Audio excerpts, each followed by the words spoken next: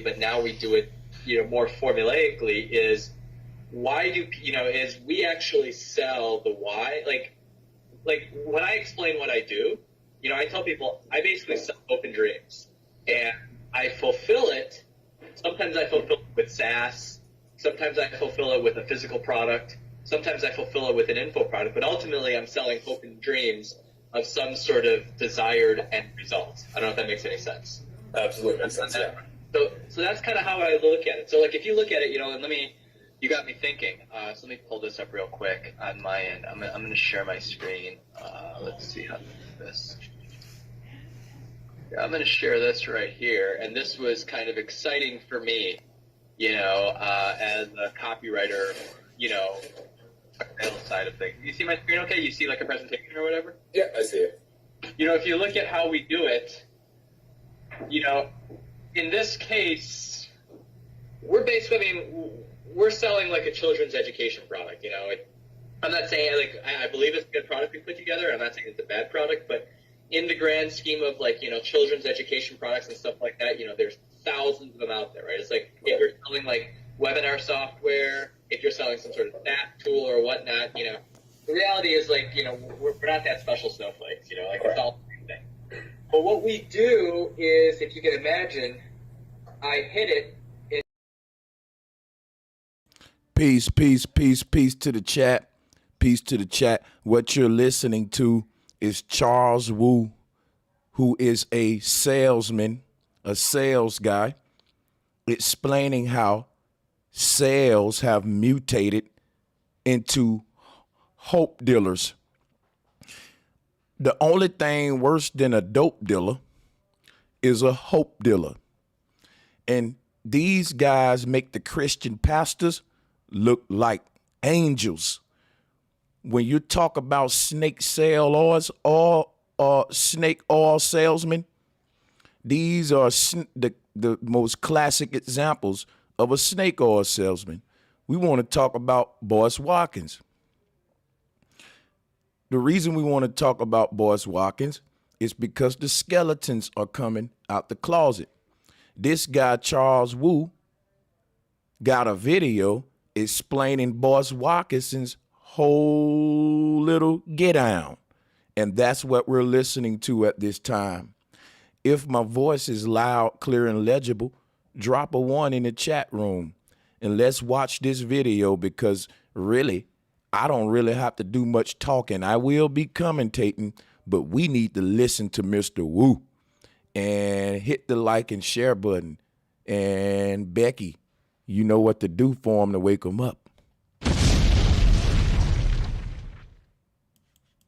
But now we do it, more formulaically, is why do, is we actually sell the why. Like when I explain what I do, I tell people I basically sell open dreams, and I fulfill it. Sometimes I fulfill it with SaaS. Sometimes I fulfill it with a physical product. Sometimes I fulfill it with an info product. But ultimately, I'm selling open dreams of some sort of desired end result. I don't know if that makes any sense. Absolutely makes sense. Yeah. So that's kind of how I look at it. So like if you look at it, and you got me thinking. So let me pull this up real quick on my end. I'm going to share my screen. Let's see how to do this. I'm going to share this right here, and this was kind of exciting for me, as a copywriter, sales side of things. You see my screen okay? You see like a presentation or whatever? Yeah, I see it. If you look at how we do it, in this case, we're basically, we're selling like a children's education product, I'm not saying, I believe it's a good product we put together. I'm not saying it's a bad product, but in the grand scheme of children's education products and stuff like that, there's thousands of them out there, right? It's like if you're selling like webinar software, if you're selling some sort of SaaS tool or whatnot, the reality is we're not that special snowflakes, it's all the same thing. But what we do is, if you can imagine, I hit it initially, I literally, what I'm selling, I don't view myself as selling, the problem is not to say buy my product. I'm trying to sell a movement or a change. So in this case, this offer that we have, we're focused on the African American niche, and we're basically selling, we basically sell it as religion, right? So we're packaging as like, you know, black economic power needs to become the second religion.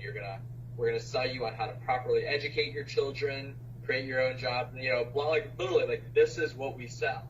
Correct. This is how we position it. And what's interesting, you know, and this was actually great because like we were on the webinar and Boyce, who's, you know, he's the main character. He's like the pitch guy. You know, he's my, you know, info product guy.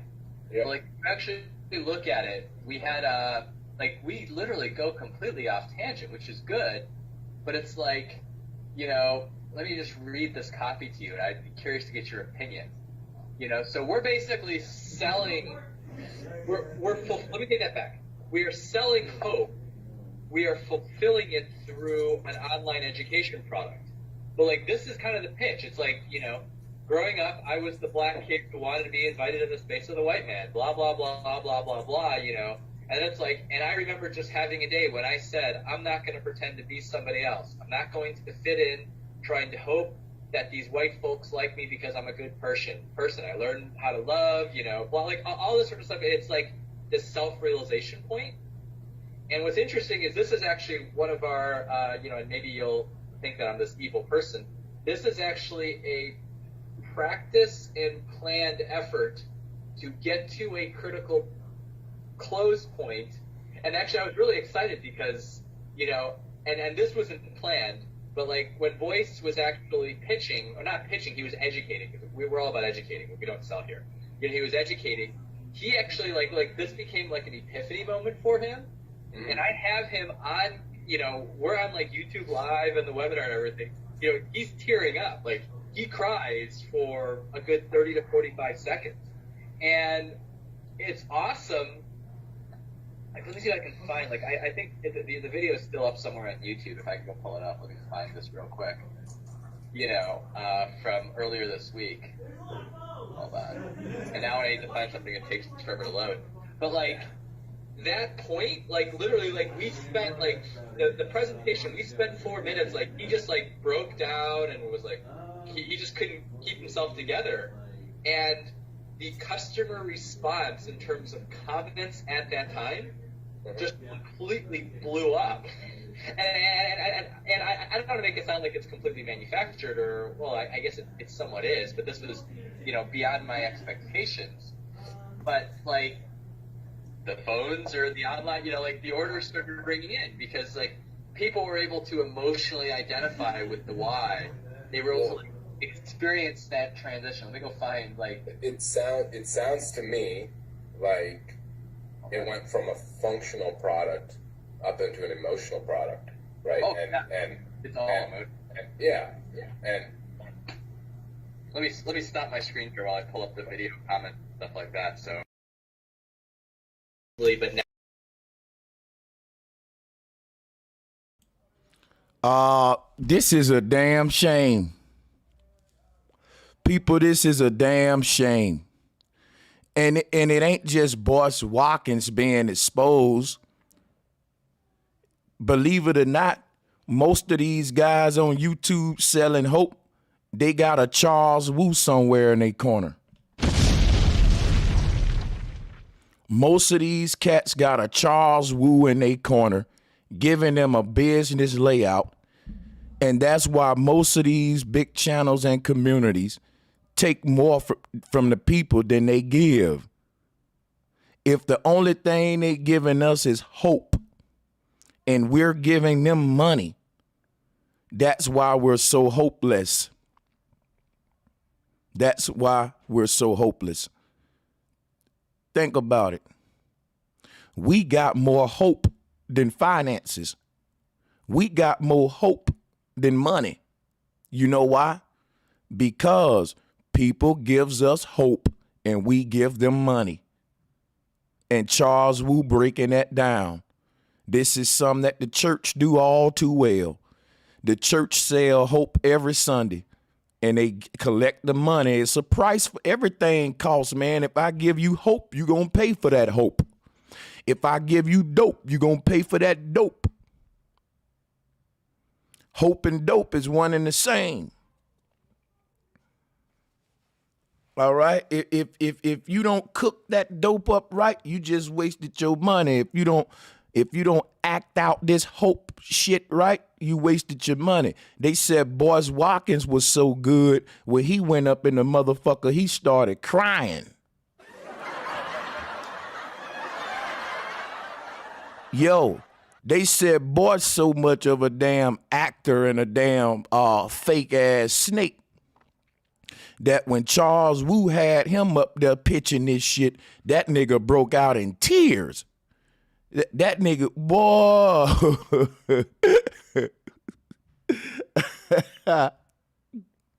Oh, shit.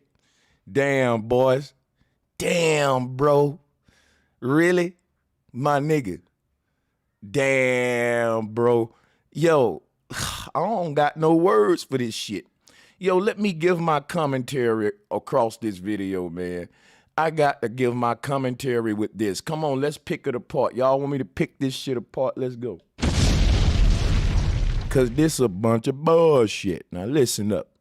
Now we do it, more formulaically is why do, is we actually sell the why. Like when I explain what I do, I tell people I basically sell hope and dreams. And I fulfill it. Sometimes I fulfill it with SaaS. Sometimes I fulfill it with a physical product. Now, he said they sell the why. They selling the why. What does that mean? I'll give you an example. When you're in church, the pastor sell you the why. Because the pastor can't rule you if you don't need Jesus. Remember, if you don't need Jesus, the pastor ain't got no power over you. So what does the pastor have to do? The pastor have to tell you why you need Jesus. I'm going to say that again. When you hear a salesman say that they're selling the why, it's because they're trying to get you to purchase something that you don't need. And they got to come up with a bunch of game to explain why you do need it. And that's why they're selling you the why. Because if they can get you a reason why you do need it, you gullible. They got you. Listen up what the man saying. He said they sell the why. Because the pastor telling you the reason why you need Jesus is because you were born into sin. If you weren't born into sin, you wouldn't need Jesus. But I'm giving you the why. I'm selling you the why. If I don't sell you this why, you won't think you need Jesus. And if you don't think you need Jesus, well, I just lost me a sale. So the why is very important. When they come into our communities and they seed out these fear and all that, and then they got to explain to you why you need to donate to them, why you need to get behind a little program and all that, but nothing never changes for us.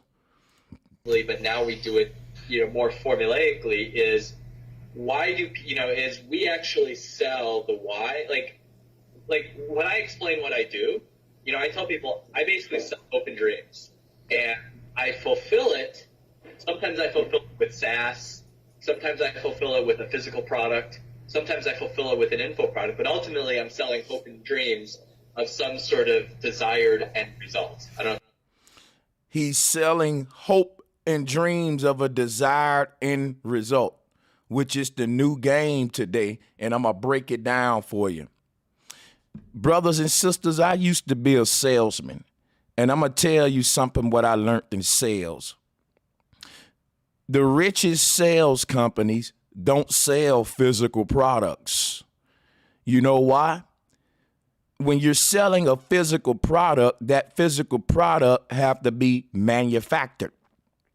That physical product have to be purchased at a bargainable price where when I resell it, I can make a profit. Often where I'm getting that physical product from, it ain't gonna always be in production. So when it stops, my business stops. Physical products break. Physical products don't get delivered to the customer sometime. Physical product inventory gets low and we have to re-up. What if I can sell a non-physical product? Something I can just spew out the side of my neck as a product. What if I can sell a seminar as a product? You can't really touch it. You can't really take it home. What if I can sell a end result like a product? Open your mind, brothers and sisters. I'm going to share with you what that would be like. If you wanted to dig a hole in your yard, you would need a shovel. But if you didn't have a shovel, you would need to buy the shovel from Brother Sanchez so I can sell you the shovel that you need to dig that hole. But what if Brother Sanchez just sold you the end result and not the shovel? In other words, what if Brother Sanchez said, listen, you want a hole dug in your yard. What I'm selling you is a hole dug in your yard. That's what I'm selling you. The idea of the end result of what you want. What the end result of what the person trying to accomplish is a hole in the ground. Instead of me selling them a shovel, I go up to them preaching about the end result and saying, ooh, we can have that hole in the ground, man. I know we can do it. We as a people need to get motivated. I see that hole in the ground. Look at that hole in the ground. Now there's no hole in the ground. But what I'm doing, I'm selling you the end result. And if you get crunk with me, you'll be like, yeah, we can put that hole in the ground. I know we can do it. Now, we will end up having a pep rally for years and years, and you won't even want the hole in the ground no more, because the moment you get the hole in the ground, the celebration will stop. At this point, it's no longer about the end result, which is the hole in the ground. It's about the pep rally that told me you can get this hole in the ground. And you're buying that. That's what you're buying. You're not buying the shovel that will get you to digging to actually putting that hole in the ground. What you're buying is a bunch of unity and a bunch of brotherhood that's saying you can put that hole in the ground, but yet it's so ironic because with that, you'll never put it in the ground. You'll end up shouting you're going to put it in the ground for years and years. And that's enough to the point where you don't want to put it in the ground no more because you so happy shouting with all this brotherhood that we can put that hole in the ground. And if you put that hole in the ground, your party is over. You've been sold an end result. But you can't tangibly go out there to the hole that you wanted to manifest to begin with because you got distracted with the idea of the end result. And this is game. This is game. This ain't no different than the pimp telling the hoe, if you fuck with me, I'm going to lace you out in Burberry. I'm going to put you in Gucci. Now, she been with that pimp for 5 years and ain't got one Burberry yet. But he's still selling her the end result, even though they in the middle of the relationship. He was selling her the end result when he first met her. Baby, when you get with me, this was gonna happen to you. And she pictured the end result and started fantasizing. And when she started fantasizing, it wasn't even about him giving her the result. She was living in fantasy land at that point. She been got. Listen up, because I know how these charlatans work. Sometimes I fulfill it with a physical product. Sometimes I fulfill it with an info product. But ultimately, I'm selling hope and dreams of some sort of desired end result. I don't know if that makes any sense. Absolutely makes sense. It makes a lot of sense. They do that in the Bible, too. Jesus say, if you follow me now, in the end, you're going to get streets of gold and a mansion. All of these pimps use the same game. You got to do something for them now to get something later. So a nigga like Boyce Watkins, you would support him. You would donate to him now for an end result that's supposed to come later. And I'm going to tell you, it'll never come. The United Nations New World Order agenda behind the education system is to make the boys feminine and to make the women masculine. And it's to terraform our children, and it's to make them stupid, dumbed down. It's to take away their critical thinking, and it's to make sure that they never get to the level of their competition. That is the agenda behind the school systems in America. If you know that's the agenda, then you know it ain't nothing nobody can do to change that. So anybody coming around with education seminars, let's do this to help the children in school, let's do all that shit, bro, they're snake oil salesmen. You think a few niggas without the school programs finna combat the United Nations agenda and they control the curriculum? Okay, y'all niggas is starting tutorial programs and all that, but y'all ain't writing your own curriculum. You still got to teach these children that Columbus founded America. You still got to teach these children that Alexander was great. So why y'all making it about the children ain't learning good enough? They falling behind. Yeah, they don't want to learn about no white man who murdered up their motherfucking ancestors. Have you ever thought about that? Have you ever thought about how much of a smack in the face it is for a young black man to read that kind of shit in school? To read about how his ancestors was slaughtered and murdered by these Europeans, and then he got to call them great. Have y'all ever thought about maybe these boys ain't dumb? Maybe they just lack the motivation in learning about their enemy. Maybe if y'all taught them about themselves, they would all make A's. But when you teaching them about ancient murderers, there ain't nobody got the motivation to learn about no fucking Alexander. I was a bright student in school. They wanted to skip me upgrades, and my mama wouldn't let me because she said she want me to repeat them all no matter how smart they thought I was. But you know what? I kind of whistled through history. Like, history was just about memorization. It wasn't like algebra. History is them telling you what happened in the past and you saying, yes, that's what happened.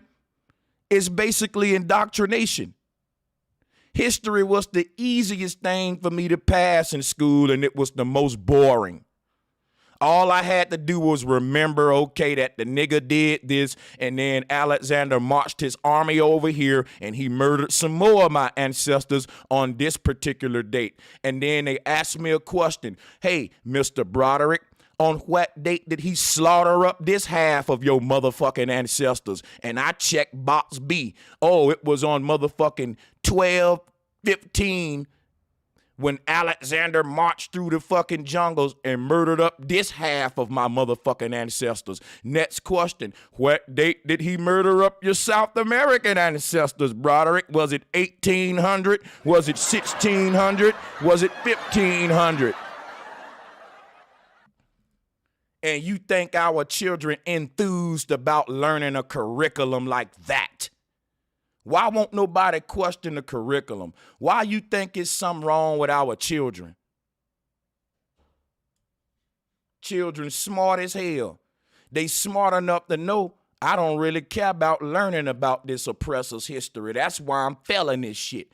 I'm trying to speak to the adults. That's why them children know how to count that money. Them children ain't failing no math.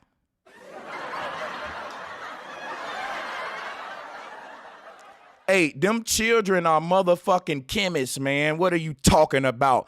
When I was in the when niggas was in the 5th and 6th grade, they was learning how to cook up dope. What you talking about? These little niggas are chemists. These little niggas get out of school and go home to a fucking science project, and they whipping that thing with a clothes hanger in the streets with a gold finger. What you talking about, nigga? A lot of my niggas had that gold finger. That's what I call it. Hold on, everybody.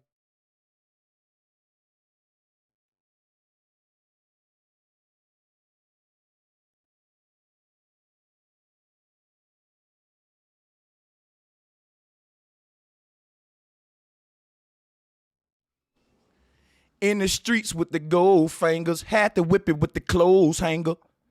In the streets with the gold finger, had to whip it with the clothes hanger. What y'all know about whipping it with the clothes hanger? Now check this thing out, man. These little niggas is chemists. When we was young teenagers, it was niggas knowing how to whip that shit just right to make it rock up and stick to that shit. Let me tell you something. I know real chemists. And these niggas is under 20, doing science projects, making money. So when you see that they fell in that reading and history and all that shit, it's because that says a lot. Them niggas ain't fell in that math, man, or chemistry for that matter.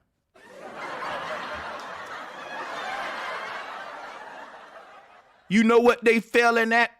Everything that shows them they being dominated. Go look it up. History. English language. Why? Because English belittles the black people. Guess what? Everybody can speak their own version of English but black folks. When black folks start saying, what up, my nigga? Here, yeah, all right, you ain't go to the store, they say you ignorant. But yet people from Ireland can come here and they can say, we'll go there, we'll go here, let's go to the pub. I want to go to the pub. Hello, give me a potato. I want a potato. Now, people from Ireland and all these weird dialect Europeans can come over here and fuck up the English language. But when a black person say, hey, boy, you ignorant. Everybody else have the right to have something called dialect, but you don't. You don't have the right to use the English language in your own way. If you don't use proper English, you're ignorant. But everybody else can speak it in their own dialect. The Jamaican man don't have to say man. He can say man, M-O-N, and no one will correct him. No one will say, you know, you ignorant. It ain't man, it's man. But you got so many coon niggas that'll correct you when you talk. Learn how to talk proper English. The English language whipping y'all ass. No, it's not. When you get so versed at the English language, you learn how to introduce dialect to it. Dialect is not a result of one not knowing the English language. Dialect is actually the opposite. It's the result of a people using the English language so much that they created their own style with it. When they first taught the slave English, guess what kind of English we was using? Proper English. Because that's how they taught you to pronounce it. Up, up, down, down, that, you are. Over so many years of using proper English, we created something called dialect, which is the next level of you. That's what happened when you get comfortable with something. Like if I let you in my house and you've been in my house for 10 hours, after that 4th hour, you're going to kick your shoes off. So when a culture kicked the shoes off of a language, they stop using it in its proper form and they get comfortable with it. And they bring their dialect into it.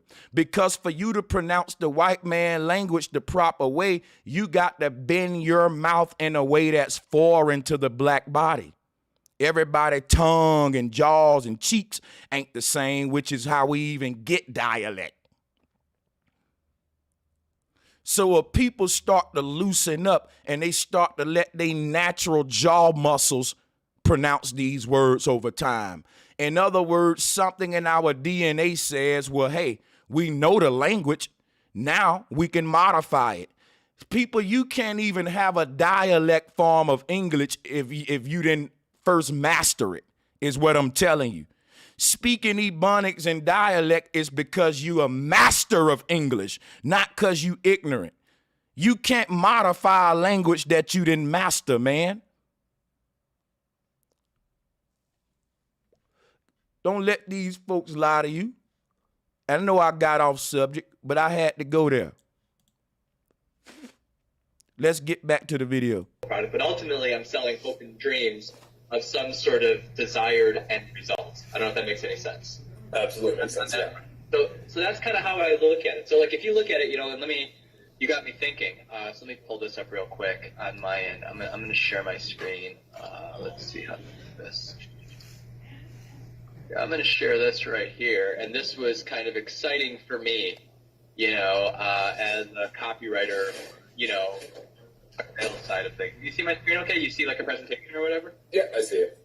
If you look at how we do it, in this case, we're selling like a children's education product, I'm not saying I believe it's a good product we put together. I'm not saying it's a bad product, but how do you sell a product and you don't know if it's good or bad? And what can we learn from that? Well, here's what I take from it. If you're selling a product and you don't know if it's good or bad, that means the product is based upon not showing results.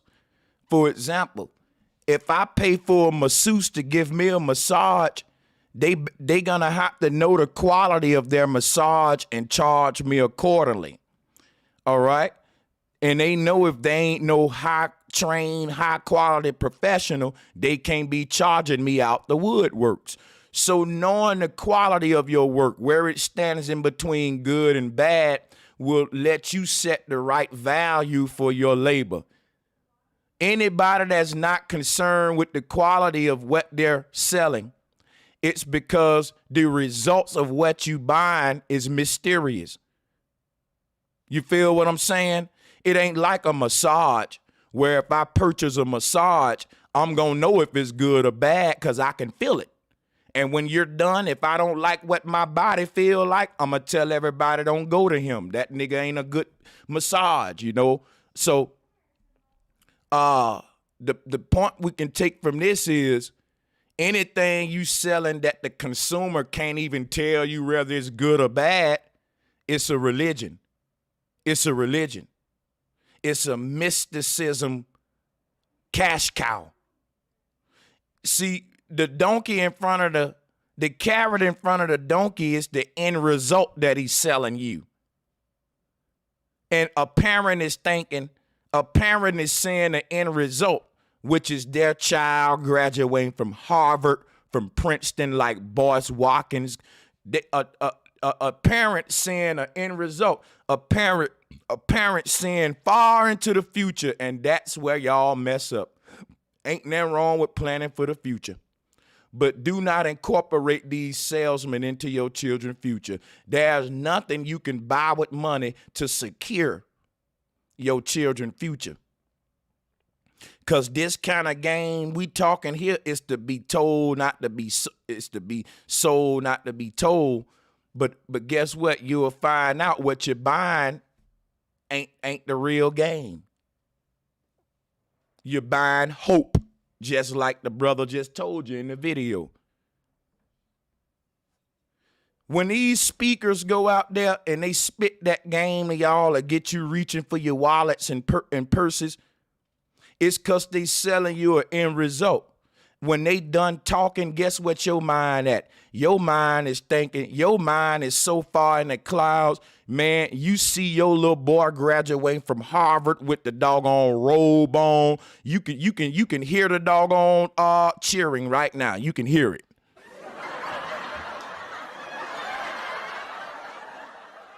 They so far in your head, by the time they snap their finger and wake you up out of that trance, you're going to be willing to give them all your money. And I saw this in church. I saw pastors go up there and they be calm And then they'll work their way up slow by slow and then get into the right scripture. And when they go into the right emotional story about what happened in their life, with that time when they was in the street and the bullet passed right by his head and he should have been dead. But God had a plan for my life. Man, look, I see women start hopping over motherfucking tables when them niggas do that. Bro, I see women fall on the floor and start shaking like they having a fucking seizure when pastor get in that mode. So I know the power of this game, bro. I've seen women wake up out that trance and go pour every penny out that motherfucking purse.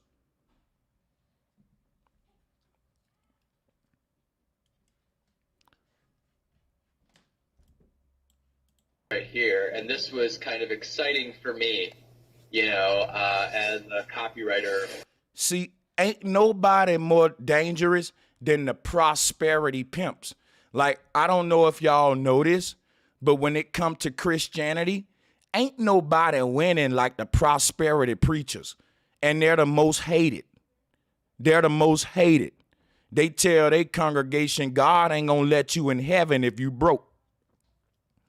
They don't even tell them to collect tithes. The pastor say, come up and make it rain. One of them tell his folks, now give me my money. Go pull up the prosperity preachers. Creflo Dollar was one of the first ones. See, ain't no preachers in the world winning like these guys. You know why? People know that true salvation in this world come with finances. The people living in hell right now is because they lack money. The real religion on earth is capitalism. Even the gods y'all worship want a 10% cut for you to be part of their clique.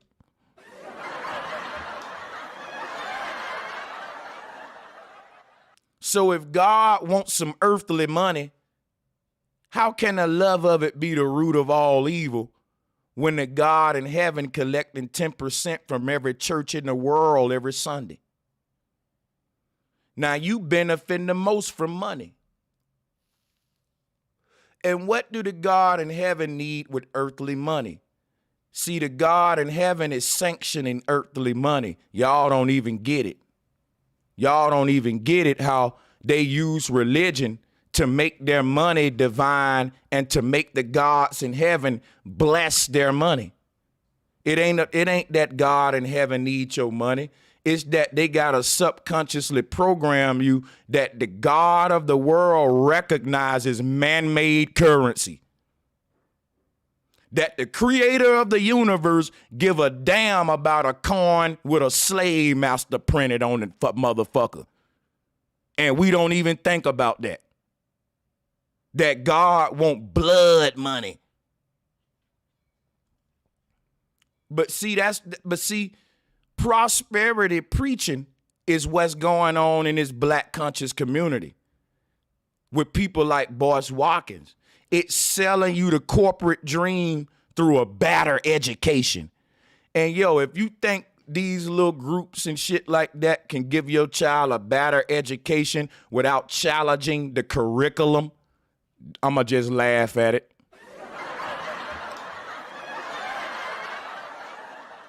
They're making it like our children got a problem learning. What the problem is, our children don't like the curriculum they gotta learn. When I went through school, I hated it. It was like taking medicine to learn about these evil ass slave masters. Alexander the Great, Sir Isaac, and motherfucking, what was another one? Ivan the Great, that nigga was very demonic. You know how evil Christopher Columbus was? And they had us singing songs about Columbia. Yeah, I went to a white school, elementary. We sung Green Sleeves.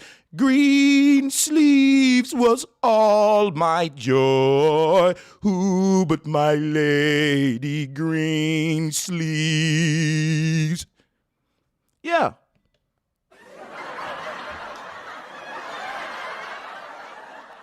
We sung motherfucking Green Sleeves at my elementary school, nigga.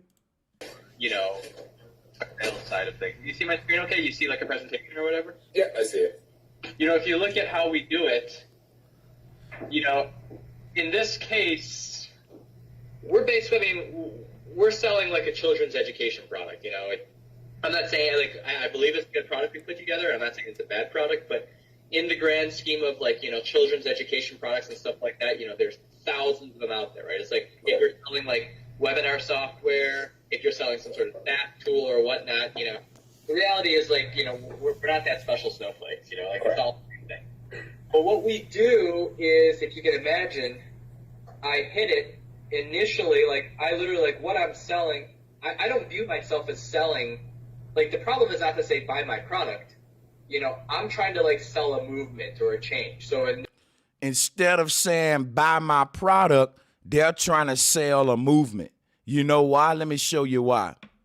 If I sell you a product, once I sell that product to you, that's it. You're no longer a customer. You gone, I'm gone, that's it. I sold you the product, that's it. Corporations found out that ain't a good business model. Corporations found out whenever you get a customer, you want to make that person a lifelong customer. So how they started to do it was they started to create follow-up products and extensions and add-ons. So it stopped being to where I'm going to sell you this cell phone. And it started to be, okay, I'm going to sell you this service plan. You get it? And then I'm going to sell you these applications over your lifetime. So you'll never stop being a customer of mine. This ain't a one transaction thing. That's the game.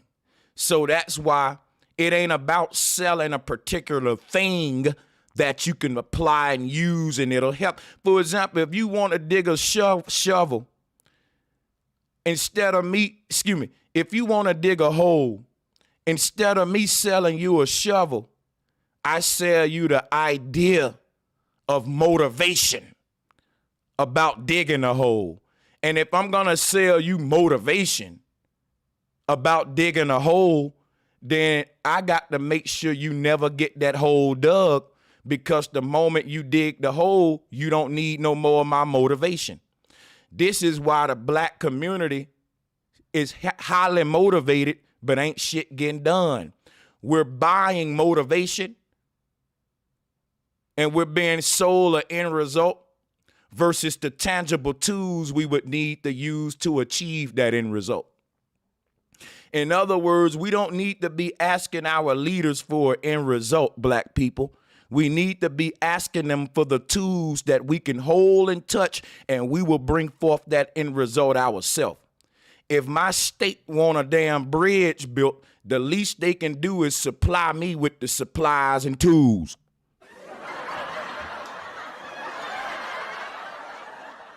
We all need to use the bridge. It's going to be a citizen project, free labor.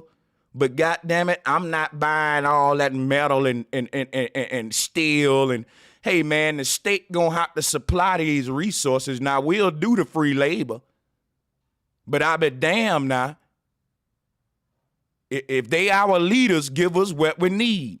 Your coach ain't never made you pay for no uniform unless you was from a poor ass city like mine. And if they make the players pitch in on the basketball, then you know they broke.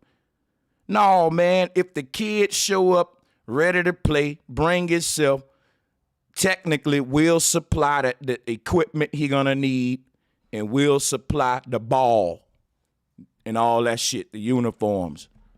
He supply the labor and give us 100%. We'll give him what he need to accomplish this thing. So listen, leaders, we don't need y'all speaking to us about the end result. We need y'all showing up with shovels, passing them out. In this case, you know, this offer that we have, you know, we're focused on the African American niche, and we're basically selling, you know, we basically sell it as religion, right? So we're packaging as like, you know, Black economic power needs to become the second religion. We're gonna. Black economic empowerment is the second religion. Ain't that's what we've seen?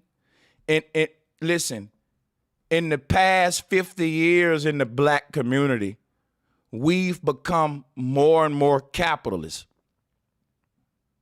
Now, keep in mind, most of the people that come over here and thrive don't do it with a capitalist mindset. They do it with a communal mindset, like Hispanics and Asians. In other words, black people are such capitalists, we compete with each other. We feel like as a capitalist, I got to destroy him so that I can win. Whereas Julio and them will build everybody up and work as a team. So what I'm saying is capitalism so embedded within us, we compete with our next door neighbor. Whereas some people in some communities build networks with their whole street block. Like when I was doing landscaping back home in Bama, and we used to cut these rich people yards where it take you a whole week to cut their yard with a 6-man crew and bobcats and real high-tech industrial landscaping equipment, right? You're driving for 30 minutes and you still on the property and you don't even see the house yet. Just trees, and you go through a gate and these folks living big, right? Invite you in the house for lemonade and you looking at vases, they showing you this vase worth $20,000.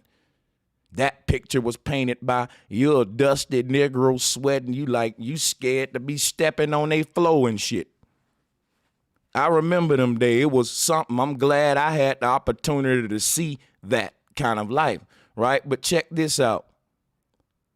What I noticed, though, is all them rich people in that community, they know each other. They got companies tied up together with each other. They barbecue together. They children know each other, and they children got businesses with each other. Like, the rich people will all move to the same area so that they can have access to their comrades. And that kind of, when you talk about, I noticed that, like, when we go up in them rich people neighborhoods, every neighbor know each other. You know, to the point where you can knock on a door and they'll come inside and we'll have tea or some shit. Everybody know everybody. And they all got some kind of business connections together, whether if it ain't nothing but your son and my son got a little juice business. Or me and you got, I'm telling you, they all, you know, it ain't like that with black folks. All of us pull up in the ghetto and we struggling and we trying to stun on each other. Ain't nobody got shit, but this nigga live in the projects and he got rims on the motherfucking Benz. Now, he can't keep gas in the motherfucker, but it look good, and he's still living in a hood, and every car in that goddamn projects got rims on it, and it's a Benz, but it's in the projects. And then when I go and cut them white folks' grass, and these folks are multimillionaires, you know what's parked in they driveway? Passats, Jettas, Subarus, shit like that.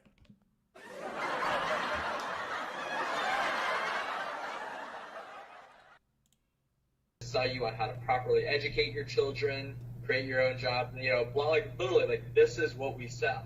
Correct. This is how we position it. And what's interesting, you know, and this was actually great because like we were on the webinar and Boyce, who's, you know, he's the main character. He's like the pitch guy. You know, he's my, you know, info product guy. Y'all hear what they said about Boyce?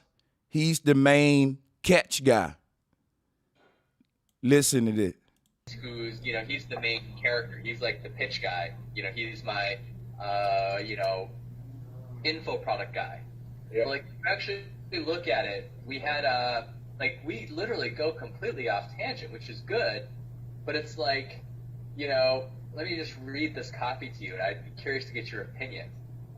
So we're basically selling. Let me take that back. We are selling hope. We are fulfilling it through an online education product. You hear that? You hear that? If I'm selling you a knife set, I'm going to fulfill the order through Amazon, and then you'll get your knife set delivered. But if I'm selling you hope, I can't deliver that through Amazon. You can't touch hope. So hope is sold through virtual world. Hope is sold through the mythological world in the church. See, if you want to buy a sneaker bar out of a vending machine, the vending machine becomes the medium for that thing you purchase. But hope is different. When you selling hope to a person, you need access to the mind through the ears and the eyes. And if I'm selling hope to you, something that neither a good or bad product, is just hope. It's like buying a pet rock. I mean, you almost hope one day that the rock will actually talk, but it's a pet rock, man. I mean,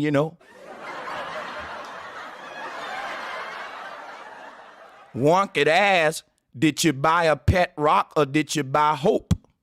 Because you somewhere in that subconscious, you literally hope that this pet rock gonna actually manifest. But the thing about it is the selling of hope ain't as easy. It's very intricate. The only people that can sell hope before the internet was Christian pastors. And you had these salesmen that'll come to your door, but they didn't really sell hope. They sold flawed products. And when you got a hold of that product and bought into the company, you realized this shit ain't selling, and you was a victim of a pyramid scheme. Now you stuck with a damn knife set, all these knife sets that you just got to give away to your damn family members because you realize you've been bamboozled in the pyramid scheme. It happened to me before with this bogus life insurance company I was with. They was trying to convince these old people out of their life insurance policy to get with ours, but ours was a real ripoff. And I had to be a devil. I didn't feel comfortable with it, but you know how they got me? They showed videos of people in the company who was living in mansions. Hey, he's been with the group for this long, and look at his car. He's in the Benz. Shit like that. That's how they indoctrinate you, right? But they ain't making that money from selling insurance. They making it from a pyramid scheme. They got a product that ain't been selling in years, and what they're selling now is webinars. So I paid $100 to be part of a group, and basically it's a webinar group you attended every week, and basically we sit around and talk about motivation stories and who made this much money in a group and different things you can apply to your sales pitch to get your money up. And every time you apply the shit, the door still slamming your face, and you realize ain't nobody really selling this shit. Because guess what? I asked the man, I was getting real discouraged. I asked the dude who brought me on. I said, I can't get a sale. He saw my eyes like I was very frustrated. I had been there for months. They telling me all of these success stories, but it ain't working for me. And he basically set me down. He said, Broderick, if you really want to make money in this business, help me bring more people on to the webinars. We're paying a monthly fee to be part of this thing. That's when it hit me, man. They ain't making money selling this fucking insurance. I'm thinking I'm doing something wrong as a salesman. That man basically told me ain't nobody in this company selling no insurance. We all making money off when we bring somebody on to the webinars, we get a commission. So we promising all of these gullible folks that they can get rich off selling this great insurance we got, and then eventually they realize people getting rich off selling the webinar. And the dream that you can get rich off selling the insurance. It's a pyramid scheme. That's what companies do right before they go bankrupt. When they realize they got a flawed product, they stop selling the product and they start focusing on the hope side of the corporation. Had that company had a good insurance plan, it would have sold. But see, since that didn't work, they realized we can make money off teaching people how to sell the insurance, because that's what we was paying for, even though no one's never gonna sell the insurance. So basically, if I wanted to get rich, I would have to go and trick other people like, yo, you could get rich selling this insurance. And once they sign up, I had to eventually school them, bro, yeah, you ain't gonna really sell no insurance, but you can get rich if you go trick other people like they can sell insurance, because there'll be a student under yours in the webinars and you'll get a cut for bringing them in to teach them how to sell this insurance that won't sell.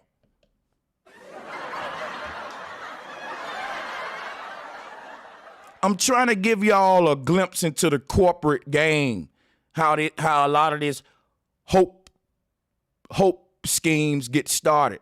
That's just one aspect with insurance that happened to me. I was a hope dealer, right? So I wasn't really selling insurance.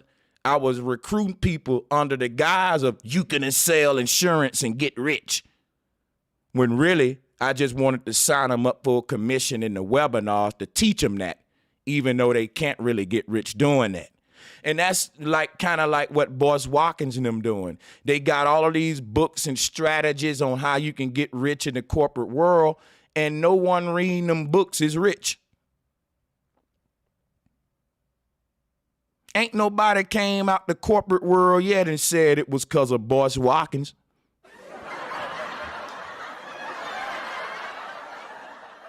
Or anybody on YouTube talking finances. Because everybody that's really rich know that they got up there by rubbing shoulders and being with the go along, get along game. Everybody on that certain bracket know is who you know and not what you know. But they go out there and sell y'all hope and try to make it like it's what you know. It's what you know. It ain't what you know, it's who you know. If everybody knew Charles Wu, like Boyce Watkins, we'll be rich and we'll be scamming motherfuckers. And we'll be worth 10 million like Boyce Watkins, and we'll be some damn scammers. But you don't know Charles Wu, so you ain't in on the scam. See how that work? It ain't what you know, it's who you know. But like, this is kind of the pitch. It's like, you know, growing up, I was the black kid who wanted to be invited to the space of the white man, blah, blah, blah, blah, blah, blah, blah, you know. And it's like, and I remember just having a day when I said, I'm not going to pretend to be somebody else. I'm not going to fit in, trying to hope that these white folks like me because I'm a good person. I learned how to love, you know, well, like all this sort of stuff. It's like this self-realization point. And what's interesting is this is actually one of our, you know, and maybe you'll think that I'm this evil person. This is actually a practice and planned effort to get to a critical close point. And actually I was really excited because, you know, and this wasn't planned, but like when Boyce was actually pitching, or not pitching, he was educating. We're all about educating. We don't sell. When Boyce was pitching, or not pitching, but educating, they're one and the same. When we're being educated in the Western world, we're being sold the American dream. A pastor, an educator, and a fucking snake oil salesman are all one and the same.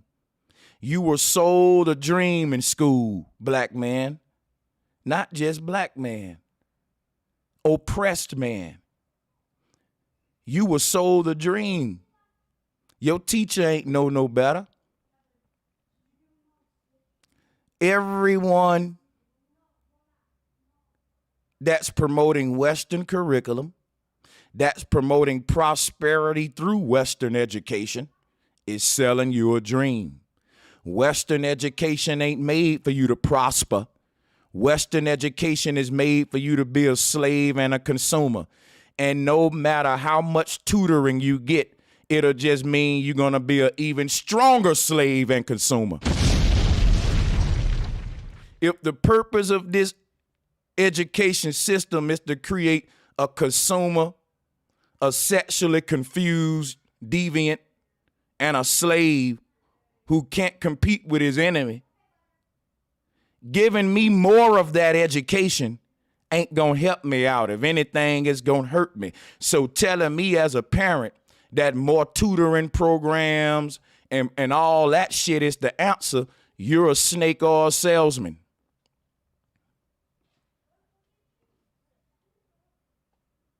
Because like I said, we don't need more miseducation in this Western world. If you wanna take that approach, like I said, let's change the curriculum. Because our children ain't got no learning problems. It's what they being taught that they got a problem with calling their enemy great. They got a problem with being taught that Columbus founded America when they know at their young age that that's a lie.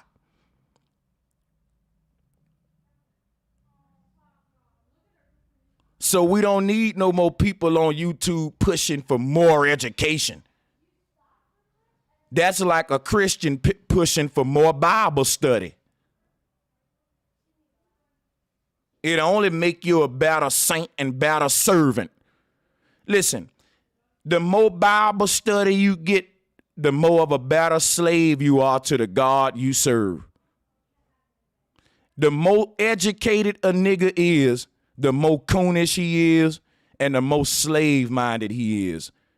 So you're a hypocrite if you going against the system and trying to push education programs. And that goes for anybody. Out here, he was educating. He actually like this became like an epiphany moment for him. And I have him on, we're on like YouTube Live and the webinar and everything. He's tearing up. Like he cries for a good 30 to 45 seconds. And it's awesome. I don't know if I ever cried online, have I? Put a 1 in the chat room if I ever shed tears online. Put a 2 if I didn't. I can't remember ever crying online. But men are allowed to cry. Don't let me be sexist. 30 to 45 seconds. And it's awesome. Let me see if I can find, I think the video is still up somewhere on YouTube. If I can go pull it up, let me find this real quick. From earlier this week. Hold on. And now when I need to find something, it takes forever to load. But, that point, literally, we spent, the presentation, we spent 4 minutes, he just, broke down and was, he just couldn't keep himself together. And yeah, you got to be careful of any man on the internet who breaking down in tears. Because it's crazy to me that you held it all in and waited till you went live at that strategic point to break down. It's fake. It's fake. When I see people busting out and crying and getting snot face online, I automatically unsubscribe, man. You're fake. You're fake. You got children and a woman, and you online crying to a virtual audience. Whenever someone crying and in that kind of situation, man, I want my head on my woman's chest.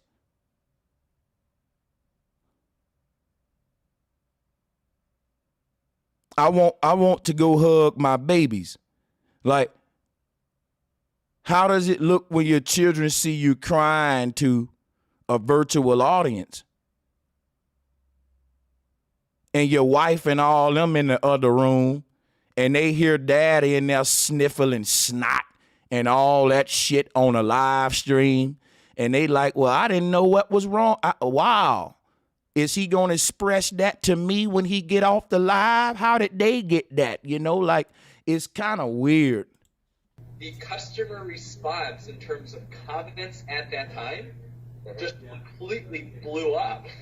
And I don't want to make it sound like it's completely manufactured or, well, I guess it somewhat is, but this was, beyond my expectations. But, like, the phones or the online, like, the orders started bringing in because, like, people were able to emotionally identify with the why. They were able to, like, experience that transition. Let me go find, like... Every great pastor coming up in church shedded tears. The best pastors when I was in the church always cried. At some point in a sermon, they were so happy that Christ took them off the streets. They started shouting, crying, tears of joy and running around the church. And believe it or not, crying is something that humans can identify with. And that is actually a sales and marketing pitch. It is actually a sales pitch. And if you can get some tears coming for your cause, man, you about to be rich. You can't show me a person who publicly shed tears and had a cause behind them who didn't get buku money from it. Bro, it's something about them tears, man. And Boyce put it off, man. Boyce put that thing off.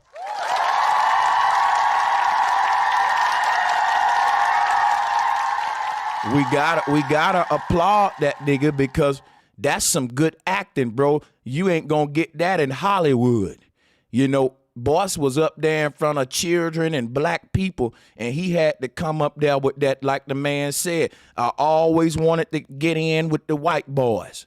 I wanted to be in that rich bracket, that elite class, but I was from the ghetto. That same story everybody got. See, let me show you.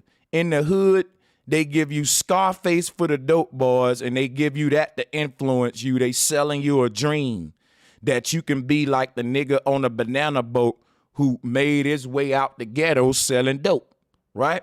Got rich and all that good stuff, and didn't even get knocked. He got killed. That's a lie. Niggas liable to get knocked 2-3 times before they get shot with the snitching. Now let's check this out. If you see, everybody got to make money in the capitalist world. So if you're a religious nigga, they giving you the prosperity game for your money aspect of your shit. Everybody getting sold this American dream. If you in the black conscious community, you getting the same thing Creflo Dollar giving his folks, but you getting it in a black way, under black power. But they all selling you the same dream that if you do this, you can succeed in America. Yet we're all being recruited from communities that was teaching America ain't built for us to succeed. Think about that. We all woke up from the dream. That's what's being woke is. When we woke up that America was selling us a dream, it was all a lie, and everybody ain't got an equal shot at success. It's who you know, not what you know, and you can work your ass off and be the hardest worker and still be at the bottom. And the man who done nothing but rub a few shoulders can be the multimillionaire and sit on his ass all day.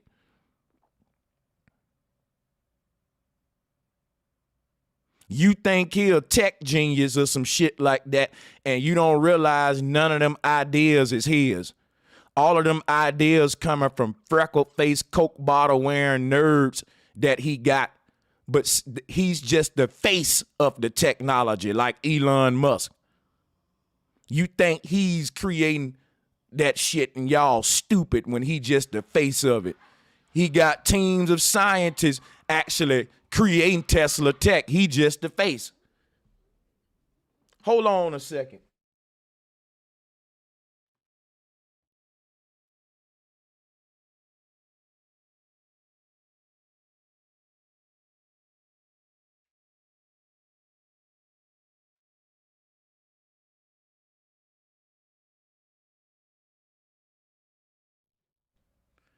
So let me get back to what I'm saying. Like, Boyce Watkins is just the face of the idea.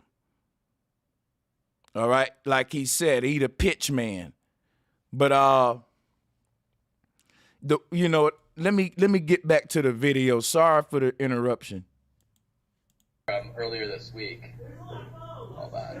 And now I need to find something that takes forever to load. But like that point, like literally, like we spent like the presentation. We spent 4 minutes. Like he just like broke down and was like he just couldn't keep himself together. And the customer response. And you know they popped champagne after that. You know they went and partied that night, because when Boyce got them crocodile tears out his eyes and the crowd started getting crunk, I told you the same thing that happened in church. Everybody went up there saying, man, I want to donate, brother. I want to support your cause. It's like when you watch them little dramatic movies and niggas get up there, they girl go to crying, and you look over at them niggas and they eyes water as hell trying to be tough.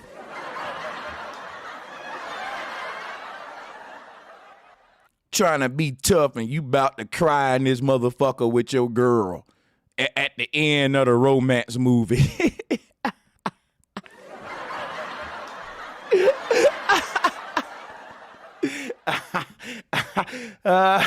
Hey, when Boyce got them crocodile tears up, he moved everybody. That's what the dude told you. And you know, once he did that, niggas was rubbing on his shoulder. Black man, I feel you, brother. I know what you mean, man. You know, we all trying to make it out the hood, man. And just to see a black brother with your, you know, niggas went to throwing them dollars. Because emotion sells, hope sells. You know they popped champagne that night.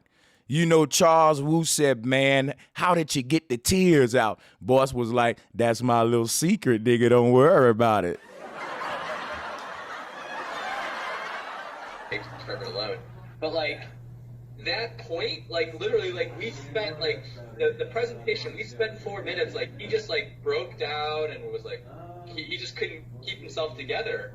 And the customer response in terms of comments at that time just completely blew up. And I don't want to make it sound like it's completely manufactured, or, well, I guess it somewhat is, but this was, you know, beyond my expectations. He don't want to make it sound like it's completely manufactured, but it somewhat is, and it's beyond my expectations. That's what he's saying about Boyce. Like, damn, Boyce, I gave you a sales pitch, but I didn't think I was going to get tears and all that, bro. You gave me a bonus. Like, you exceeded expectations with this fake shit. That's what he's saying about Boyce. That's just like the white man gave the black man a Bible, and the black man can teach that shit better than the white man. When the white man teach the Bible, he teach it like, think about this, right? Niggas are the best actors. You know why? We ain't got shit. We had to fake it till we make it more than everybody else. When a white boy get that Bible, he's reading it like he know it's a lie. If you go to white churches, Catholic mass, that white boy reading that Bible like he know it's a lie. He ain't got no emotion with it. Give that same book to a black pastor and watch what you get. You finna get shouting, jumping, running, crying. Man, it's gonna exceed expectations. When they gave this shit to Boyce Watkins, that was him. He was the pastor for the Black Prosperity Movement. But it's a religion, because America ain't designed for all black people to get on. It ain't designed for all white people to get on. Why you think you got a white homeless population? It just ain't enough resources and money in rotation for everybody to be rich. If every American right now did what they were supposed to do to be rich, it still would be 90% of us poor. So that means we been sold a dream. The people who, you see what I'm saying? And when we found out that the white man was selling us a dream and we started to wake up, you know what they did? They started letting the black man sell you the same dream. So if you listen to what niggas like Boyce, Watkins, and all these other black so-called leaders are saying, is all about getting your money right, black people. We got to get into economics. We need economic study groups. We need financial courses. It's this whole prosperity movement that first started in the church. And it bleeded its way into the conscious community. It's to get these black guys to resell us the American dream. Remember, what started these communities was when we all woke up from that dream. We all woke up and realized America's dream is a nightmare we live in. And they sent in these black leaders to rock you back to sleep and to get you back believing in that American dream. Now you got niggas saying, man, y'all just lazy. It ain't nothing about the system. You niggas just lazy. How you in the conscious community talking like that? Because we've been infiltrated. This community was built on woke people who woke up from the American dream. Now it's full of teachers and popular teachers who selling you that same dream that we said when we built this community, we couldn't achieve it because the system was rigged. And we built the community about exposing the fact that the American dream is not achievable. It is bullshit. It is snake oil. And we built the community off exposing that and revolting against that system, saying we won't participate in it until you regulate the rules and make them equal for all, like you promised in your Constitution. Why play a rigged game? If I'm a coach and my football team show up to play a game and we just now started the game and we at the away team stadium and they got 50 to zip on the board, and I tell the referee, hey, man, you need to reset that board. It should be 0-0. We just started. And the referee like, no, man, we starting it off at 50 zip. This ain't a fair game. I got the option to say, well, I forfeit. Ain't no way I'm going to send my team out there and you starting it off at 50 zip. That's just stupid. I'm going to forfeit this game. Y'all ain't fair. If you want my team to play your team, get the rules right. And that's how we should go against this competitive game called capitalism. Black people ain't going to never win. Because when we show up to play, the scoreboard already 50 zip. And ain't nobody complaining about that. Niggas just saying, well, we can run faster. We can jump higher. Get them niggas that advantage. Fuck that. We used to getting it out the mud. And I'm like, no, fuck that. We forfeiting and we going to make them get the rules right. They're going to give us a fair. If this is a competitive game, we're in a capitalist system, fam. This is a game. The rules got to be fair. A nigga ain't bitching and complaining and being lazy when we go to saying let's get equality in this capitalist system. But that's when the coons go to saying, oh, man, that's them lazy niggas. No, bro, this is only right. But, like, the phones or the online, the orders started ringing in because, people were able to emotionally identify with the why. They were able to experience that transition. Let me go find It sounds to me like it went from a functional product up into an emotional product, right? Oh, and it's all. You know why it ain't a functional product? Think about it. If all the Boyce Watkins business books and economic strategies, if all of this shit in the community was functional products, Why ain't we functioning? The products that we're buying into aren't functional. So when we buy into them, it's going to create a dysfunctional people. Think about it.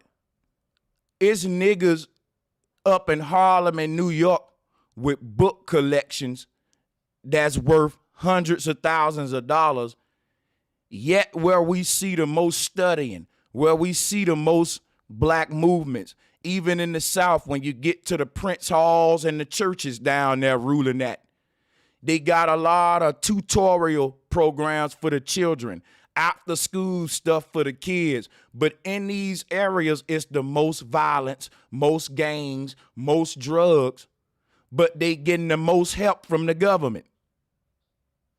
If someone benefiting off helping these areas, the moment these areas clean up they act, that person is out of a money scheme. They're sucking the hood dry by capitalizing off of the problems in the hood. Therefore, they're fueling and breeding the problems in the hood to keep the programs and institutions coming to say we're solving the problems that somehow never get solved.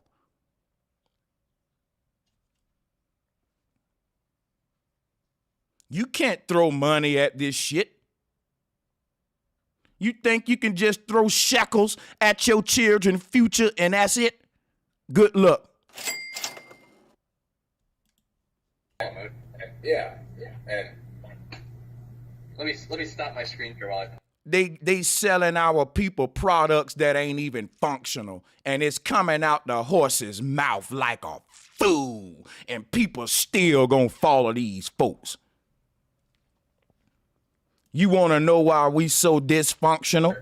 And Every book on the average nigga's bookshelf is chaotic. You go on the average nigga's bookshelf who think he woke and he got Economic Strategies 101, How to Make It Out of Poverty Part 2, Anunnaki and a Reptilian Race Part 1, Visitors from Sirius Star System Part 10. The nigga got Powernomics Chapter 8 that he got to pre-order because it ain't even out yet. But yet ain't none of our problems solved and he's still in the hood. Why? Because remember what they told you in the video, right? It's about selling an end result. When you read the book, it don't necessarily manifest the end result. But the end result of you reading the book is you thinking you so damn Mr. Know-It-All that you know how to manifest the end result. You got a bunch of niggas debating on YouTube saying, well, I got this book. Well, I got this book. You ain't no scholar. No, you ain't no scholar. How you got the solutions for the problem? I got the solutions for the problem. You ain't read more books than me, so how you got more solutions than me? That was the purpose of the books, to get us debating, not to solve the problem. It was selling you an end result. And once they sold us an end result, guess what? Once they sold us that end result without actually manifesting it, guess what happened? We created communities that was based upon debating on how to manifest that end result for generations. For the past 2 generations, black people been debating about how to manifest this end result called liberation. We got hundreds and thousands of books, thousands of movies, thousands of leaders, and all of them was debating each other about which one is the most qualified to manifest this damn end result. But we still ain't manifested it. You know why? It was never about manifesting the end result. It was never about manifesting the end result. It was just about selling us the idea of the end result set so that we can debate about it. Niggas ain't been free for over 400 years, but niggas been debating for so long and being intellectuals and scholars and priests.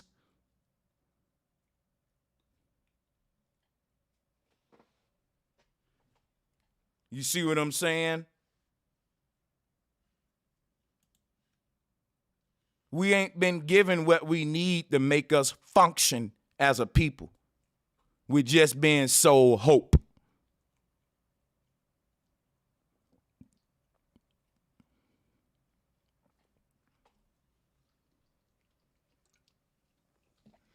It's sad. This video should be shared, man. Like, it's sad. You know, and I might let people come up and build, like, drop a one in the chat room. I actually got the whatchamacall open. I forgot I had it open. Let me see. Yeah, I got the Zoom open. So since that's open, man, if there's anyone want to build on this, matter of fact, information, man, if you like to come up and OG, if you would like to interject on this, I think that'll be appropriate. I don't know if you got the time, but I'll be glad and honored to have your quick whatever you can give us as far as your time on this.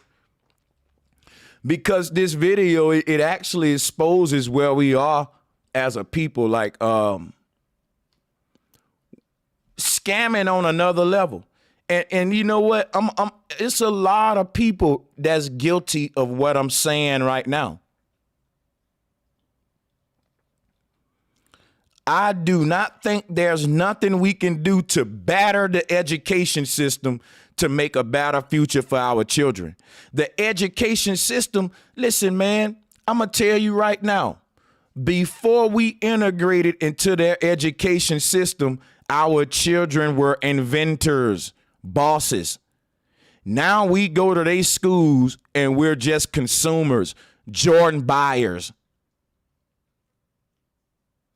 Y'all better pay attention. Harvard and Princeton ain't do nothing for black people. Yo, I would debate any of you guys, and guess what? It's guys that I rock with who went to college, who I'm not speaking bad about that route. What I'm telling you is, if we want different results in the future, we got to do something different, because we tried the education route, Mr. Boyce. Listen, if Boyce Watkins thought education was so valuable, why did he scam his people for money? Now, Boyce Watkins went to college and got a good education, but he don't use his education to get rich. He used scamming and deception to get rich. Think about it. You got niggas in the streets who never went to Princeton or Harvard, but they are some good deceivers, and they end up millionaires before Boyce Watkins. What can we learn from that? It ain't about a good education. It's about you being a good manipulator, a good deceiver. If you don't open up your eyes and look around you in America and see that everybody worth something is a fucking deceiver. Creflo Dollar, T.D. Jakes, Al Sharpton. Bro, I can keep going. I'll be here all day naming it. And we ain't gonna even talk politics. That's where the master deceivers are getting the big bucks. It's the art of manipulation that gets one rich here, not hard work and all that other shit. That man got a degree. He went to school, but yet he didn't get rich off of none of that shit. He got rich off being a deceiver. All of these folks in power, listen, all of these folks in power go to the best schools and colleges, and when they get rich, it don't have shit to do with what they learned in school. It be some scammy shit, underhanded shit, like with Bush and the oil operation in Texas. It be some underhanded tanglement shit where they got their buddies in politics to do some. It's never no education like what they selling you. It's a nigga who went over here in the country, killed some women and children, took over a poppy field, and came back to make medicine in America. And he got rich. And that don't require no education. That require bravery and nuts, nigga. Like, I don't know why y'all think Christopher Columbus had an education.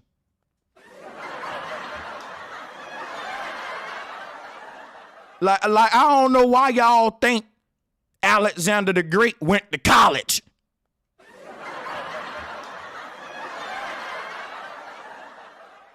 So if Alexander's education didn't make him great, what did? His bravery and his manipulation, his warriorship. You ain't got to motherfucking get a degree to learn how to swing a sword, my nigga. That's why the people they call great in their world are the least educated. I'm trying to give y'all the game. They call Alexander the Great, but Alexander lived during a time where there were scientists, there were thinkers, there were educators, there were Pharisees and Sadducees who were supposed to have been the smartest men in the society. But you know what? You can't tell me the name of one of them Pharisees. You don't know the name of none of them Sadducees. Tell me one of them ancient motherfucking critical thinkers of Alexander's time. Show me which critical thinker they put the title great on his name. Which Pharisee, which Sadducee, which chemist during Alexander time was called great? None of them. These people don't value no fucking education. They gave you the education to make you a slave. Only thing they respect is bloodshed, and they teach you that in their religion. The best saint ain't the saint that's the most educated to God. The best saint is the one that's willing to sacrifice the most. And the biggest sacrifice is giving your children to the government to go fight for them in combat. Sending your child off into their indoctrination systems, and when they come back, you don't recognize him no more. He going against all of his family traditions and values. Rising up against grandma.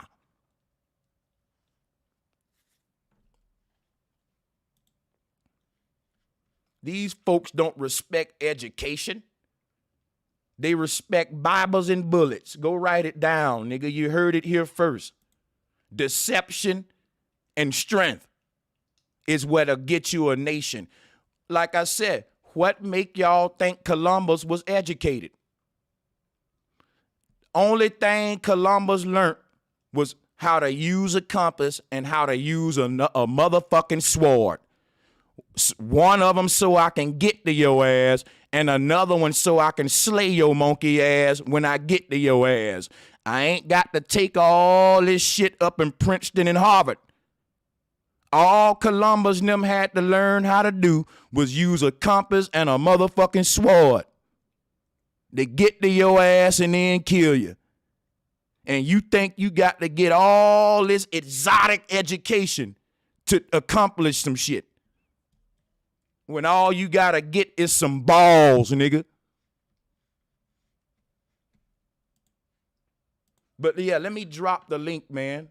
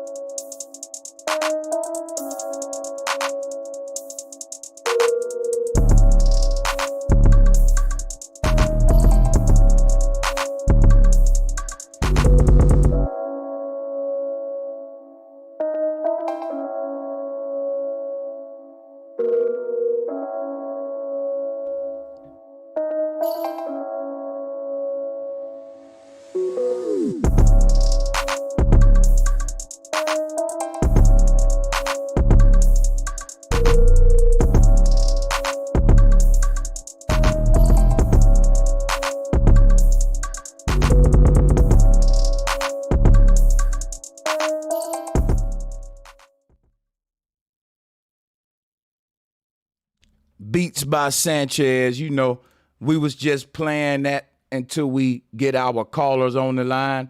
Roz Kamara, can you hear me? Hey guys, we want y'all guys to build on the topic with us today. We ain't gonna really bounce around too much today because this video, man, whoa, is damning, is what we needed.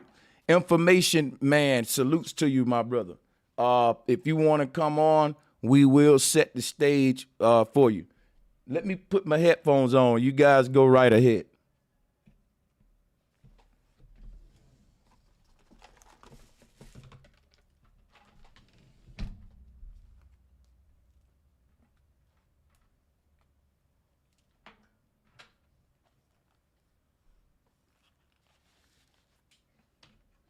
All right, if you're on the call and you want to interject with the topic here, go ahead and unmute and have at it.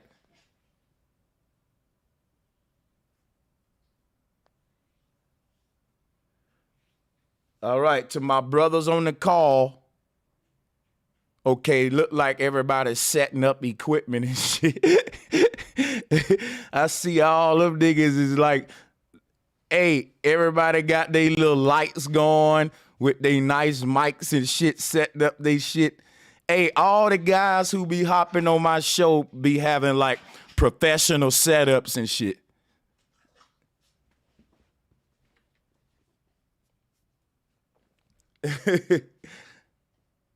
Salutes to What's the brother. good, bro? Hey, salutes my brother deeper than Forex, man. Welcome to the bill, bro. Bro, how do you feel about this video what Charles Wu saying about Boyce and even going into the whole way how they sell this shit to the people, bro? Like, this shit had me, it infuriated me, bro. Yeah, I want to hear y'all vent on it. Yeah. Be honest with you, I can't even tap in, bro. But only connection I got to this is I played Kwame in high school. Feel me? He came to my school and that nigga was like a fucking phenom, bro. Like, but outside of that, I don't really tap into this shit. So I ain't even gonna speak. Hey, bro played against Kwame in high school. Ain't that some shit? Wow. Now that's crazy. Let's drop a bum for that. Hell yeah. That's what's good, man. Hey Ross, you got it, bro. Hey, salute to the homie from I believe he's from what? Atlanta. If he grew up with Kwame. I was setting up, but it's like I was so caught up because I never got a blunt whenever I come to your show, so I needed to burn a blunt before anything. But I was actually cashing up to the Boyce Watkins. So good thing that I was reading about him yesterday, and I was actually going through like a bunch of videos that I was trying to like see the relationship between him and that guy Charles Wu. What I got from Charles Wu is one of those Asian guys that he's like, he doesn't acknowledge that most of the times that he's talking to black people, he talks to them in a way of like, in a condescending way. So it's very interesting that a so-called doctor, because nowadays even Charlemagne is a doctor, so you know that doesn't have any legitimacy. But the type of business he's doing is very shady, man. It's very shady. I'll tell you that. Yeah, I mean, I don't really see how you can sleep at night selling hope to children. Like, you got all, think about it, man. I want y'all to picture this real quick. Picture you standing up in front of a bunch of young black children. Their little gleaming eyes looking into yours. And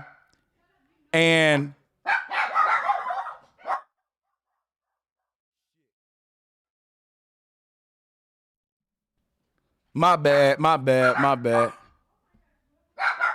Hold on, y'all. Hold on.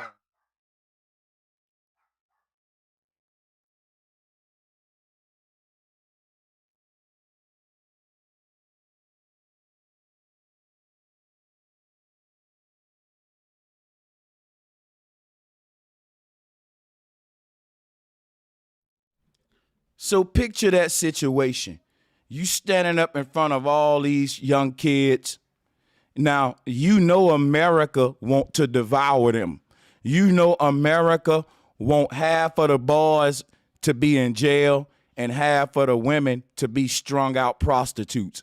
We know what America want to turn our children into.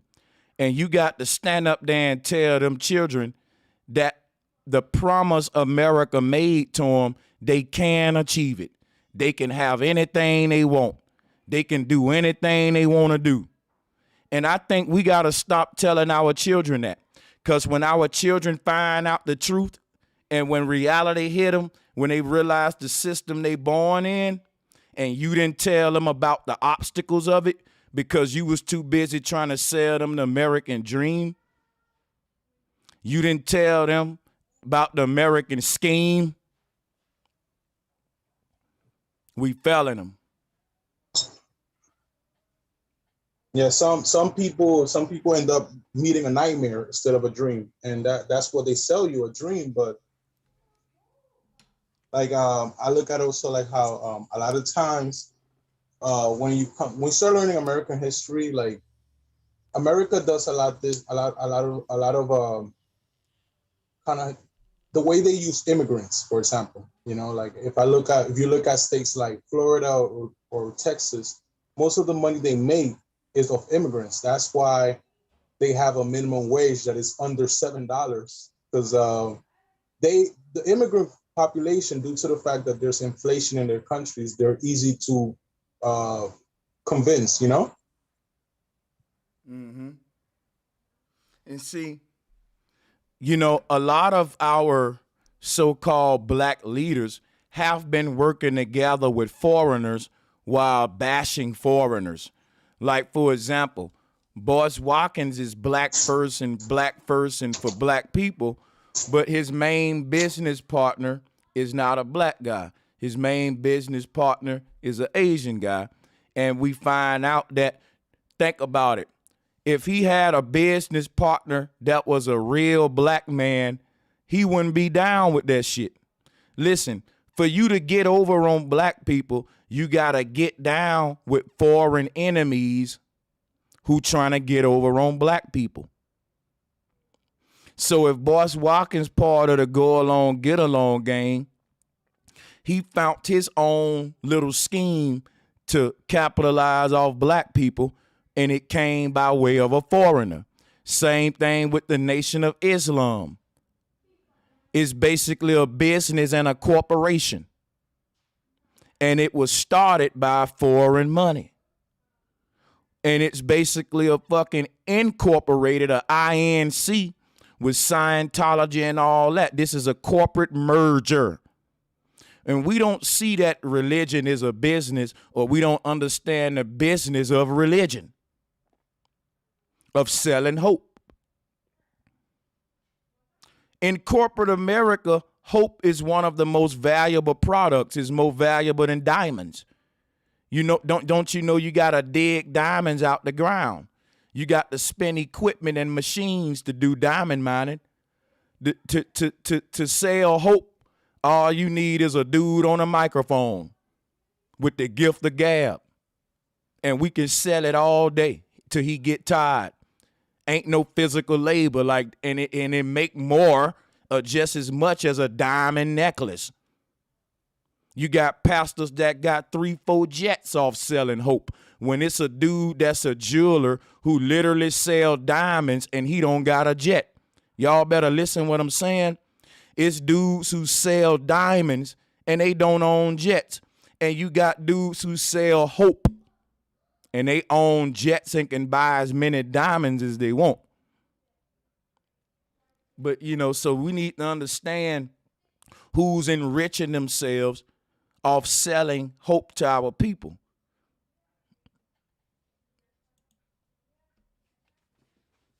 Anybody want to join the call can? The floor is wide open. We don't have but 2 brothers on the call. And so I'll drop the link back out there.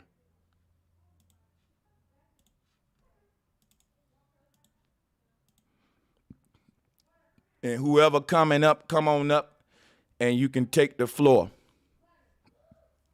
I'm gonna give y'all some time to click the link.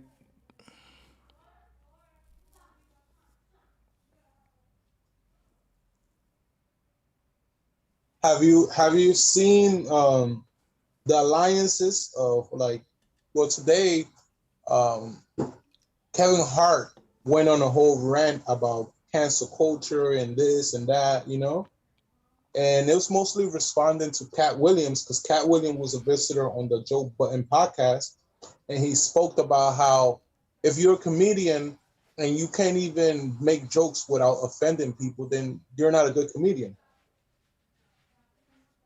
So Yeah, Kevin Hart, who's yeah, I was just finna bring up Kevin Hart. They're recreating the comedian to where a comedian who makes jokes without offending people is like a Kevin Hart. You just make jokes about your own self. Like, I'm short. You don't offend nobody, but you just joke on yourself. Shit like that. Corny jokes and shit. But yeah, you got it, bro. Talk to us. No, yeah. So, like I said, the Get Along Gang, which is mostly iHeartMedia, Black Effect podcast, you know, Kwame blew up a book that was released this month. So I think a lot of them are a little bit upset that, you know, with midterm election coming in, that Tamika Mallory book was supposed to be what the eighth thing, you know. Mm-hmm. So I believe that like right now they're doing a lot of damage control in the side. We're supposed to be seeing Charlemagne going on interviews, going on promoting this book. And we don't see him as much now. When we start looking at the Breakfast Club, they're recording Angela G a little bit more than before. They're actually, the way the camera is set up, because remember, Charlemagne used to be the star back in before pre-Kwame. Now they got the camera just pointing at the two light-skinned people in the room. Have you noticed that? I'm pretty sure you don't watch the Breakfast Club, but I ain't been catching up on it lately because, you know, yeah. I've been it's almost like ever since Kwame Brown, everybody just been sucking his shit up, and I ain't even been checking out the donkey. But this is the best time to watch it, man. You're right. I'm tripping. Like, it's the best time to watch it. You sure right. Today's interview with Kevin Hart, it was so awkward because, you know, Kevin Hart has a great relationship with Charlemagne. Charlemagne wasn't there. He got caught up in traffic. Come on, bro. Now you getting caught up in traffic. Now. Oh, man, bro, that's so convenient. Blame it on the traffic, y'all. Bro, you said they not even pointing the camera at that nigga. No, go back to the last, like, I've been watching, like, because I'm like, let me see how they switch. Also, like, you know, because Charlemagne does this podcast named Flagrant Foul, right? With our Andrew Schultz. He's a comedian also. And they usually talk about all types of topics, you know, and I was surprised because Charlemagne uses Andrew Schultz, you know, Andrew Schultz being a Jewish guy, he uses him as a way to leverage. Yep. So he's a very smart man, you know, like his counterparts is a Jewish guy. Bro, listen, Jesse Lee Peterson do the same thing with Hake and all them. They get to leverage it, like with that opposite race or whatever, like, and it's kind of triggering too. Yeah. But yeah, go ahead. And then after you, we're gonna pass the mic to information, man. Go ahead. Oh, got you. No, but I was noticing how, like, a lot of times, like, Andrew Schultz is the reason why Charlemagne is in all these problems. Like, there was a conversation in between them that he asked him, "So you rape her?" You know, so it's like he's been using the comedy stitch, even though he's not a comedian. You know, Andrew's a comedian, to say, well, we're just saying idiot things. We're just saying weird, brilliant idiot things, you know? Mm-hmm. But yeah, it's just go back to the podcast, go back to the Breakfast Club. You start seeing that, like, they're trying to get away from Charlemagne, but also Charlemagne has all these women that surround him. You know, Tamika Mallory, Angela Angela, the other lady, the light skinned girl. He surrounds himself with women, and Yeah. that's a smart strategy. Yeah. You remember he came under Wendy Williams. He always protected himself with the you know, manipulating black women. I see that. Hey, good point. Let's pass the mic to Information Man. Salutes to Information Man. Thank you for dropping on, OG. Take over the floor. Hey, how's everybody doing this evening? Brother Sanchez, you outdone yourself with this one, because I have for quite some time disassociated myself with Boyce Watkins. He is doing exactly everything that you were speaking of. Hell, even Kwame Brown talks about this as well. He sells, which is part of the problem in the in some of our black communities, where we sell black people on these hopes and this prosperity type gospel. And the reason why folks like Boyce Watkins have the success that they have with our people is that we got to take it back to the religion, the black church. The hooping and hollering in the black church is where black people got their first taste of this highfalutin doctrine, right? So you notice that what all these guys have in common, like Boyce Watkins, is they got a nice cadence to the way they talk. They're always promising that you'll have success if you follow their ideology, but you got to give them $9.99 for the videos, and you got to go to their seminar. So the problem is that with our people, we've been so feeling downtrodden emotionally. We're looking for something to pull us out of this hell that we've been in, and we look for it in the wrong people, in the wrong thing. You're absolutely right. Even Yvette Cornell talks about this on her channel, that college education, and I've gone to college education is not technically the way that's going to give black people economic liberation. Because do you know that even though they say that black women are the most educated as far as college education than black men in this society, a lot of black women that go to college are still living check to check, like a lot of us. A lot of them are struggling, especially if they're unmarried. So college education has not tipped the ladder in terms of black people's wealth gap in this society. And like you said, you got the Shalligans like Boyce Watkins, who's selling you on this and selling you on that, claiming that he's this wealthy man. But if check this out, brother Sanchez and everybody, if Boyce Watkins is this rich man that he says he is, why is it, as much as he's gotten married now, why is it that all the people that he has fallen out with have been women? And they all say the same thing. Boyce didn't pay me. Boyce didn't pay me $100 for doing videos on his show. All of them have some type of issue with him, particularly the women, because this man hires them for a job, claims to be rich, and promotes all of this. I can get you wealthy if you just invest in the stock market. How do you explain a man who claims to be wealthy and he can't even pay $100, $50, $20 to people that work on his network that have left him? Mr. I know Thank you. I know a brother personally, Karima Rama. That brother was working with him. He's got his own channel, his own platform. He's doing his own thing. He cheated, did the same thing to that brother. Couldn't pay that brother the money.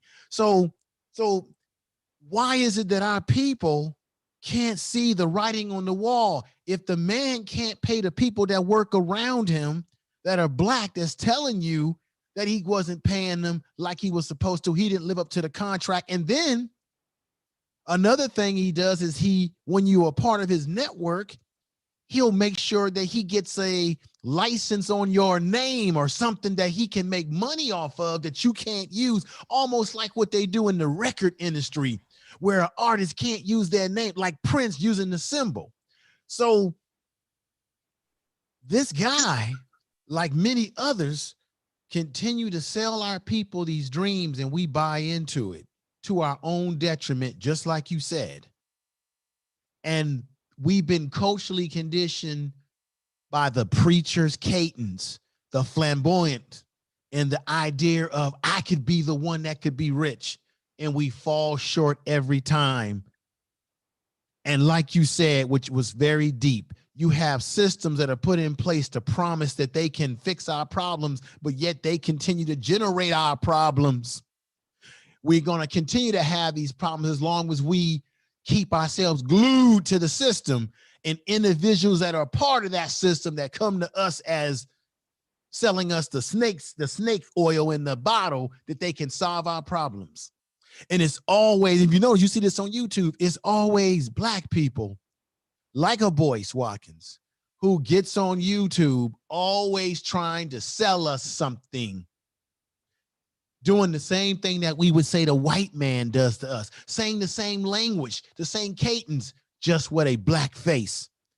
That's what I got to say, brother Sanchez. Big old facts. Let me drop men on the panel. Let me drop a bomb, man.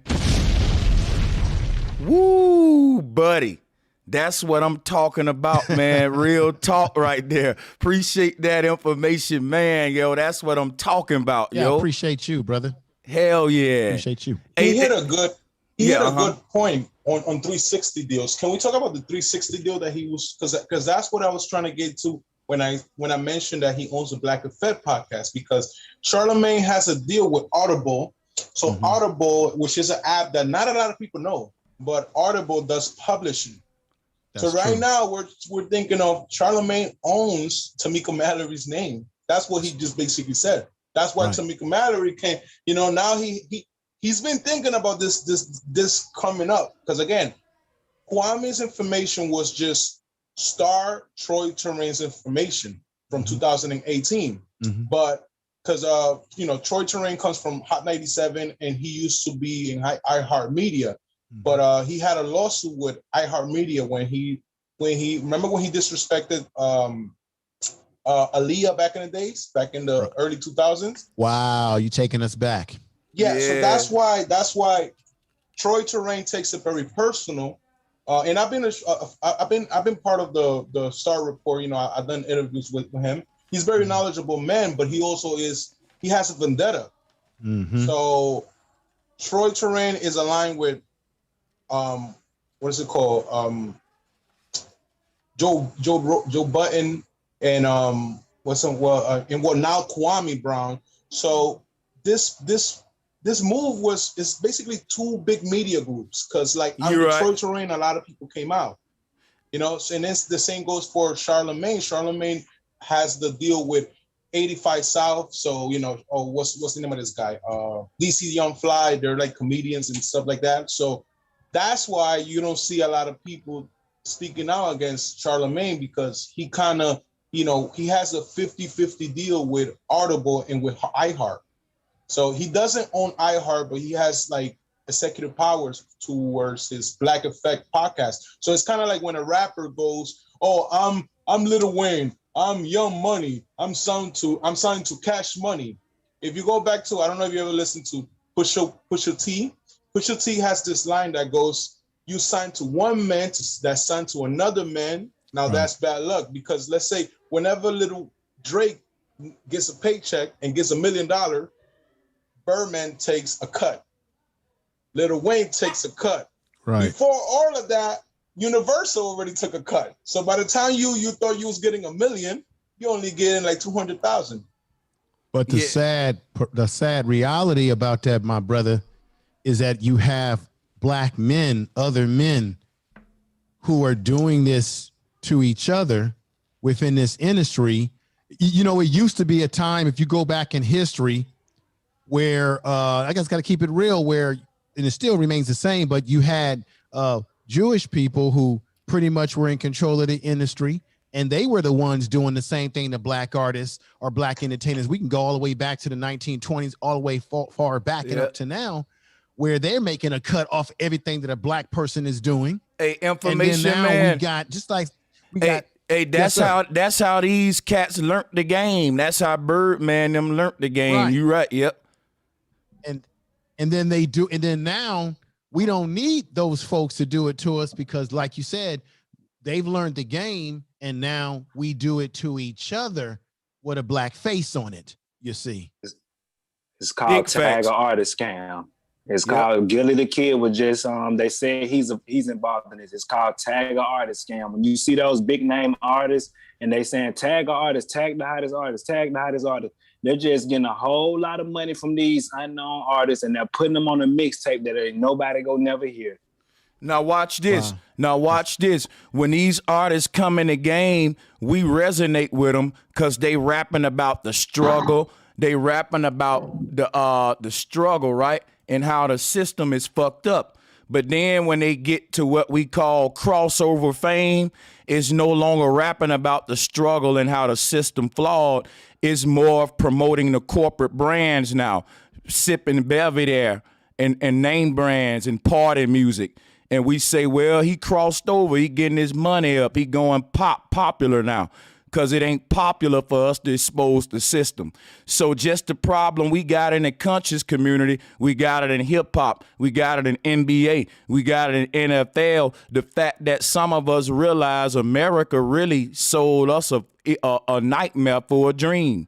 And when we start talking about it, you get silence and you get people saying, no, man, it's just lazy folks who can't make it. Well, that means 90% of the earth is lazy because wealth is only in the hand of a few people. So how can we still keep saying that when we looking at the generational wealth gap, what Information Man pointed out, and the fact that he's an educated brother and he's saying, yes, I got a degree, but I may not attribute all of my success to solely my degree. You know what I'm saying? He's keeping it real. Like he can speak more to that. But when it comes to the hope dealers, look at Al Sharpton.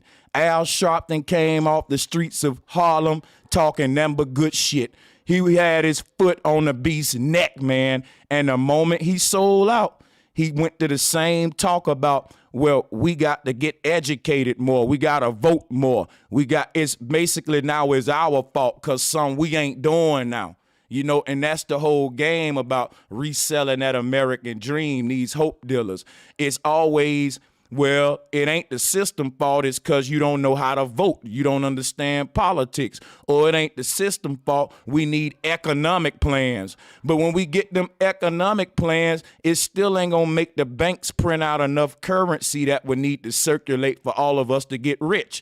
So if all of us become geniuses on how to get rich, it just ain't enough money being printed for all of us to get rich. That's why you got so many geniuses on how to get rich, but yet we still got this generational wealth gap. Facts.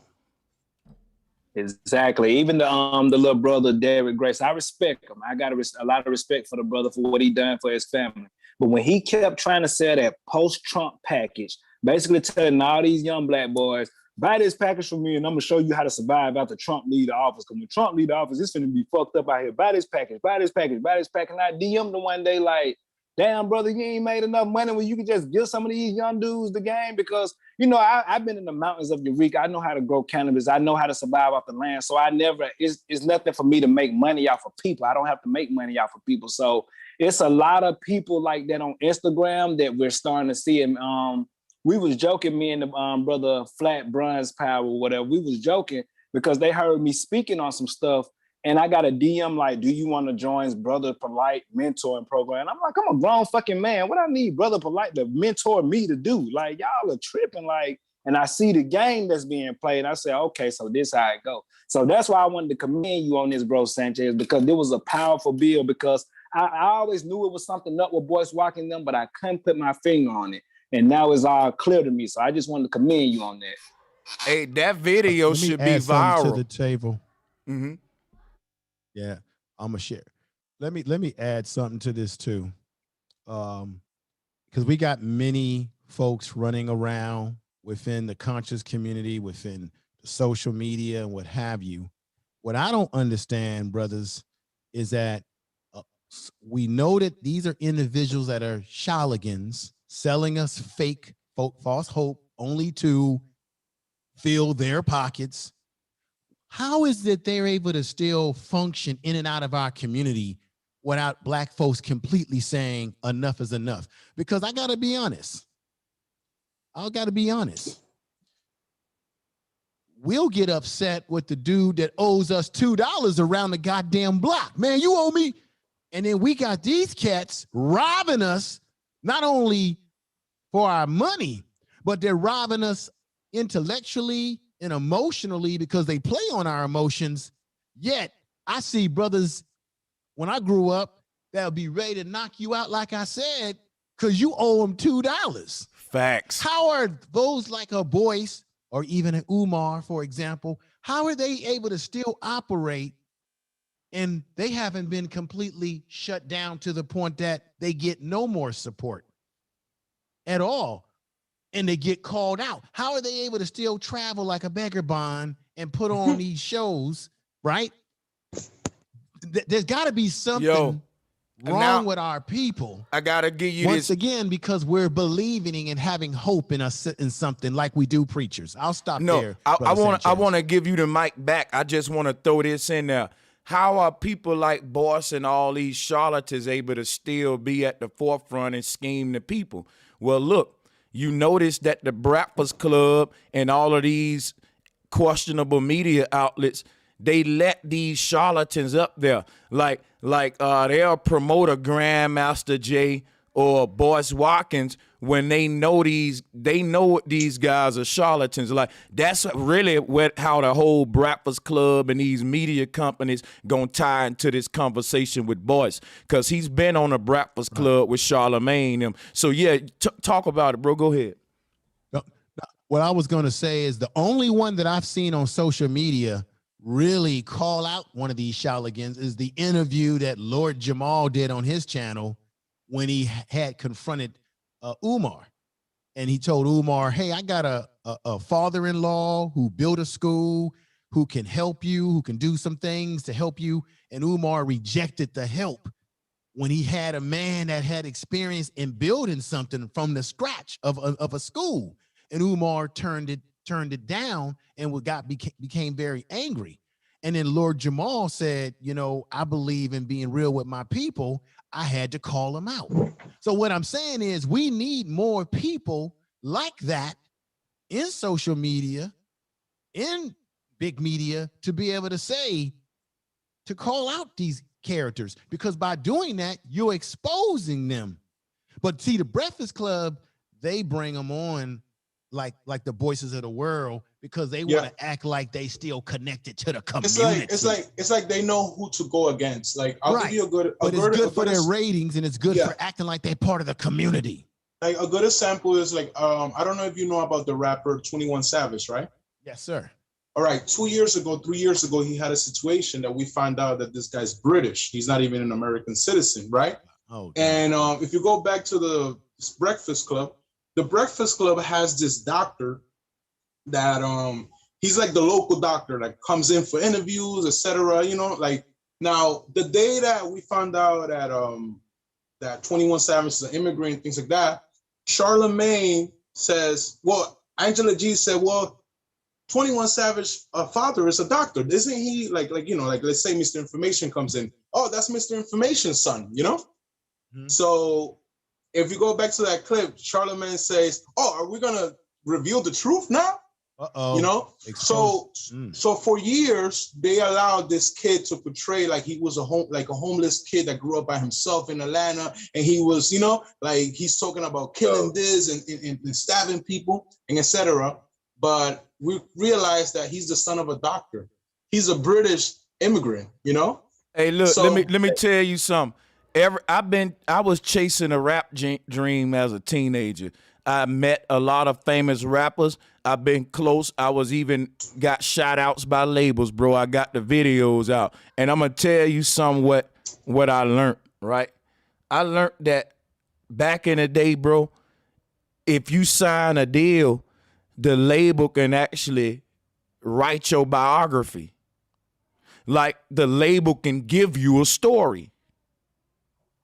on some Malibu's wanted type shit, most wanted type shit. No cap, like that's something they been doing. Like this week, Polo G. Sorry, I didn't mean to stop you. Polo G released an album, right? Then he gets arrested for allegedly punching a cop. He outsells the Migos, even though the Migos has a better album. And it was mostly because of the whole, you know, like the stage. Oh, he got arrested. He got 3 felonies. Now it's like, whoa, just garbage. And I've done work with Jermaine Dupri. I've done work with Future. I've done work with Daz Dillinger, Snoop Cousin. I done work with Block Entertainment and Bad Boy South when they had to deal with Puff Daddy. So I've been all around these people and I know how they operate.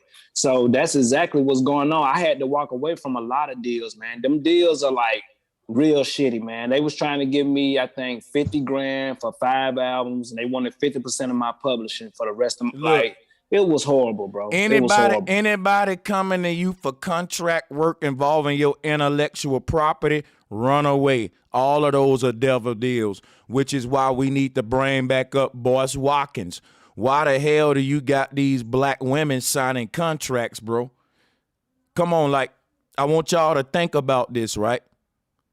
If we're doing work for the community, why would I have y'all brothers on the panel sign over intellectual property type contracts to Brother Sanchez?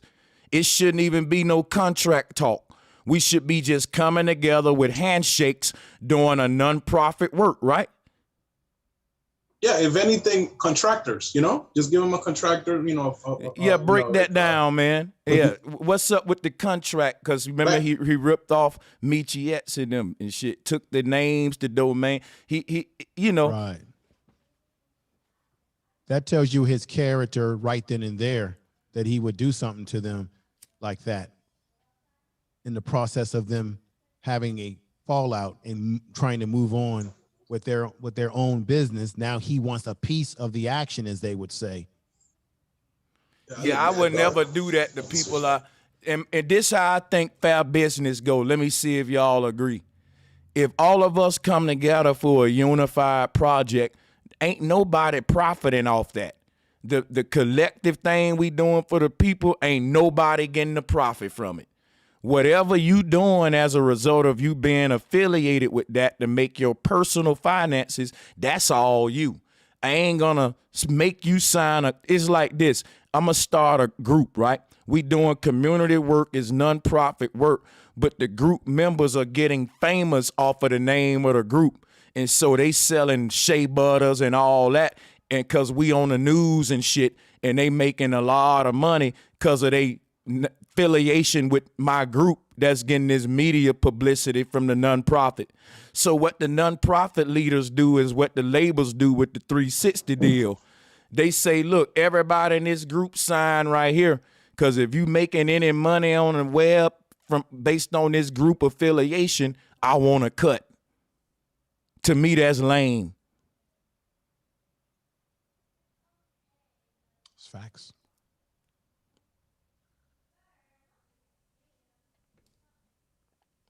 I'm gonna let y'all. Hey, salutes to the sister J. Mai. If anyone else want to grab the mic, y'all can go ahead. I'm gonna mute up. The thing about nonprofit is that to fight a nonprofit, you gotta fight it with another 503c. Because like, you know, I had the experience before that like early 2008 to 2015, I was very involved within politics. I was going to Washington. I was going to Albany for stop and frisk. I was doing a lot of advocacy for immigrants, right? Mostly, I dedicate myself mostly fighting for undocumented Afro-Latinos, Afro-Caribbean, and African immigrants. Because what people don't realize is that we're 2% of the immigrant population, but we're 20% of the deportees. So they're not deporting Canadians that are illegal. They're just deporting people with my color. So right. I was very involved. I remember one time, because I have my own nonprofit. My nonprofit is called Afro-Latinos Immigrant Society. My logo is basically like, how do you call it? My cousin did it for me, you know, back home. Is like a logo of like Africa, the map of Africa inside, and then inside of it you have America and South America, representing that like I'm American too, because South America is one continent, you know. So then while I'm working for the nonprofit, I show up to an event they had, and they're selling my logo. They just switched it around to like blue and red, and I had like orange and black, right? So that's when I learned. And then the same thing. It's like, yo, you just stole my property. You just stole my idea and didn't even put out my name or anything. You're making a profit. You're selling this shirt for $25. Obviously, being in a nonprofit is like you can't do much, you know. Like so, but the good thing is when you open a nonprofit, is like your nonprofit becomes a corporation on its own. So that's a lot of the times not the scheme. It's just mostly how you dictate yourself with IRS. So a lot of these people they'll be traveling to all these places and they're all tax deducted type of events. Because if you're Tamika Mallory and you're making speeches, you know, every time you get your luxury hotel, every time you get a first class seat, those are tax deducted expenses, because it's the fact that like you're saying that you're traveling for the purpose of your business. So that's a loss of the wage. The same goes for like you could deduct 50% of your rent, because if you use your office as your living room as your office, you could say, well, that's also tax deducted. This mic is tax deducted, you know?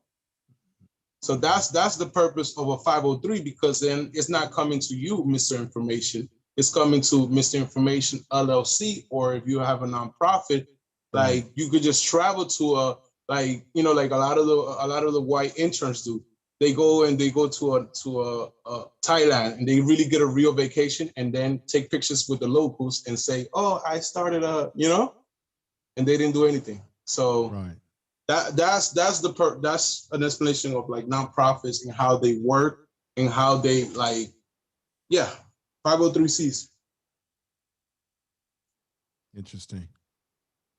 Man. And I'm so, curious to know what the sister is thinking that you got on the panel, what her thoughts are. She's been sitting back, hearing a lot of the brothers. Yeah. I want to hear what the sister has to say. By the way, I love your Can y'all background. hear me? I love you. yeah, we can Yes. hear you. Can y'all hear me? You can Yes. hear me? Okay. Yes. Because I had to stop driving. I'm a truck driver, so I'm out here. I had to pull over for a little bit, and I was rocking with y'all for a minute, but I couldn't really mess with my phone and stuff while I was driving. But I appreciate how you doing, Boyce? How you doing, sister? I appreciate that he's touching on this topic about about Boyce Watkins. You know, I've been following this Kwame Brown, Boyce Watkins thing for a minute.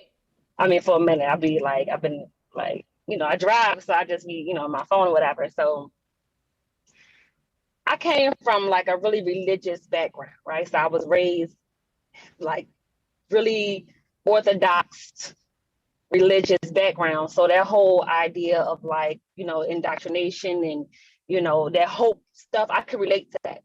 So the person who came out of religion into like this woke community and this conscious, quote unquote, conscious community, it just breaks my heart. And I feel like I got bamboozled and swindled again. Like, damn, is there a part of me that just has to hold on to something outside of myself and believing in something outside of me that like maybe, just maybe this time I could believe in this brother. Okay, there was Umar broke my heart a little bit. You know what I'm saying? There was this brother, you know, everybody got like some shady, like they could all just be bought out with money. And it's so unfortunate that it's like I feel like we've been talking about our people and our struggles for so many years. And now I hear the term tangibles is very, you know, it's popping right now. It's like, how long are we gonna talk about this, yo? Like we done been philosophizing this shit. I'm sorry, I don't want to cuss, but we done been talking about this stuff for so long. I'm kind of like, you know, I used to be, I was raised a Muslim or whatever, and it was a saying that said, you know, God won't change the condition of a people until we change what is within us. At this point, I don't think that we should be looking to anyone outside of ourselves. You can't buy success. You can't buy the freedom. You can't buy the independence. And it's not like it starts within your own self. I can't change my family. I can't change the world, but I'm just a cell in a whole body. So that change starts within my own self and my own family. And so when I see, you know, the condition of my people, and I say, okay, I don't want to be a part of this. Let me implement that change my mindset, you know, and understanding that, you know, the public school is miseducated my children. Let me try to homeschool my kids. Let me do something different. Then I'm changing what is within my control. I can't change the world, you know what I mean? But I can change my household. I can change my children's way of thinking. And once I put forth that change, I'm going to start to see that difference, and then I'm going to be able to affect those around me. But that the whole but just, you know, I like to try to stay on topic. I listen to Bro Sanchez a lot, and I'll be hating when people just be like way over there in another topic somewhere. But just to bring it back to the whole Boyce Watkins thing, I feel like, in my opinion, are y'all still with me? Can y'all hear me? It's real quiet in the back. Nah, go ahead. We're you. just listening to you. I'm just listening to you. We're just listening to you. You're like, you're on like fire. Here, okay, all right, okay. You're on fire. Okay, all right. I'm not gonna take the whole. I'm trying to be real on point and concise. I feel like it, like y'all was saying, the conscious community was hijacked. Okay, we entered into a whole new era of everybody want to be woke now. Okay, we then gave them religion to control them. They then came up out of that stuff. You know, if you want to look at it, the 400-year curses up or whatever, however you want to look at it. We then came up out of that. You can't indoctrinate. Religion is we see it for what it is. Now they want to be woke. So now we got to infiltrate the conscious community, because I was listening to the conscious community, the whistleblowers for years, right? All the people that was on YouTube years ago, they're gone. Their pages is taken down. You can't even find them no more. So now we're going to give them these ages. I feel like Watkins is an agent. I feel like because he did the same thing. What Kwame Brown said about, when you search my name, you see Boyce Watkins' face next to my name. Umar Johnson in a video, I just saw this. Umar Johnson 3 years ago said the same thing. He was like, why are you coming for me? They send the people. They like he said, white people can't come for us directly. So they send people who look like us. And because we're so emotionally driven, we long for somebody to come, please save us, be our hero. I'm guilty of it. I've been like, oh, maybe it's him. Oh, he's the one. Like, I'm just being honest. You'd be like, oh, you know, he's going to be the one to bring us, to pull us up. You know, to pull us up, we have so much hope. I mean, I even went and voted for Obama. I ain't never voted for nobody in my life. But I'm saying, like, is not the answer they give them to us. Huh? Kevin Samuels, oh Lord. Like when do we, you say Kevin Samuels, is that what you say? What'd you say? Kevin Samuels is not the answer. I mean, because for a month, so I'm just last month, everybody was a Kevin Samuels, like wannabe. See, the problem. I don't know how anybody could like tolerate that. Let me just say this to you, sister. I don't even know what. I'm listening to you, brother. One of the problems is that, and you hit on it, sister, is that we keep looking for something that's already inside ourselves to the outside. We're looking everything to the outside, and we're looking for symbols. Because Black people, we have been bamboozled by symbolism as well. So we get bamboozled by that. We get bamboozled by all these possibilities, but we look for those possibilities and those accolades through someone else. So sometimes, like, let's say you got a father who wanted to be in the NBA, wanted to be a great athlete, right? And let's say his son makes it to the NBA, for example, but he always wanted to be in the NBA. We call that what? The father living through his son, right? So now the father's doing all the talking and running his mouth when it's really the son's career, right? Living through his LeVar Ball. That's really what he all. And so some black people, we have a habit of this, right. that are looking at ourselves in the mirror and tapping into ourselves spiritually, that which is in God put everything with inside it, whether you're religious or not. We all have some kind of gift, but we got to learn how to tap into ourselves. Right. Right. But we're too self-reliant on others, and that comes out of religion, because in religion, what do they always say to you? Right. Anything that you achieve is because of God. That's not self-reliant. God gave it to you first. We're not self-reliant. You can't be self-reliant on others. You're dependent on others. But we get the conditioning in church because we're told in church or in religion, you see what I'm that everything that you've achieved is for the glory of God, and God is the reason why. So we're already taught very early as kids that that anything that we do must come from outside of ourselves. Right. Facts. Yeah. Facts. That's some real. I think that's the reason why this keeps happening to us over and over and over. Go ahead. Yeah, that y'all saying them but big facts right there. And that's some real programming with information, man, explaining. Because what that does, even when you leave the church, you don't lead a programming of seeking something outside of yourself. So people who may be anti-religious may be pro-politics, and it's still another belief system where instead of you believing in Christ, now you believe in Biden or Trump, or your belief is going to always be in some outside of you. And I think that it even start when we children with Santa Claus. When we believe if we be good, the gifts we wanted to be under the tree, until we find out everything we wanted, despite how good we were, we don't always get, because we find out it's based on mamas and daddies' finance and not no nigga at a North Pole. So we get used to this concept of doing the right thing and the other side don't deliver. Just like the people will vote for people in power and we'll do everything that they said, let's recycle more, let's do this more, whatever. And it'll be another problem. It'll never get better. It'll only get worse. So it's like they program us to not only believe in things outside of ourselves, but create an excuse for when those things fail us, to protect the very thing that's keeping us from not solving it ourselves. Like a Christian will argue with you when you say, man, your light's cut off. Why Christ won't send you a blessing? Oh, he got his own time. Why God letting the people in Africa starve? Oh, well, they was doing voodoo.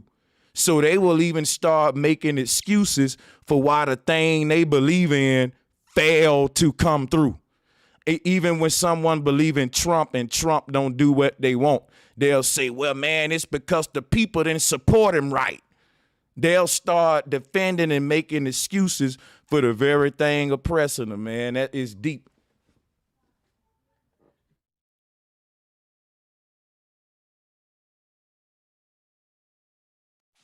And like you said earlier, Sanchez, it's like I was watching something when Eddie Murphy was saying why him and Spike Lee and none of them never teamed up in Hollywood. And he said, we're taught to get our earnings and go hide in the corner and isolate ourselves. That's why everybody got their own cliques. That's why Adam Sandler and Kevin Rock, Chris Rock, them had their own clique. Kevin Hart got his own clique. Like, we're taught as Black people. It's just like you said earlier, it's just like we're getting more capitalistic. Like, it's like getting to the finest part of it. Like, it just seems like there's no hope. It's like, what I'm saying? Everybody for themselves. Because I live in Atlanta. We got 1 million entrepreneurs here. But like you said earlier, when you go to Gwinnett County out there where the Migos them from, the Chinese people own, the Asians, they own the strip mall, not just a nail shop. They own the whole strip mall. You know what I'm saying? When you go over here in these Hispanic areas and stuff like that, They own the whole strip mall. Like we can't even get one strip mall as a black community. Hey, look, let me so show it's you. just like we are taught to get our earnings. You saying something powerful, bro. Check this out. What you think about this? Old Block in Chicago is for sale. You think niggas gonna buy that up? You think niggas gonna gentrify it before the white folks do? No, they gonna wait for the white man to buy Old Block and then say, look, gentrification. When all of these rich niggas from Old Block ain't gonna come together now and go buy the community that they shed so many blood in and lost so many homies on them blocks. You poured so much liquor through the cracks in the pavement on them streets for the dead homies, but you don't want to buy it back? This was your hood, right? Exactly. You repped it. You was willing to die for it. And you ain't gonna buy it back? Man, that's interesting, huh? Bro Sanchez, there's this rapper called Rollo. Yeah. He actually did that. He bought his neighborhood back, like the projects, and then the feds picked them up. He let people live there, and then because they were Muslims, the feds charged him with trafficking marijuana on which like they never found him with it. So it's just like even when you try to do that, like they'll get on you because they took his stuff. Yeah. Like I don't know. Is America open? If America open, do people still live there? People still live there, right? I think people still, they probably sold it to another owner because I'm right outside of that area, but they looked at Rollo and the Muslim thing as more of a gang. They were Muslim. They did the same thing that what they did to Philadelphia when they bombed the guys with the dreadlocks. They brought them down. Yeah, so like when people did try to do that, they infiltrate regardless. Like it's like a win-loss. Yeah, they take all the leaders. But I know exactly what you're talking about. They did it with Malachi York, they locked them up. The feds picked them up. Yeah, you're right. They do that. I know. That's why I hate that pen is mightier than the sword thing, because I got into it with someone on Clubhouse about that. And I'm like, tell that to the people in Tulsa, Oklahoma. Tell that to the people in Wilmington, North Carolina. Ain't no damn pen mightier than no sword. The bombs and the guns is mightier than any of that shit. Like they will bomb you and arrest you. Bullet in the Bible. Exactly.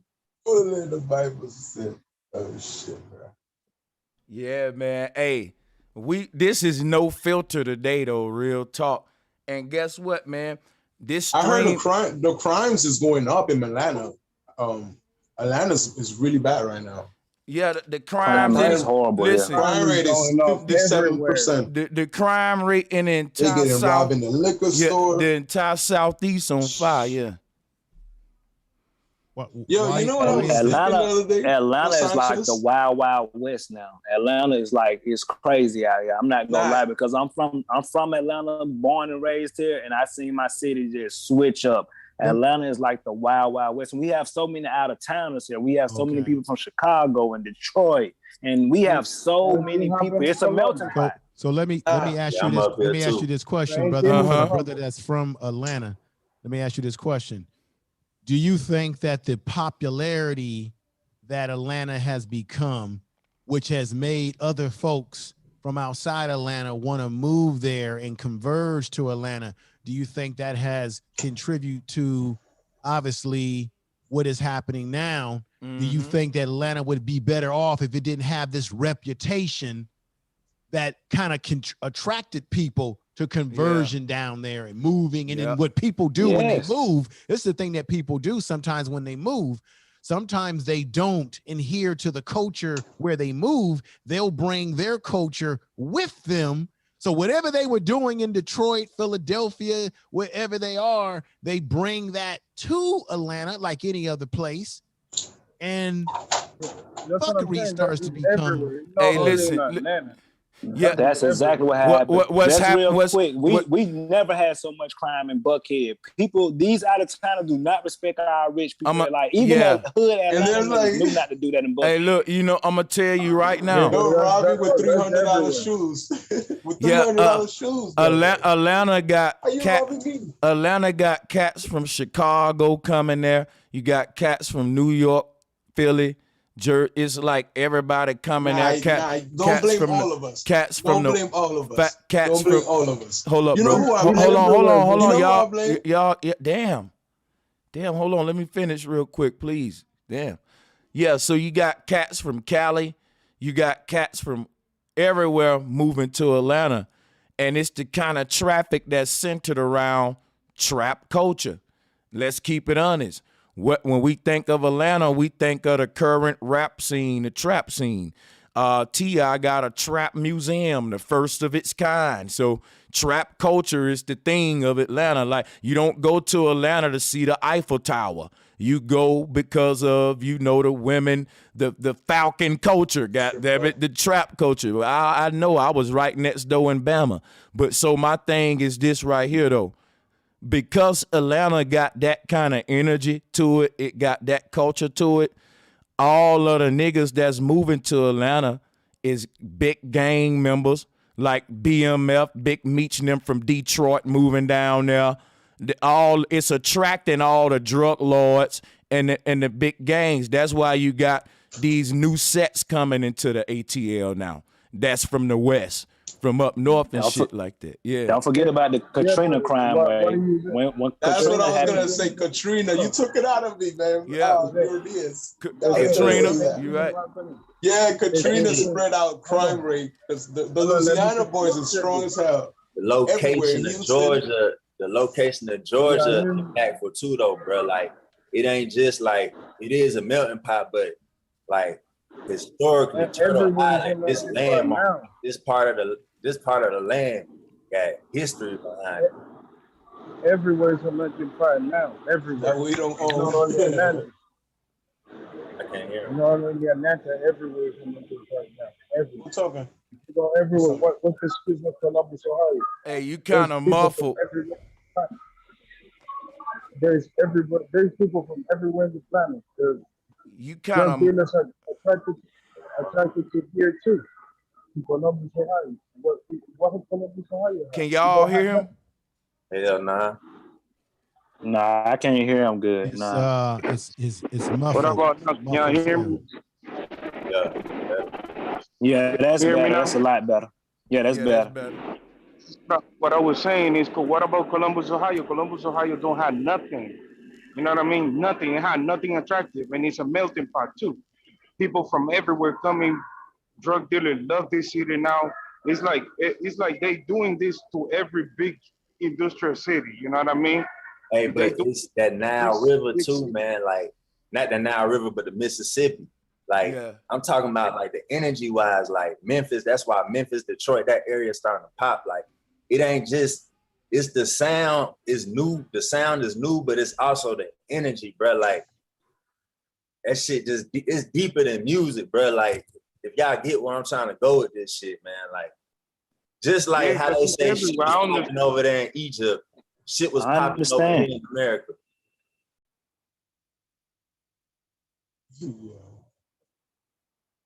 Nah, I was agreeing with you. I said I understand exactly what you're saying. It's the Atlanta, we welcome all out of towners, and you can come here and live like a gangbanger can come here and duck off in Sandy Springs, and if you don't know where he at, you don't know where he at. I'm in Peachtree City right now, like 15 minutes from the airport, so you can scatter all around Atlanta and live. Listen. Let me show you something real quick. Since we got Boyce Watkins in the topic, let's talk about Atlanta economics. What we could call blackonomics, what's going on in Atlanta, what went on in Texas back in the day. Let's talk about economics, and I'm finna show you how niggas from Atlanta who come out the projects are smarter than Boyce Watkins. Watch this, y'all. Watch what I do.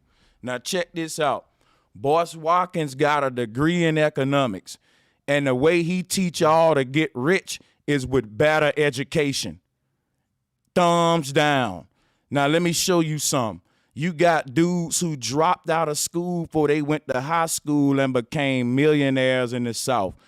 In Texas, niggas started building home studios when the CDs first came out, the compact disc, and niggas was buying burner machines.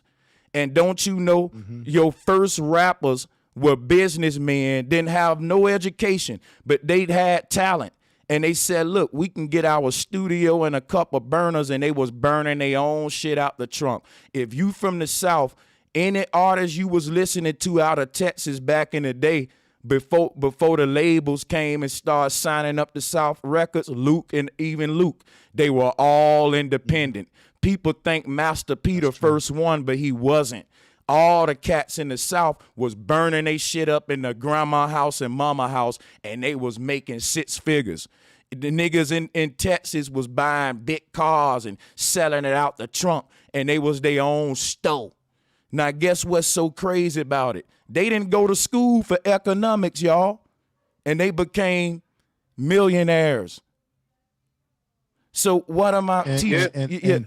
And Brother Sanchez, they didn't have to buy a Boyce, Watkins, Powernomics, or whatever book to do that, which was common sense, because what that comes from is the environment that they grew in, which was an environment of hustle, make it do what you got to do to make it. That energy that the brothers were talking about, that's the energy that I'm talking about. The energy to survive is what got them to that kind of success. Not reading a Boyce Watkins book and going to a goddamn seminar. Grifting. That's right. I learned more from the Mexicans, and I don't want to say that, but the Spanish people. I lived in San Diego and Chula Vista for 2 years.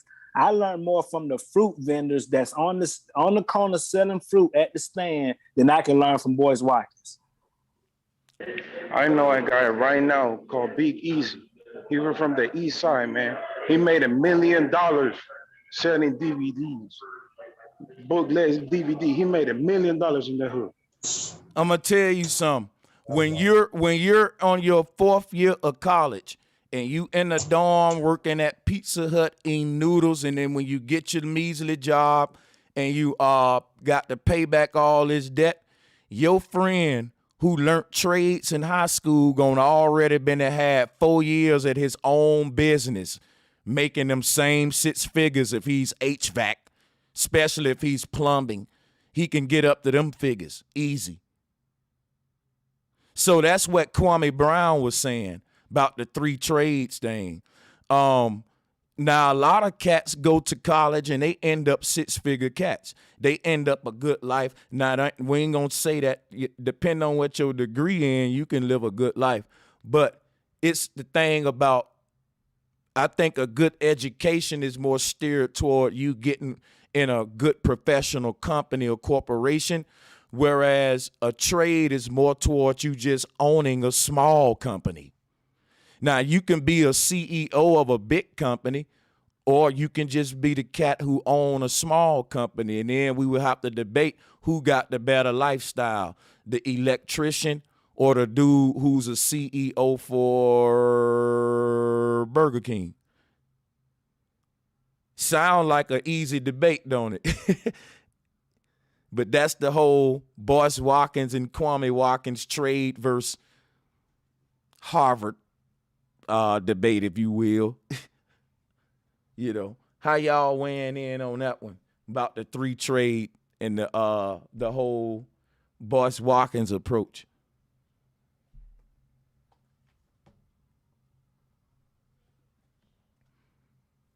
Brother Sanchez, remember there was a time in high school where they used to teach you trades, right? That's how a lot of brothers back in the day, or some of our family members, got their start through trades. Of course, there were a lot of black folks that made it into the middle class through working for the federal government, meaning the post office. But they used to have that in school. And at one point in time, as black people start to excel in going into the trades because you had it in school, in the high schools, they got rid of it. You notice that? Anytime black people have any success in anything that's working for our community, they get rid of it. So the question you have to ask yourself too, brothers, why is it they don't have skilled trades anymore in the schools system? They teaching our kids, well, you got to go to college, and so that you go to college and get all that debt. Mm-hmm. It's crazy, it's like as they take the trades away, the technology replaced those trades. Like they built the whole workforce based upon people fixing equipment.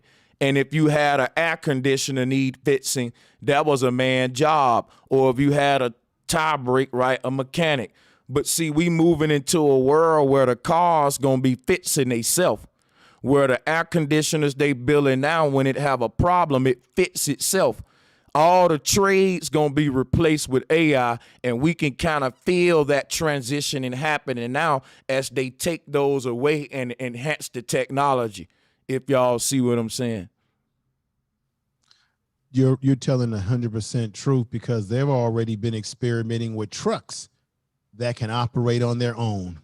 Yeah, like the sister up here is a truck driver. Countries. Yeah, brother. We got a sister that's a truck driver here, and I saw a documentary about they job finna be gone with these trucks driving they self too. So that's gonna be, and that's a good gig for a lot of our people, man. Yeah, so that's what we gotta worry about. Boyce Watkins should be talking about this too. I don't see how you can even dive into economics and don't see how technology influence everything. The jobs of the future, the shit, what you need to be telling out the children to study, because you still got folks saying, look, go and learn how to be this kind of mechanic or to fix that. When in 20 years, a robot gonna be fixing that shit, or the technology for that particular trade is gonna be so advanced that it ain't gonna need a human to fix it.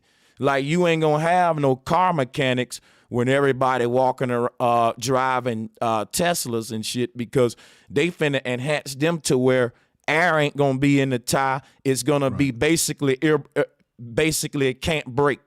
It can't be broke. It ain't nothing to be fit. So all the ain't gonna be no telling your child to be a mechanic. Ain't gonna be good 20 years from now when the cars is fixing themselves. So we gotta look at everything that way, future thinking, because that's actually true, mechanics. But this is the thing that I noticed when I was growing up. Okay, you got a guy like Boyce Watkins who's on social media telling people to buy the books and go to his seminars. But Brother Sanchez, do you remember a time when you grew up when you had black men in the community that led by example? They could say, come here, young man, let me show you how to fix a car. Let me show you this. If they were good with economics, because remember, in our communities, we had the numbers, and that's really lottery, which they stole from us. Everything that black people do that we benefit from, they go on and they say it's illegal until they get control of it and now say it's legal.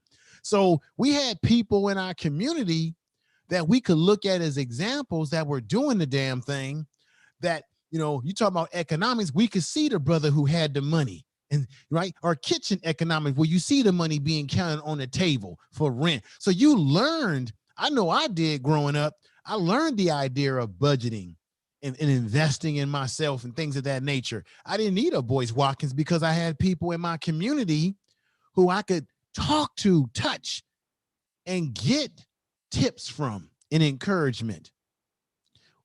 That's another area in our community that I think has been lost. You know what?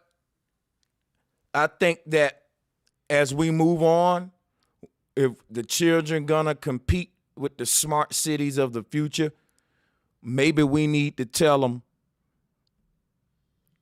instead of trades to get into tech. Like tech is the new thing. So if you in the tech, it ain't like tech is a trade. Tech is the leading influencer of all industries. If you're a landscaper and you create the technology to hit a button and make the lawnmower cut the grass by itself, then guess what? You're involved in the business of unemploying people. Because look, once I create a lawnmower that I can hit a button and it cut the grass by itself, all the guys who's making a living off landscaping, I don't need them no They're more out at of my business. company. Right. I'm going to go to that tech guru and I'm going to purchase a bunch of his robot lawnmowers who can cut the grass straight with precision and they don't ask for a raise. And this is how we dismantle the workforce and replace it with the techies. So I'm telling the parents, like, if you really want your children to compete, tech finna rule everything, man. You can 3D print the next object that's going to replace a whole workforce overnight. I'll give you a reference here as I interviewed a brother who's part of the program. In Oakland, California, they have a program called it's called it's Black People in Technology, basically.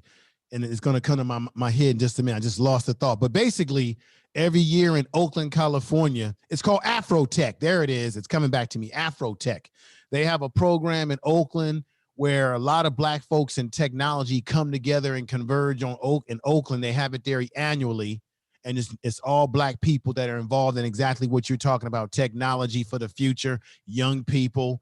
So we do have Black people, quite obviously, that are getting deep into tech. And so this Afrotech is becoming very big, and they've got major sponsors, major people coming and checking out Black folks that are involved in tech. Unfortunately, what happens with that is that, you know how it works, Sanchez. Whenever we have brilliancy in our community, these white companies come along and they tap it instead of us tapping it, right?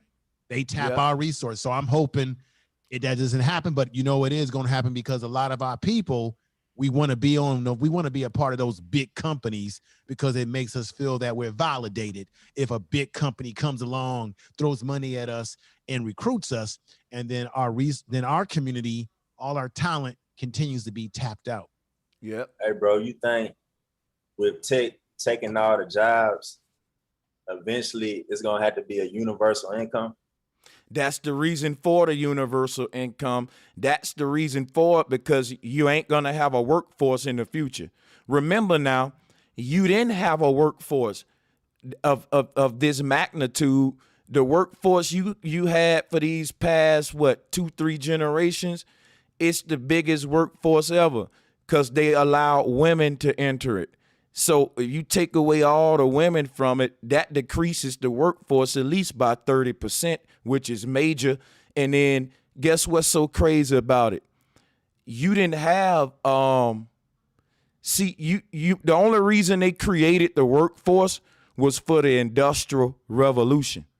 The Industrial Revolution was controlled by big machinery. You had companies like Cat rising to power, Caterpillar and all that. There was a time of basically getting into big machinery, and you need man to operate that machinery. So you had jobs for people. You had construction going on in the country, infrastructure being built and maintained. But right now, what we going through now is what they call a smart city. We're leaving this whole industrial age of where you need a workforce and that you need to man.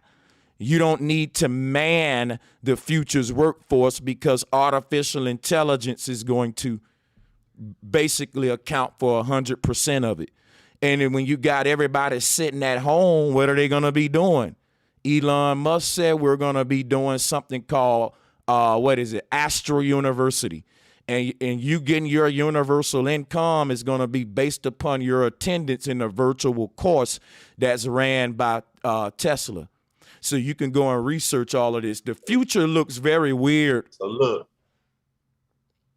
so what you think about this then? Like, okay, once they put everybody on a universal income, I'm thinking like this, like that's when those personal trades learn, that's gonna be lost. Because these trades that we learned, they're gonna be eventually lost. You feel me? But those trades gonna come into play when you got it. Because when you on a universal income, they probably gonna be on some shit like you can't go make no more money outside of such and such. You feel me? So they got you on a fixed income, and them little trades, them little knickknacks you learn.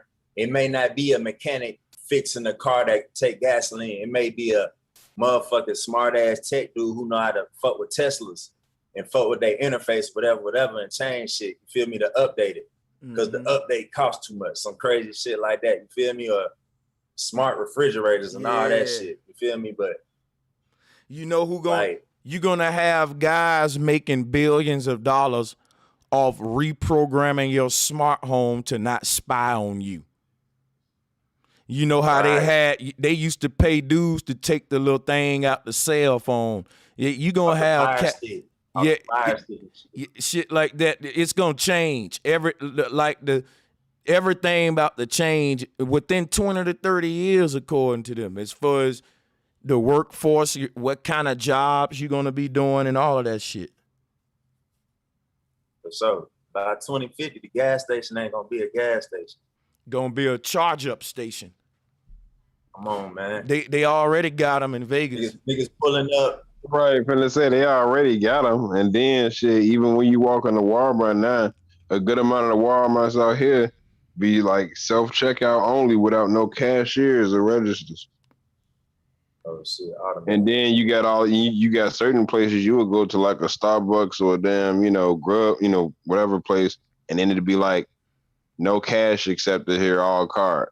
So look though, this the other way they gonna put it, where you can earn income when they got the universal income through that virtual world, bro.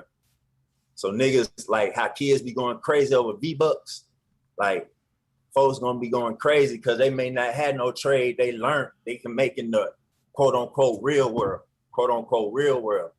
So now they gotta earn it in that virtual Neuralink world. You feel me? Mm-hmm. But them the two ways they gonna be able to earn income, if they call that universal income, because they not gonna let you make means outside of that. So it's like, it's trades that need to be like cherished and goddamn spread, you feel me? Because they gonna be lost.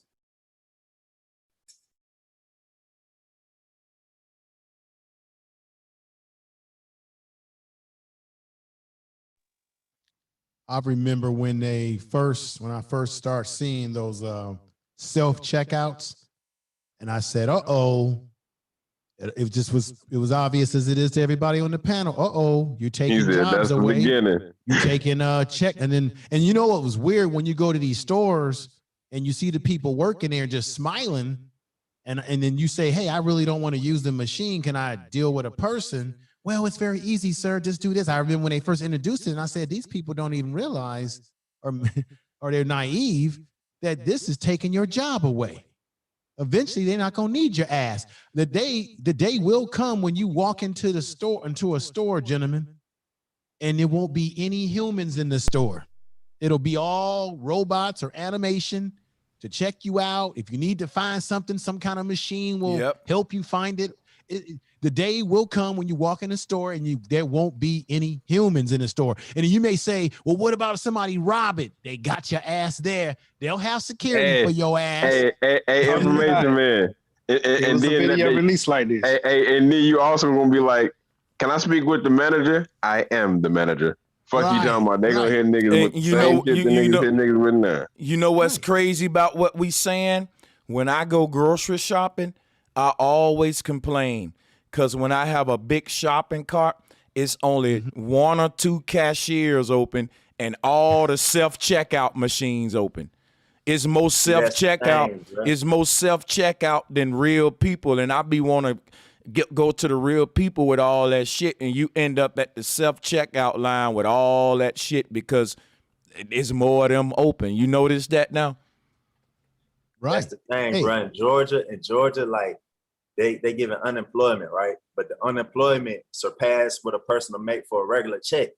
So they can't fill jobs. So you pulling up the Zaxby's or whatever. Mm-hmm. Everywhere we go, in Georgia, you seeing now hiring, because the unemployment paying higher than the base income. You feel me? So people like, they don't even have no incentive to go back to work. So, but that's slick. That universal income, they already kind of giving it out. Like they trying to put in laws where once the unemployment rate get to a certain level, they're gonna kick in the stimulus. Boom, boom. Like it's just gonna be automated. But you notice, let me just say this. You notice that once things start to open back up, It was really the food service industry that was claiming or saying that they couldn't find anybody to work in the food service industry. But you didn't really hear a lot of these corporations talking about they can't find anybody, because for the corporations, this pandemic or whatever you want to call it, plandemic, it actually worked out for the corporations because, one, with people dying, that's depopulation. So now you cut your workforce in half, you double your profits, and the corporations learned that they could still make money without having a whole bunch of people working for them. So for them, it worked out because they don't need to hire.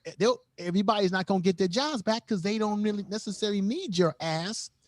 And then the only areas where they may really need you right now, before they have robots to take care of that, is the food service industry, where they need physical people to wait the tables or what have you. So if you think about it, it's a win-win for the corporations and the government, even though they're giving you money, because the money they're giving you is really your tax money. And once again, it's making you dependent on the government, even, right? So you become dependent on the system to maintain you, right? And the corporations don't need you unless you're buying Amazon. Most of the billionaires that own businesses like Benzo, they got rich off of the pandemic because your ass was at home and you just ordered everything online, no physically going to a brick and mortar. Hey, info man, and not only that, right? You cooking right now, and when we was sitting at home, crime skyrocketed and the prisons cashed in. All the private companies that work with the prisons cashed in. Everybody cashed, like you said, the corporations eat during the pandemic when everybody else fell and all the small businesses going away. All these small businesses we lost, but the corporations was doing just fine, even better than ever. Check this out, Sanchez. I don't even think you hip to this one. And let me just say this real quick. Remember, during this heavy part of the pandemic, they kept telling all the mom and pop stores, all the small businesses, you got to remain closed because you're going to put people's lives at risk. But they didn't shut down Walmart, Target, all the big super box stores. I get it, because they got high value and people needed food. I get that. But they didn't have any sanctions on them. You can make an argument, if you was to catch this virus, that you would have a more higher percentage catching it going into a Walmart or a Target, where you got more people in the store walking around and moving around, rushing to get goods. So they hurt small businesses by telling them they had to remain closed, but yet they allowed the super box stores, the corporations, to remain open. That's already an example that they were trying to set us up for the game to come. I'll stop there. And I was gonna say, I don't even think we've seen the highest peak of the prison complex yet, because I went to school with one of the head investigators down here in Atlanta, and he said they have stacks of paper on their desk for unemployment fraud, PPP loan fraud. He said, you haven't seen nothing yet. We have so many secret indictments that's finna get ready to come out in the next year. It's finna be like a mass incarceration that's finna take place everywhere in America. Yeah, they making it to a point where the rich people right now may be locked in. Wherever you at now, that the whole thing about locking in, with this universal income that y'all talking about, they selling it to the people like a good thing. This is the wave of the future. We don't have to work. We can have a slave force called robots. We creating a slave force, basically. We was the first slave force. Remember that. They just replacing Mexicans, blacks, all poor whites with robots. So they're going to have to decrease the population of all those slaves since they don't need them no more. And that's what's going on right now.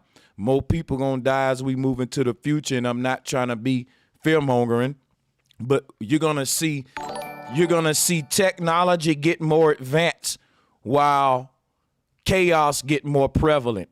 And that don't make no sense, because technology supposed to enhance our life. But over the next 20 years, what you're going to see, and I'm prophesying, you're going to see technology make leaps and bounds. but it's gonna be populations just being exterminated. Every since they introduced the computer, right? When we got computers, they told everybody the fantasy that it was going to make your work easier and your workload is going to be short because you can do more work. Actually, since getting the computers, people's workload went up because of the computer, because they make you do more because the computer can help you do more. So people burnout is going higher because technology hasn't really made things easy for people, especially in the workforce. It's made things more rapid, more stress because you're being demanded to do more work. And Brother Sanchez, you just hit on it. When they think about it, every time the news comes out, every day or every so, they're always giving you the numbers about how many Americans have died from this virus, right? This thing. They're already telling you over and over again, this population's being cut down. It's already being set and conditioned in your mind to be ready and comfortable for what's coming down the pipeline. Be like a battery, be like the Matrix. Just fall in line like a robot. Much love to y'all fellas, man. I'm finna get ready to hop up. It's like going on 3 o'clock here, but it was a great bill, Sanchez, man. I appreciate you touching on this subject because iron really sharpens iron, man. Like you really taught me a lot today. Hey, Much love, Rock. Appreciate you, T-Rock, for hopping on. Hey, salutes to everybody on this panel, man. This is a classic stream today. It's bigger than Boyce because what we're talking about is the truth about economics, the science of it. We going into detail of all that right now. But see, you ain't going to get this with a guy who got an economic degree. What you going to get is a bunch of work harder, get a better education, vote more, and all that. You know what I'm saying? But see, the truth is what we saying is planning ahead. It don't make you happy. Yeah, like, think about it. That's why I brought up the Atlanta economics and Texas economics. Like, we talk about Black Wall Street so much, Q, but we don't talk about what happened in Texas and Atlanta. Like I said, look, Soulja Boy didn't have an economic degree. He made his first couple millions before he was 20 off of pimping the ringtone thing. Yeah. And he made everybody go become YouTube star. He was a YouTube rapper before there was a such thing as a YouTube rapper. You know what I'm saying? And then my thing is, I got friends and colleagues or just OGs older than me. You got people that graduate, get degrees and all of that, get their jobs in the fields that they get them in and shit like that, and still be in that corporate type of field and area and be like, I still don't feel fulfilled. And it seems like the shit that we into, all of us being on this panel and shit like that, I done had people come to me and tell me that seems more fulfilling than what they have went to school for and got a degree for. That's attracted them more in life or gave them more of a spark to actually want to learn more as opposed to just want to work hard. Yeah. But let's be honest. How many people really, we grow up in a society where we're told, do this, do that, right? We're being either by our parents or those in our community are telling us what to do because they put school on a pedestal. And what ends up happening is that you don't really fulfill what it is that you really want to do because you're doing what you're being told to do because you're chasing after money. You think that's going to fulfill you when you find out at the end of the day that it doesn't fulfill you. So the question is, when do we really think for ourselves, be ourselves, and aspire to achieve what it is that we truly want to do without society conditioning us to do what society wants us to do or guide us? I think that's gonna be hard, man, because technology is finna be the spirituality. Feel me? Like it's gonna be the spirituality. Technology is like folks are already first thing when they wake up, they grab the phone. You feel me? It used to be wake up, pray, thank God. You feel me? But that's what I'm saying. Like, but before technology came, I believe like the ancients, whatever we want to call them, you feel me? They spirituality was their technology. That's why so many structures and symbols align across the world. You feel me? Like that was the internet back then. You feel me? Spirituality. You feel me? That's how they connected. The Wi-Fi was the. You know what's so deep about what you saying? Our ancestors' spiritual system was their technology, but these people who run the world today, their technology is their spiritual system too. And yeah, go ahead, brother. You that's right. How they gonna live forever. That's how they gonna live forever. Because if I was rich as fuck or wealthy as fuck, I wouldn't never want to die neither. I remember seeing my mom used to always watch sci-fi, bro. Like when I was a kid, I'm 35. About to be 35 July. She used to watch sci-fi. I used to see that shit, that weird shit. But they was buying sleeves on black and white sci-fi episodes back in the day. Yeah. Like sleeves for bodies, you know, to transfer conscious. So it ain't, man, whatever they putting on that TV, they got it already. They got it already. Yeah, they're telling you everything in the movies and all the sci-fi shows. Pay attention to that stuff. Hey, they're telling you. Mark Wahlberg was just in that movie Infinite. They talking about reincarnation. They giving it to you, bro. They giving it to you. Hey, and like I always say, it's a new movie coming out, bro, called Old, and it's like these niggas on this island. Yeah, you seen the preview for that shit? I saw I can't wait to watch that. Hey, we gotta break that shit down. I am, and I'm gonna tell you something else. Not only as the movies, hey, look at the religion. The religion was promising the saints immortal skins or new bodies in heaven. And when I read up on what Elon Musk and them doing, they saying that their skin is going to be a holographic avatar that's being projected from the AI cloud space. So you can project your consciousness into a real light body, as we called it in the New Age movement. Have any of y'all seen Spider-Man Homecoming? With the dude with the dome on his head. Did you see it? Literally. You talking about with Mysterio, like with the drone? Yeah, with how they were trying to fake like it was a terror attack when really it was just the drones making it look like it. Man, they got this shit right now. That's what I've been trying to tell niggas, bro. Hey, Sanchez, did you see Elon Musk's brother? You know what he does? Talk to him. His brother grows vegetables by computers. He got the food side, and his brother is the one who takes care. I talked about his brother too. I think his brother looked like his twin too. Looked just like almost, But one thing about I want to talk about, since we on brother Boyce Watkins. If you notice, the investment that he does, all of them came up, didn't pan out. Like one of the, he was one of the biggest investors in that Tulsa real estate. Right, that's fact. Which went up. But he never talks about like black people who does good investments. Like Edward C. Brown, he's one of the first black investors. His firm is still running. Then you got Ariel Management, which is black, which they're the biggest minority investor in Nike. And then we have a black woman who owns Backstage Capital. If you go on her website, you will see all the technology of black people on there that's doing things. One of them is the black boy who did Lyft, Uber, Facebook. He was the one who helped and was the lead developer, which he has his own investment too. He's also behind Clubhouse. See, Boyce Watkins don't talk about those things. He only talks about himself. But see, isn't it interesting? So you just taught me something tonight, brother. You come on the program, we're building tonight, and you just drop some names of people that I need to do some research on, but yet we don't know these people who are doing real business.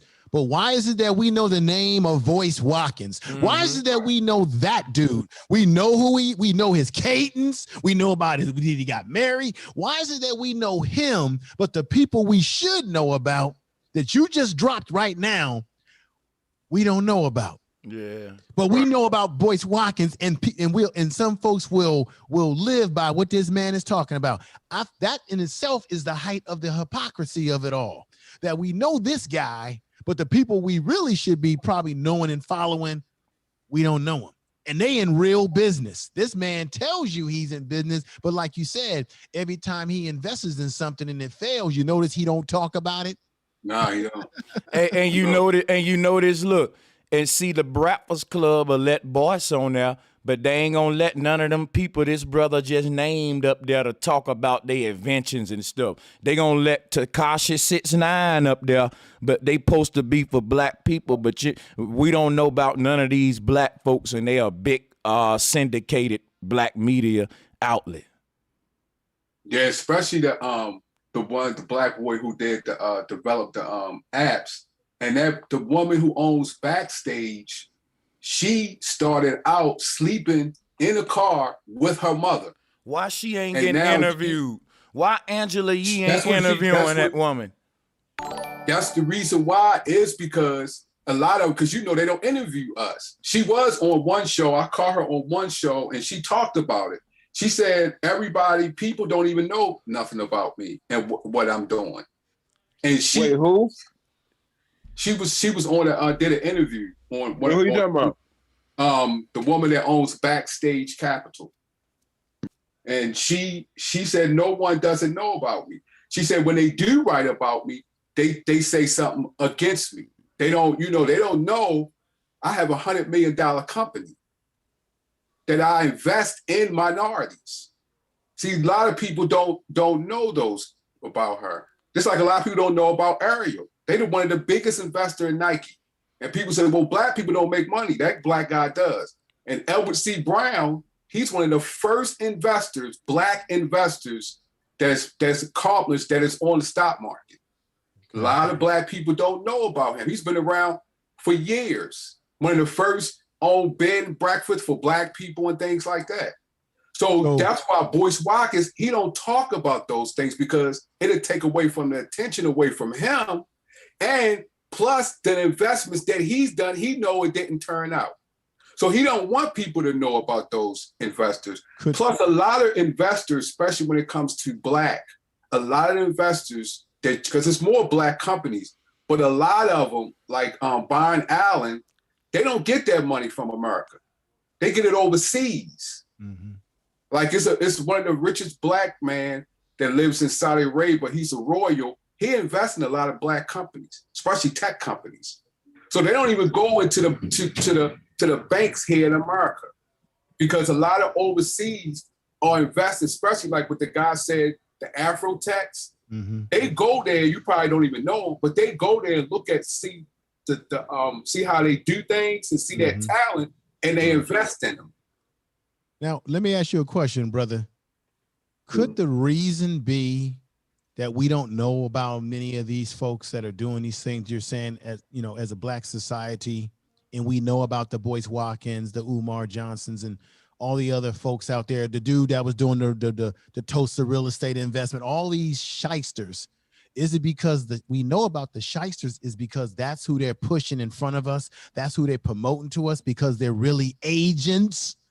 Yes. Agents of disaster who are being promoted to us, and then we in turn buy into them, support them. They're all over social media, but they're not the real people that we really should be following. The real people that we should be following are the ones being iced out purposely to push the disaster, the agents of disaster, to mislead black people. Yes. Yeah. See, let me spit on that. That's right, man. Check this out, right? We've been up here talking about how technology rule the world, and we see that the Pope, the president, the politicians, all them bow down to their scientists and their tech gurus. That's who really the gods of this world, right? But what the black people do with our inventors and our tech people, we don't say shit about them. These people somewhere, like the dude who built that machine up in Flint, Michigan, to fix the water, and they destroyed that. Why ain't no big media outlets looking for that brother to interview him and resurrect that technology so he can come on a show and teach the science behind his technology, and they can't destroy everybody's machine? Why ain't see, if these folks care, they'll be all the names that brother mentioning, these folks will be all on these interview platforms. Because why? We don't value our techies. We don't value our scientists and all that, but we're going to put our rappers up there, though. We're going to put our entertainers up there, though, while our techies and stuff end up got to sell out to the white man with their ideas, and that's when you want to pay attention and criticize them. I don't blame them.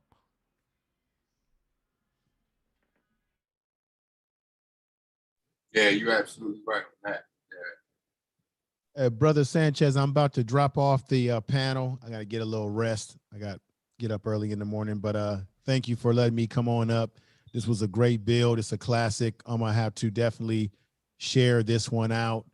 Once again, you're one of the very few brothers that I come on the panel. I don't do a lot of getting on panels that much anymore, but you're one of the very few brothers that I truly enjoy getting on a panel, because I know that I'm going to get great conversation, great insight, great knowledge with brothers that can have an intelligent conversation without, trying to, be disrespectful to one another. We have, you have your moments when you get into it emotionally with brothers, but it's all in learning and knowledge, and I really appreciate that. So all you brothers have a great rest of your evening, your mornings, whatever you do, great risings to you, the whole 9 yards, and thank you, brothers.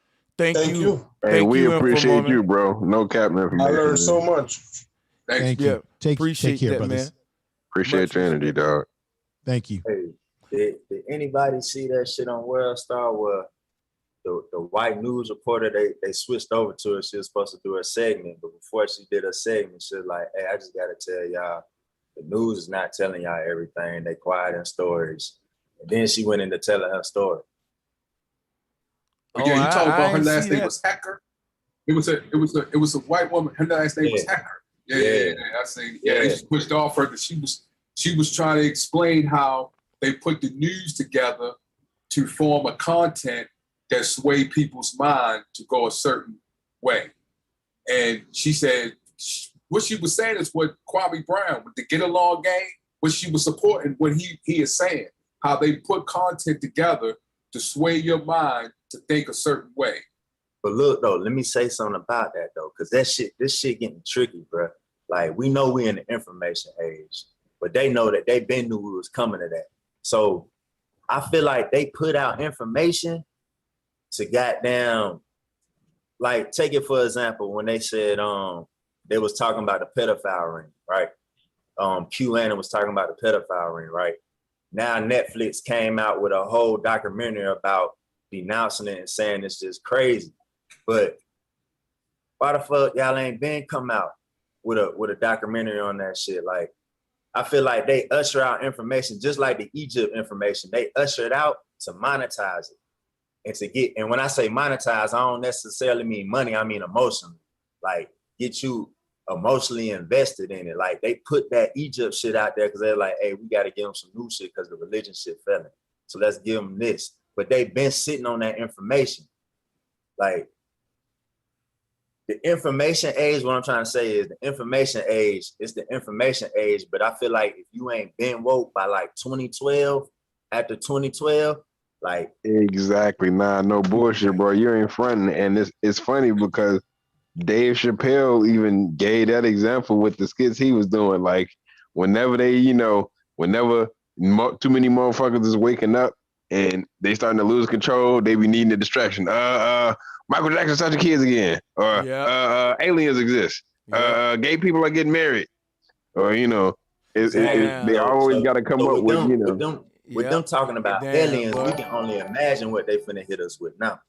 They ready to give us aliens because they been known about aliens. Now they ready to give it to us, but they finna hit us. Man, this alien shit is so frustrating to me. Like, trying to convince people that aliens ain't real and trying to break down an agenda to them. But I'm telling you, it's more people believe in aliens than Jesus, bro. Because even the atheists believe in aliens. But you know what? You know one thing about that is that like, it's really, you know why it's really hard, bro, Sanchez, to get them out of that trends. It's just like my dad, man. My dad the only thing he used to do is be on Discovery Channel and History Channel for 3-4 hours a day, just listening to all that regurgitating shit, man. That I used to They, do it just to get the devil's advocate. But go ahead. yeah, but that's it, Yeah, I bro. watch it just to listen. Doing that for years, you know what I mean? Be doing that 4 years. They just keep passing through. The news keeps saying stuff. You know what I'm saying? They keep saying little stuff and shit, and they be believing that. And then when you find real people like us that have the truth, they're trying to explain them how the thing goes. They don't want to hear them because they don't spend 5-6 years in the same thing, and they don't want to believe is fake. Them UFOs. Yeah, it's ridiculous. Want to allow them to roll out That's that condition that niggas might be scared of. But that's not truth though. You just want to be told something.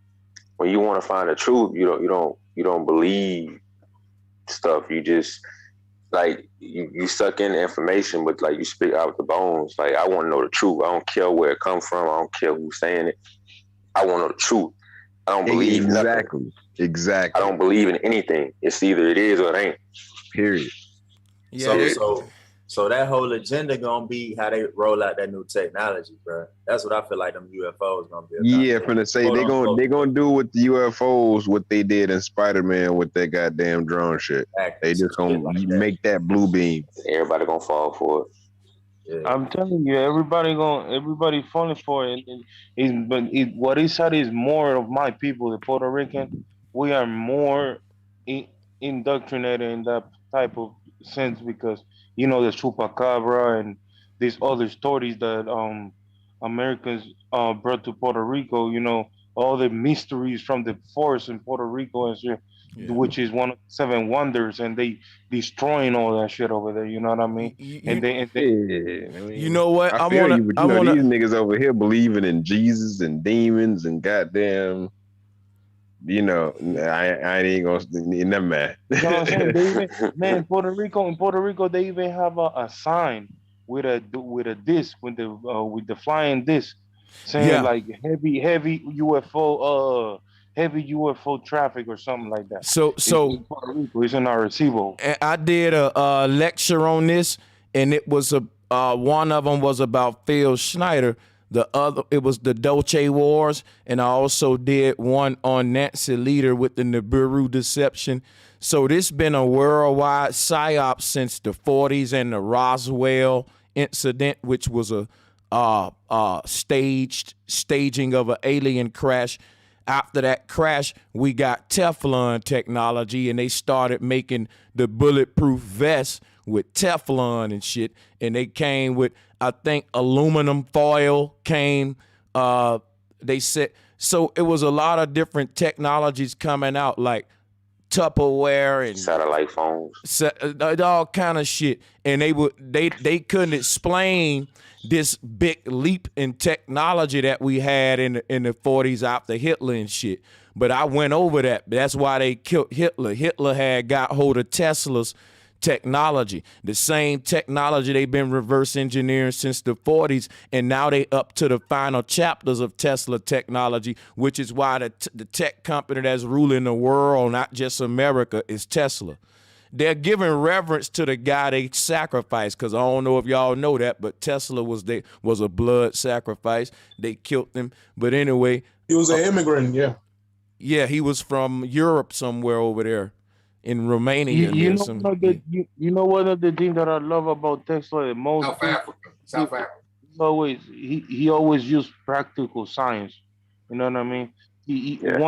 One day he was in the room with another scientist, right? And the scientist was constipated, and he was working on an earthquake machine. I don't know if you guys have heard about that story. That he told the scientist to get on the earthquake machine. And he cranked that bad boy in, and the scientist went straight to the bathroom. Look, you know what I mean? Let me show you some. Tesla. Let me show y'all something about Tesla. If you ain't know, Tesla invented the radio. Tesla passed the first radio transmission for any of them. Y'all know that, right? Now check this out. When they took Tesla technology they passed the first radio transmission as a fake alien attack. Check this out though. They was telling people that Tesla, listen, Tesla was trying to convince people that if we get into the study of electricity, we'll become like gods. And he was proving it. So Tesla, you know, during that time, they was going off of that other white boy's energy grid. Edison, right? Edison. So Yeah, Tesla hijacked this shit and turned the power off in the whole country just to prove to them I can control his shit. Like I know more than him. Tesla had proved to the people he was the god of this shit. Now check this out, right? So they was telling people Tesla was a madman who was getting some power from dark forces and demons and aliens and shit that he had because he was tapping into this another dimension with radio waves. See, during this time, radio was new to the people. So they was looking at Tesla on some alien shit, like he getting this shit from aliens, y'all. And right after that, they started to push the alien agenda along with all the Tesla technology on purpose. Remember that Con Edison also electrocuted multiple elephants on Times Square to try to scare people about like Tesla's form of electricity. So like, because his electricity was going to be like free for everyone, and that was not good for business. I wanted to just say much love, much respect to Bro Sanchez and everybody. It's much the OG. love, OG. Much love, OG. Salute. Peace. That was Tesla.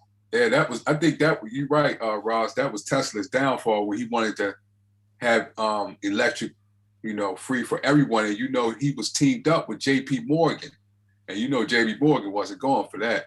That's the one who did the stock market and did what was the Feds or something. See, that's the thing. I think he stabbed him on the back. I think JP Morgan stabbed him on the back, man. Yeah, he ended up broke. See, what happened was this. JP Morgan agreed to fund Tesla research. And Tesla was telling JP Morgan that his plan for the research was to change the world and give everybody free energy, right? Now, JP Morgan knew that wasn't his plan, but he tricked Tesla like that was what he was on too. And he funded Tesla's research because if you would have told Tesla that you didn't agree with his end game, then Tesla wouldn't have let you fund his research. Tesla would have just did it bare and bone and made independent schools and made it free for the people. But so they had to go and act like they with him. Like, yeah, we're going to give it to everybody when you crack the code. Just long enough for them to crack the code to a point where they think they don't need him. And we saw what happened. And now they control it. They done mastered his technology. They don't need him no more. His family ain't eating off none of this shit. You see what I'm saying? But and they realize now that they had another plan in mind. Yeah. They own his name. Yeah, I was gonna ask, do any of his relatives have any comments about Elon Musk owning all of this shit? We'll never say comments. You know what's even sadder? The sad thing about it that he died, man. The last years that he didn't do nothing. The last 20 years of his life, he didn't do nothing, man. Yeah, his life was like Edgar Yeah. Allan Poe. It was very sad. It was like very, very traumatic. He died on his apartment, man. You know how sad that is, man. Have a guy that had so much knowledge, man, just leaving to die in an apartment, bro. For the last 20 years of his life, he just nothing, bro. He couldn't do nothing. That makes They me did mad. the same thing to. Well, that's why I asked, where the hell was his family at? But they did the same thing to Harvey. He didn't have family. He came from Poland. Where he came from again? Where was Tesla from? He was from He came from Europe. He came from Europe, but he didn't have family. You mean to tell me he ain't electrified none of these women over here? And if I'm not, he was too busy. Yeah, Nigga, what? Yeah, he was strictly work. Yeah. Man, look, I would have been electrifying motherfuckers all day. You confusing the scientists with the political activists. Gandhi and MLK, they used to get around. No, that's not what I'm saying. I'm saying at some point he got to be like, I got to pass my seed off so that way this shit don't die with me because these motherfuckers are shiesty. How am I smart enough to crack codes on reality but not smart enough to figure out the niggas that's funding me is going to snake me? No, I see what you said. You got a point. You got a point, Q. But the brother got a point too. But the brother got a point too because Tesla wasn't no activist, man. Right. He was. You know what I mean? He was a real. He was strictly scientist. Yeah, he was strictly science. Yeah, but being a scientist ain't enough. You still got to be a human in life first. Like, what's the point of being smart if you're still right? That's what I'm saying. That guy was in love with technology more than us. You can chastise him for that because that's what he loved to do. He loved that. That's what he. Bro Sanchez loved to do this. He do this with us. You know what I mean? But what I'm saying is, bro, Sanchez ain't gonna not give time to his woman or his goddamn manly desires just because he taking time out to give us 8-hour, 12-hour streams. Tesla homosexual? Nah, not even. I mean, not even that. Like he didn't deal with nobody. That's what we're saying. Now check this out. Now hold up. Hold up. Now check this out. Check this out real quick, right? Tesla died at the New Yorker hotel, right? Now, right after Tesla died is when Hitler rose to power. So Hitler had Tesla technology. Here's what I'm telling you. Tesla's death is what started World War II. The fight was about Tesla's documents and technology was what they was going to war for, y'all. Because look, remember, Tesla invented the television, but it was never manifested. He had died. But right after Tesla died, the television pops up in Nazi Germany. Facts. Because I remember there was the first television in there. There was the Nazis came to Madison Square Garden. You ever seen that? Like they had a Nazi. Bro, watch this. They had that televised. Check it out. The New Yorker hotel where Tesla died in is owned by Nazis. Guess who owned the New Yorker hotel? The Unification Church of the United States, and their symbol is basically a swastika. Guess what, y'all? Let me show you. I can show you. Look it up. Look up who owns the New Yorker hotel and do your research. I did it. Check this out, y'all. Listen up. Oh, go ahead. Tesla's document. Tesla was doing some other shit inside. Hold on, brother. Wait a second. Wait a minute. So listen, Tesla's documents was property of the United States. And you know he didn't even know it.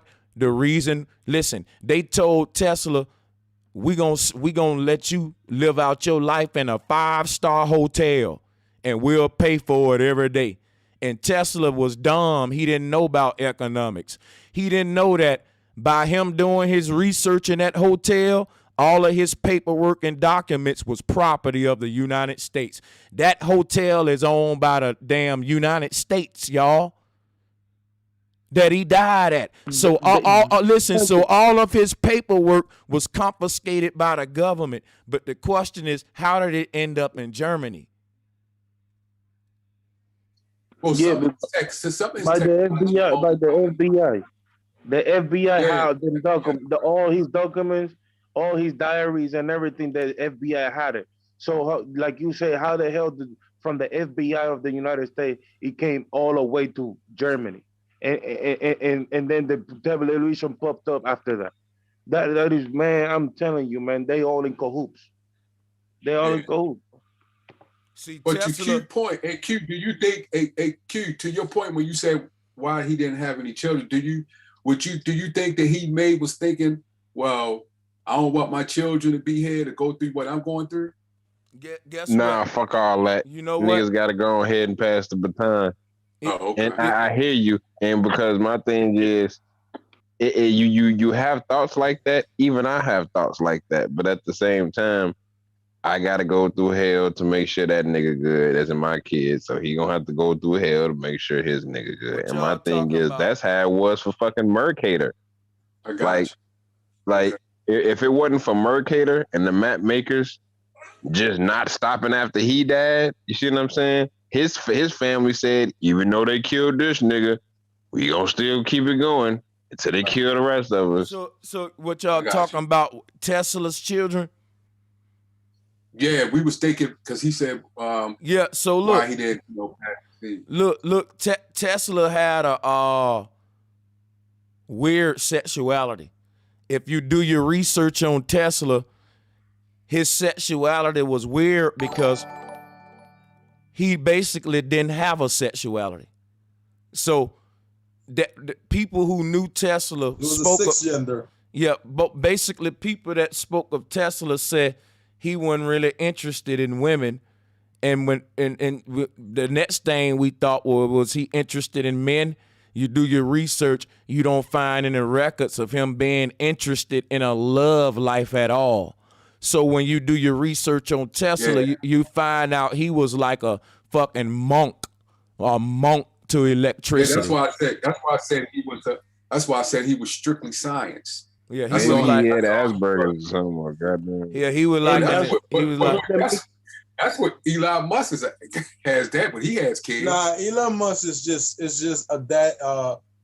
It's just how do you call it? His daddy is well connected, and Elon Musk has a contract with the United States government, so his money mostly comes from that contract. And like, there's a tax subsidy that you get from buying a Tesla that the government is interconnected with. So yeah. But does he has Asperger's though, don't he, Ross? He said he's saying that now as a billionaire. He should have said that before when he was bald. Like Tesla was the kind of dude, if a pretty girl around, he talking about his fucking science and shit all day. He ain't even trying to fuck. He just trying to teach her about electricity and shit. Like just a square nerd ass, like, I don't know. Bro Sanchez, you know that point that you just made? The MGTOW people, they take advantage of that, and then they quote Tesla. Oh, you see, Tesla wasn't looking for a woman or whatever, and look how smart he was, or this and that. Which at the end of the day, Tesla was born by a woman. So you know what I mean? It doesn't make sense anyway. But then the MGTOW people use that point that you use right there to attract more men to not listen to women, because you see Tesla, he didn't listen to no woman, he didn't like no woman. That's a problem. That problem right there. That problem is when the whole problem of black men trying to fashion a life off of another man. Like I look at Tesla, but I don't want to be like him. Like just because Tesla and Jesus didn't have a woman, I want a woman, so I'm gonna have one. So I don't think that's a problem that we got as men, period, to where we think we got to be like a person because they was great or idolize motherfuckers or something, like whether it be Tesla or whoever. Like just because that man was great and he accomplished greatness without a woman, Malcolm X was great and he accomplished greatness with a woman. So you can copy off whichever one of them men you want to copy off. I say don't copy off neither one of them. Do what the fuck you want to do in life and just be inspired by them niggas to do your own shit. Drop a bomb, Becky. That was fire. Yeah. You know what I'm saying? That's how I do it. But that's the problem of religion, though. Hey, Rob.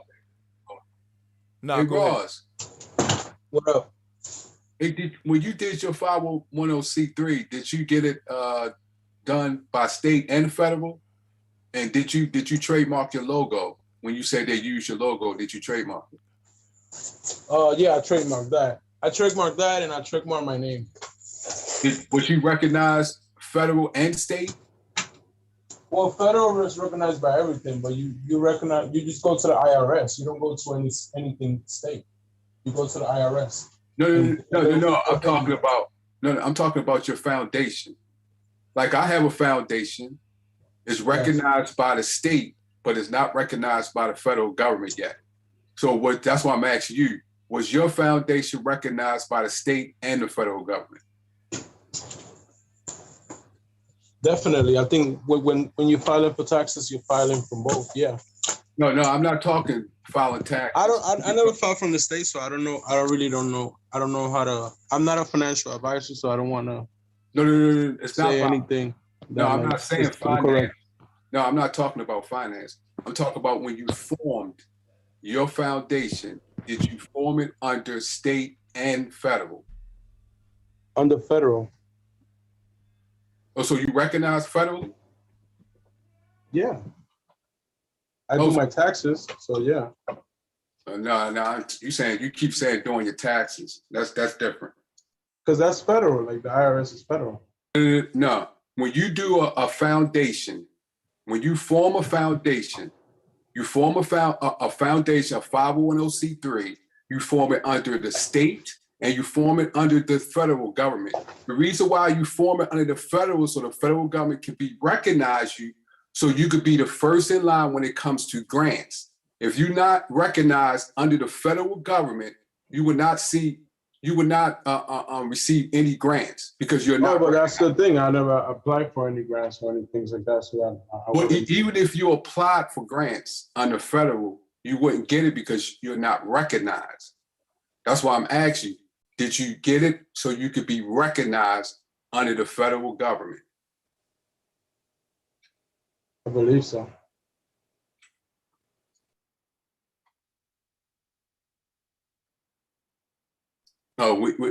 For you to be so it could be. I just want to let you know because I see people always talk about foundation. So I just want to be clear. When you form a foundation, you either go to a lawyer or accountant. A foundation and a nonprofit is two different things, though. Well, it's still a 503c, but it's when you file. That's what I'm saying. That's a foundation.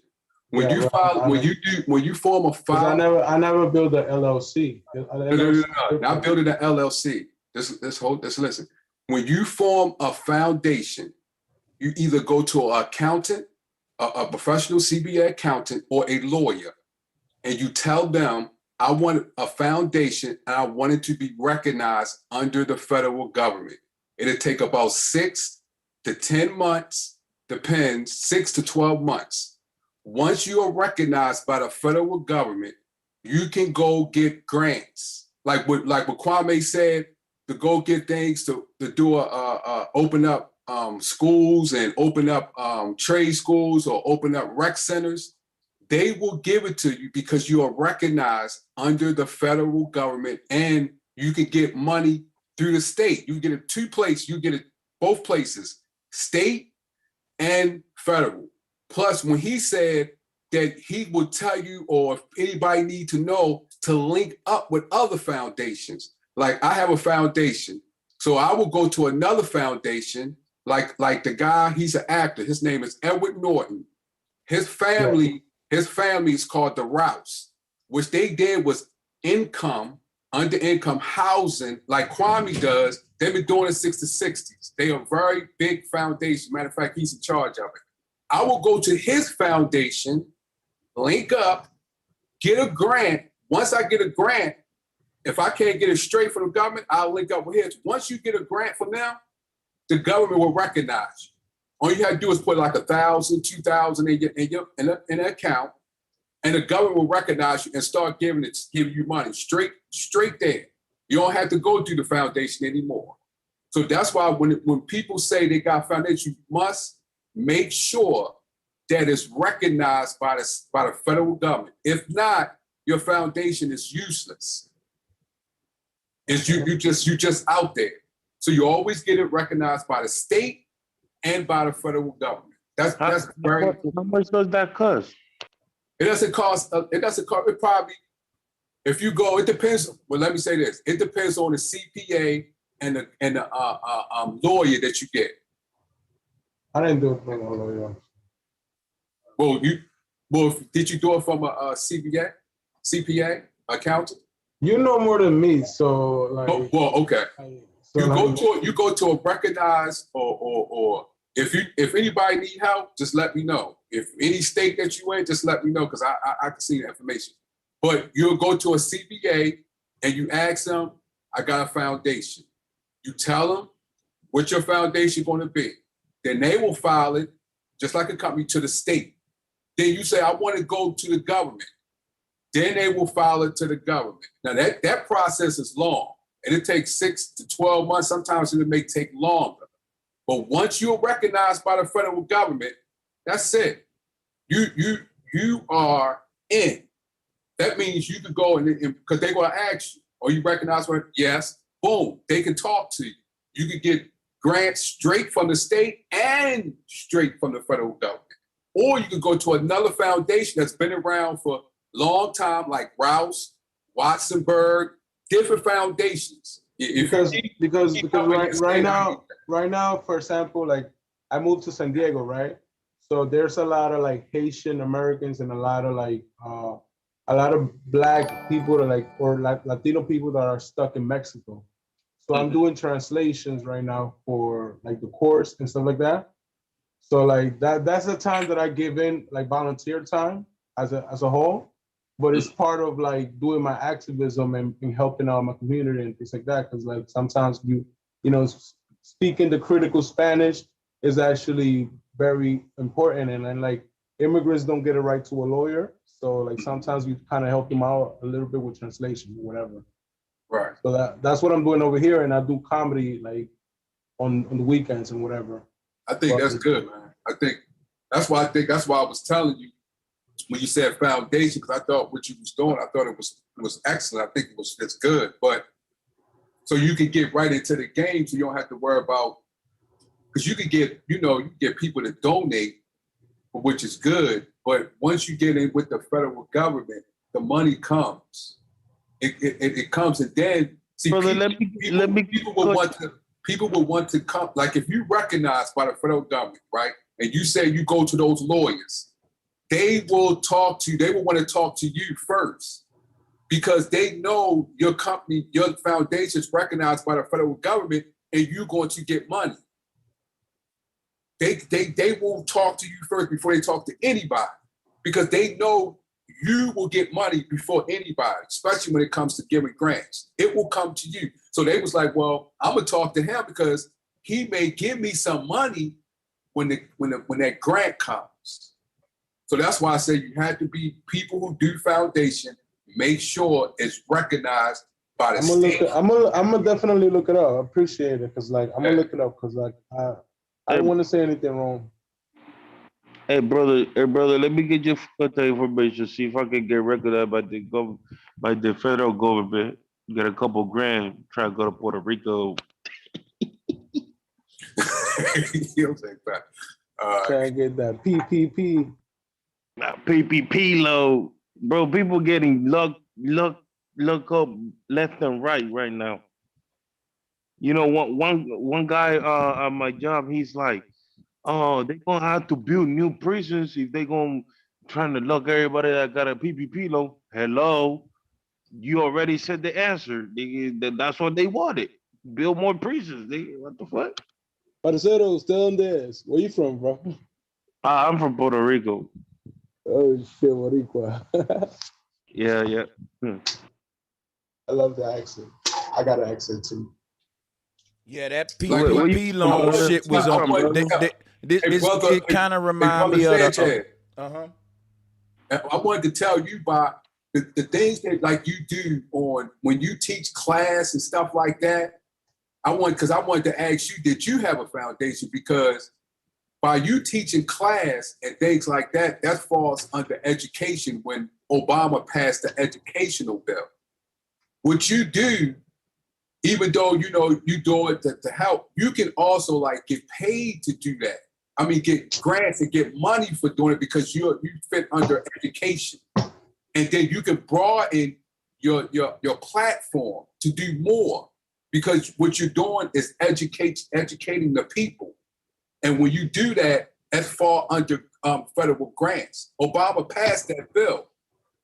He passed it, then what's name did a bill similar, Trump did a bill similar like it.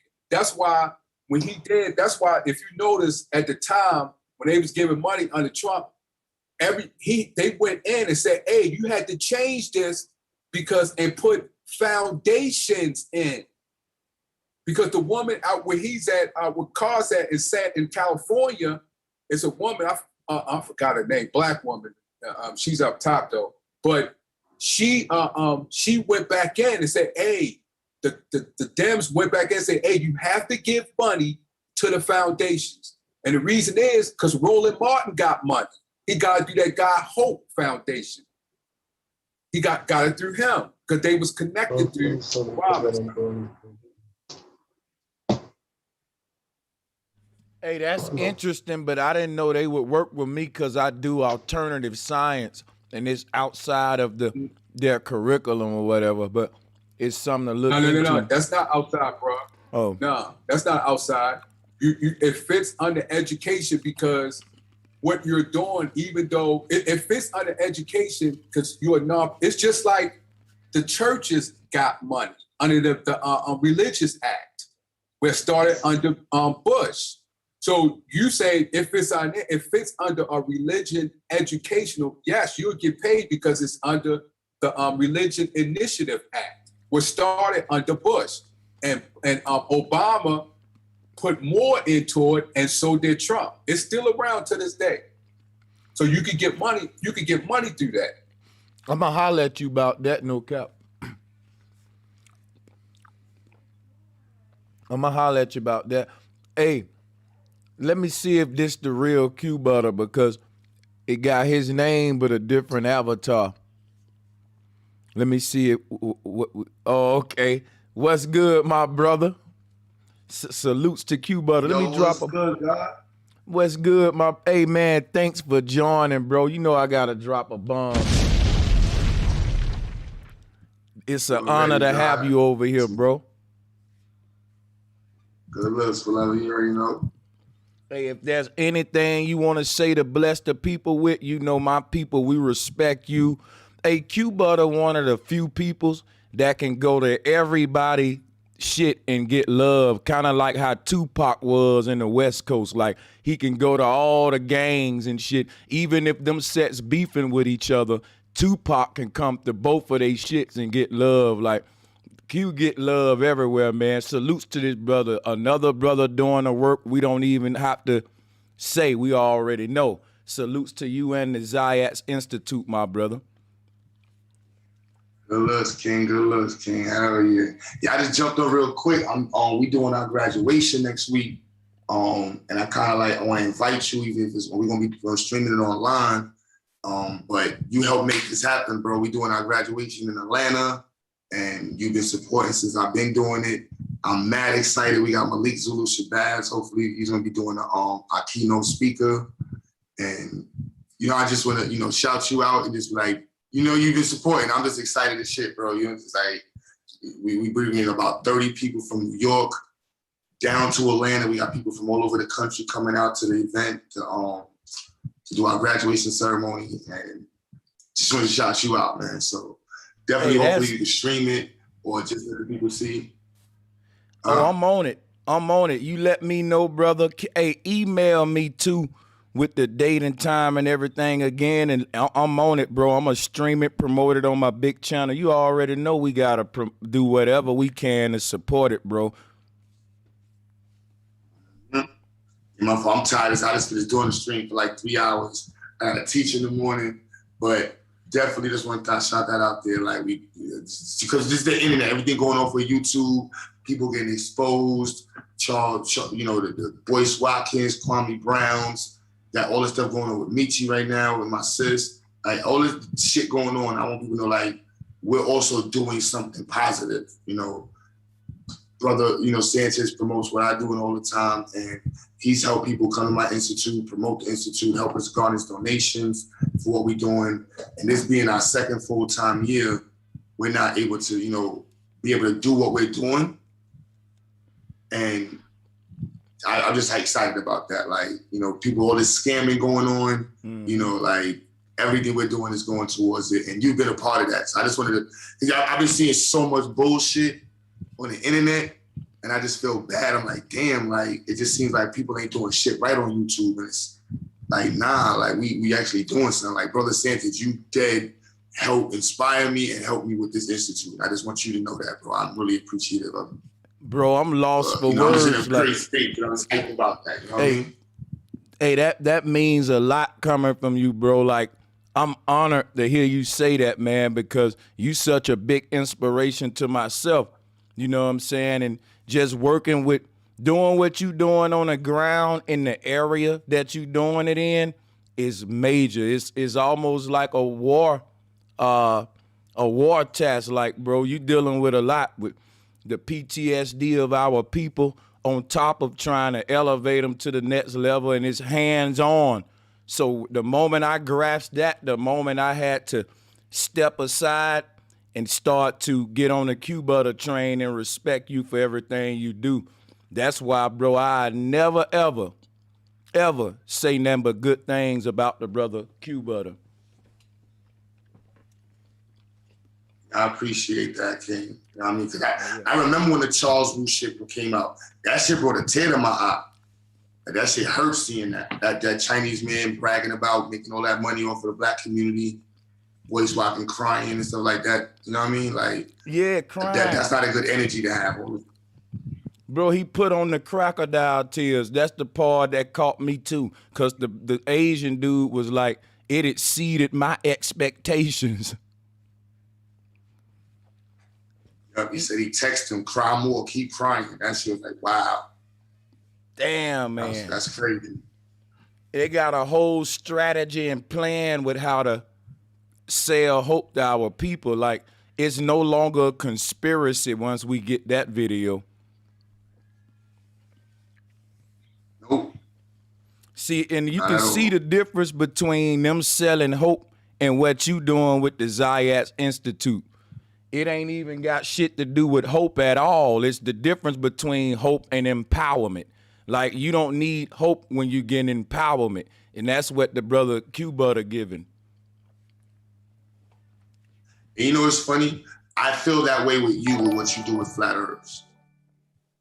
I may not agree with it, but I think your stance is coming from a space where you want to empower people to think differently. And I respect that. I appreciate that, man. That's all I'm trying to do. I think they ought to teach ancient cosmology with modern cosmology just for the historical fact. Like, there's a lot of things they say in the history with our ancestors that we don't agree with today, but we still teach it from just for the history. Like, when people had concrete wheels like the Flintstones and now we got rubber ones. We don't do that no more. We say that's wrong. But, like mythology.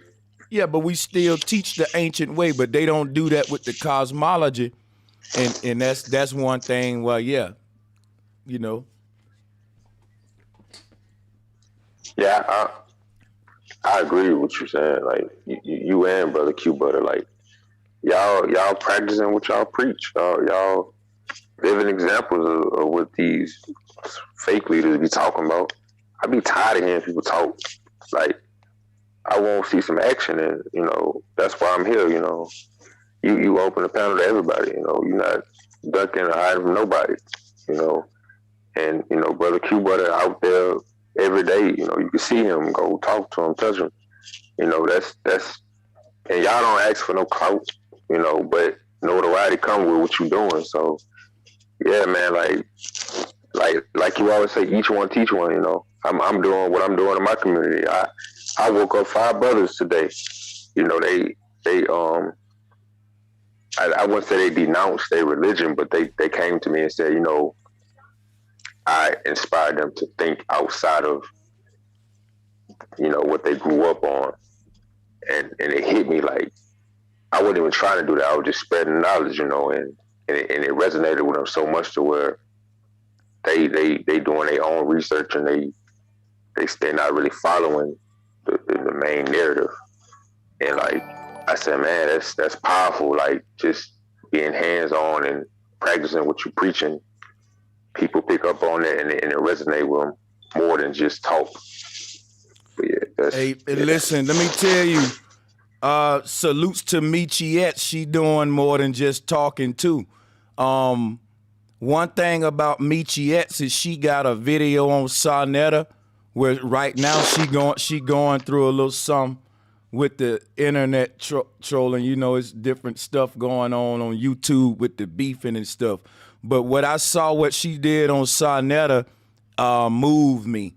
She even went into her brother's situation and stuff. Like, I ain't know a lot of stuff about Michi to that video, and I was moved, bro.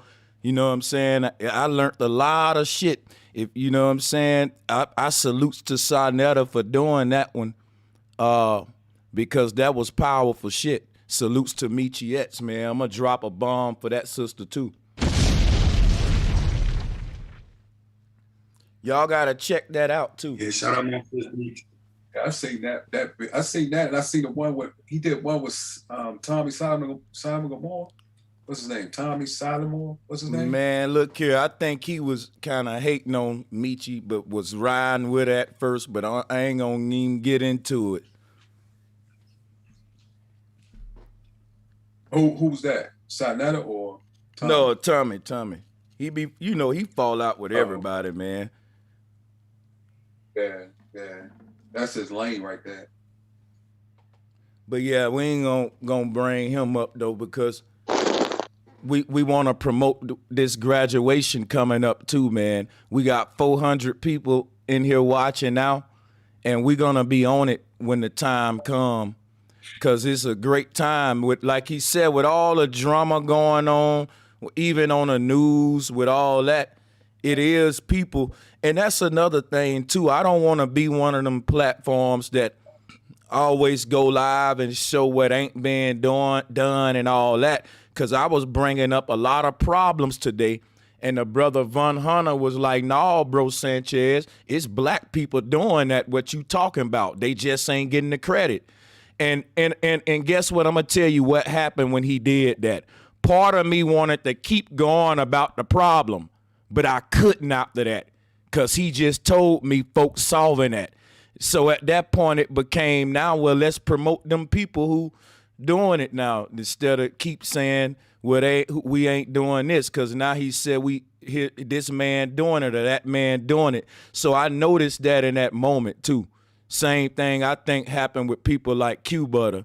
Will bring up a lot of problems, and that stuff be good for views, but it ain't as, like, when you say let's promote a person who's solving the problem, I ain't gonna lie, that ain't really fun as just, hey man, this going on, that going on. It's kind of a sick psychology, but I gotta put it on the table. Y'all know I'm right.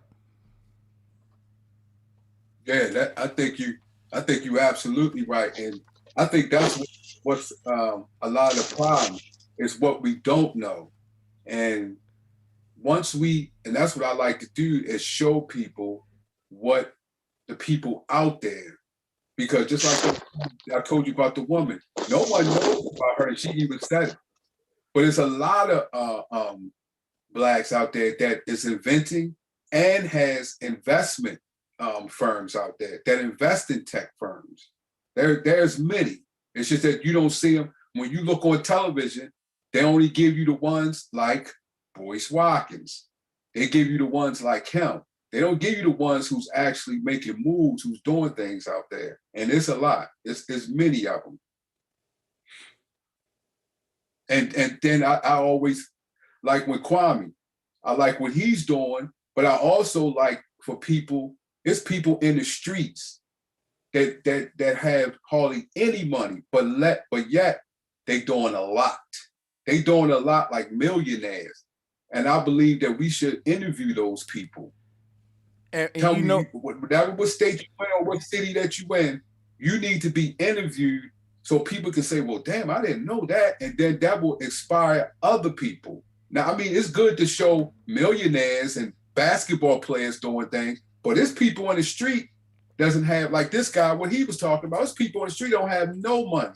They raise little money, but yet do the same type of work as millionaires. Q Butter is an example of that too. Somebody brought that up. You know what I'm saying? A lot of people been bringing it up. I'm gonna tell you something about Kwame real quick. I like what he doing, but I think he should get behind brothers like a Q Butter and all that. But cause look here, Michiette's brought up some on her video that was dope. She said something about keep creating new things, inventing the wheels instead of getting behind the people that's already doing it because of the ego thing. And I think that a lot of these people who big, powerful, and set up, they end up coming right back to the people to ask for assistance to do a lot of things that the people thought they would just do because they had millions. And the people be shocked like, oh, we got to fund this shit. Which, like, people ain't just going to spend their millions on it. But on the other hand, you will have a brother like Q Butter who will spend out his own pocket. I heard him mention that to buy equipment and all that on the other hand. And I'll see, like, people supporting the fame side more than, like, the real groundwork ain't really nothing to glorify. It ain't nothing TV worthy, the shit Q Butter do. So it's kind of like since it lacked the flashy side, ain't no super chat that you can hit right there. This is groundwork. You know what I'm saying? Like, I think that play into a lot about, you know what I'm saying? And I see what you're saying. And that's why I think people like him, like Q Butter, needs to be interviewed like people like us, like yourself and other people, like the guy who was just on, who said he didn't know about a lot of stuff. Not me, not even me on this one. I'm talking about when I'm saying not you, I'm saying people like yourself. I think people, or people that like you said, Kwame Brown. I think those people, it was good for him to interview Devin, the guy Devin, the ex-basketball player. Oh yeah, Devin. But it's more inspiring when you see people like Q Butter, who started with nothing, who has very little, but doing big things. Yeah. And he's just as equal as a person like a basketball player that he interviewed, or an actor. He's just as capable and just as good. But what would inspire more with him, he has nothing. He's not a millionaire. Not putting millionaires down, not disrespecting them.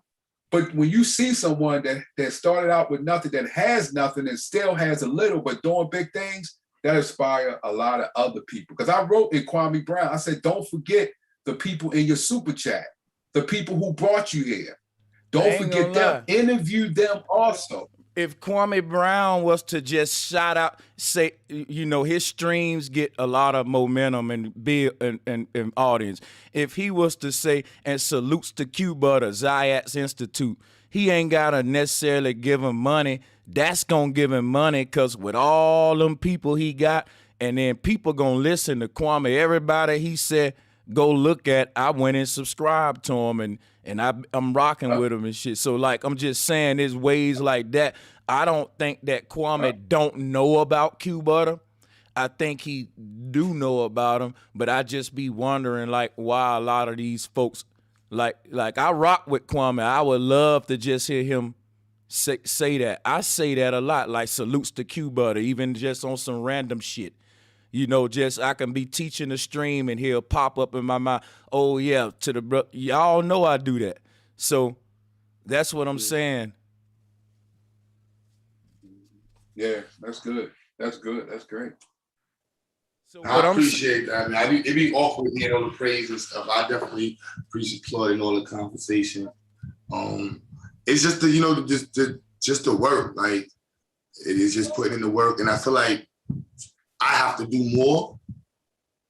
And we oftentimes, like, I'm be honest, now that I'm thinking about it, I might do I'm doing a bunch of clickbait videos this week, y'all. See, I hear me saying this. So if you see me on my channel saying, Brother Sanchez, Flat Earth versus Earthers, don't get mad if you come to the video and you see me not talking anything about that subject. That's just me trying to take advantage of the bullshit. That's what you're supposed to do. All right? I know. Because all I'm going to try to do this week is get promotion and bring people to get awareness to what we're doing over here in the Institute. So I'm putting everybody's names in the title. I don't know what else to do, Sanchez. I've been uploading, I've been chopping up stuff, but whatever I got to do to call, whoever I got to call out just to give me to bring more attention to what we have going on over here. Well, I think, Man, I think Ross, you got to do that. I think that's Ross a good has idea. something. I think I be doing that on my page. I see a lot of people doing that, and it's been working for them too. Yeah. Then they turn around and tell you don't do it. I'm like, yo, bro, my top videos unfortunately came from the bullshit. Yeah. And I put a lot of time in some of my other videos, and actually got no views. Like, I already thought this, I was like, damn, I can put somebody's name in the title, like put Tommy Sotomayor, and I know I'm putting everybody's name in titles all week, man. Listen, I'm trying to make this graduation. Fire. So I'm justifying. I'm letting y'all know I'm clickbaiting and I'm using the bullshit to get people to come to donate and support what we got going over here. And guess I'm what? just being honest with y'all. So don't get mad. Be like, yo, Q, I'm over here. Well, I don't hear nothing about the flat earth, and you over here talking about science and shit, and you over here praising Sanchez. I thought y'all gonna be here arguing with each other. Nope. You gonna see me put Tommy's name in the title, and I ain't got nothing bad to say about Tommy. Maybe it's Roland Martin. I might bother Roland Martin. I don't really like Roland Martin, but I don't like Tommy either. But Tommy I have to deal with. But whatever. You get the point. Yeah, hey, I'm gonna tell you something. Oh, my bad. I'm gonna tell you something, man. That's gonna blow you up. You should stay consistent with that for a good while. It will grow, because I do see people doing that. Making it. You have to set the thumbnail up too with the little verses. Put the side by side like it's gonna be a debate and all that shit. I'll even make this on my channel. I'll make the thumbnails for you too if you want. But yeah, that's a good idea. I need that help. That's what's a hell yeah. Man, listen, I can't believe you just said that. Hell yeah. Oh yeah. You got my number, right? I do got your number. Yep. You know it. Yeah, call me, bro. Cause I'm one of your biggest fans on music, right? Hell yeah, man. Every time you tell me that, it just hit a certain way. Like, bro, that means a lot, man. You from Brooklyn. You from my son got bars. Yeah. My son nice. Oh, you from Brooklyn? I'm from Sanchez Brooklyn too. Nice. Fuck all that other shit. Sanchez dead nice. A lot of the dudes in the content community of this side of the world do be dead trash. Sanchez is nice. Hey man, I would love to record at your studio, bro. That'll be from Flatbush? Are you from Flatbush? Yeah, I'm from Flatbush. Yeah. Clarkson, first Clarkson right here. I'm from Green. First Clarkson I'm in. Right on Flatbush. Oh, hell yeah, I know you at. The only Clarkson, I don't live there no more, but I grew up there. I know you at, hell yeah. You know what, Q Butter? Email me too, like at some point, so I can holler at you, because anyway, I don't have your number. I'm checking it. I tried to make sure. I thought I did, but yeah, email me. I remember talking to you though. So, but yeah, email me. We gonna do that. I'll send it to you on Facebook. All right, for sure. Appreciate that. Hell yeah. Definitely do some music. Oh, good looks on the day. I'm about to drop a video this week and shit too. Oh, another music video. Yeah, I'm dropping it on probably either Thursday or Friday. Hell yeah, man. You know, I be opening up some of my streams with your joints, yo. I hope you don't mind. You know, it get them crunk. Oh, hell no. We all we got, man. I don't expect nobody else to do it. I only care about our shit. Hell yeah, man. I don't care about our shit. I'm gonna let the students listen. As a matter of fact, yeah, I'm gonna do that. I'm gonna let the students listen to some of your music. I'm gonna give you a video of that. Appreciate that, man. That air out though. They every time I open up with that joint, they be like, "Who is that?" I'll be like, "Y'all know this Q Butter, man. That's Q Butter." Yeah, bro. That joint going in right there though. I ain't gonna lie. The energy in that joint, hell yeah. It's Brooklyn all day. Good looks, man. I remember, Good man. Looks, man. Yeah, I got that. Yeah. Mm-hmm. Yeah. Now what you gonna say? Nah, go ahead. I already told you I gravitated to Brooklyn rap early, coming from Bama and shit. Like I was putting niggas on to New York rap in the South. Cause niggas we was just on the South shit. So I was the nigga introducing the niggas to like the New York shit, get niggas on how it, getting it, you know, into the culture, explaining it to them and shit the best I could. And niggas used to joke on me and shit. That nigga from Brooklyn, Alabama. I always tell cats that, man. They used to joke me like that. Brooklyn, Alabama. Yo, Yeah. bro, Sanchez, have you have any of you I'm guys from Brooklyn, too. ever canvassed? You know canvassing. You know what canvassing is? Like when you work for a political party and you canvass, like you door knock for. Have you guys ever done that? Yeah, I have. I have done that. Bro, I've never done it, but I know what it is. I did that once working for the family and workers party in New York, and like what they do is they send the interns to like, you know, the white interns or the Asian interns to like the brownstones, to like rich Brooklyn, you know, to the nice Brooklyn, and they send my ass, because I speak Spanish and English, to like Ebbets Field, right? So like you come into Ebbets Field, I'm like a baseball geek. So I'm like, yo, you know what? Like this is where the Dodgers used to play. Da, da, da, da. When you knock on people's door, and it's like Ebbets Field is a projects basically, you know? Like you could see it all historical about being a baseball field before, but it's like you knock on people's door, people just very rude.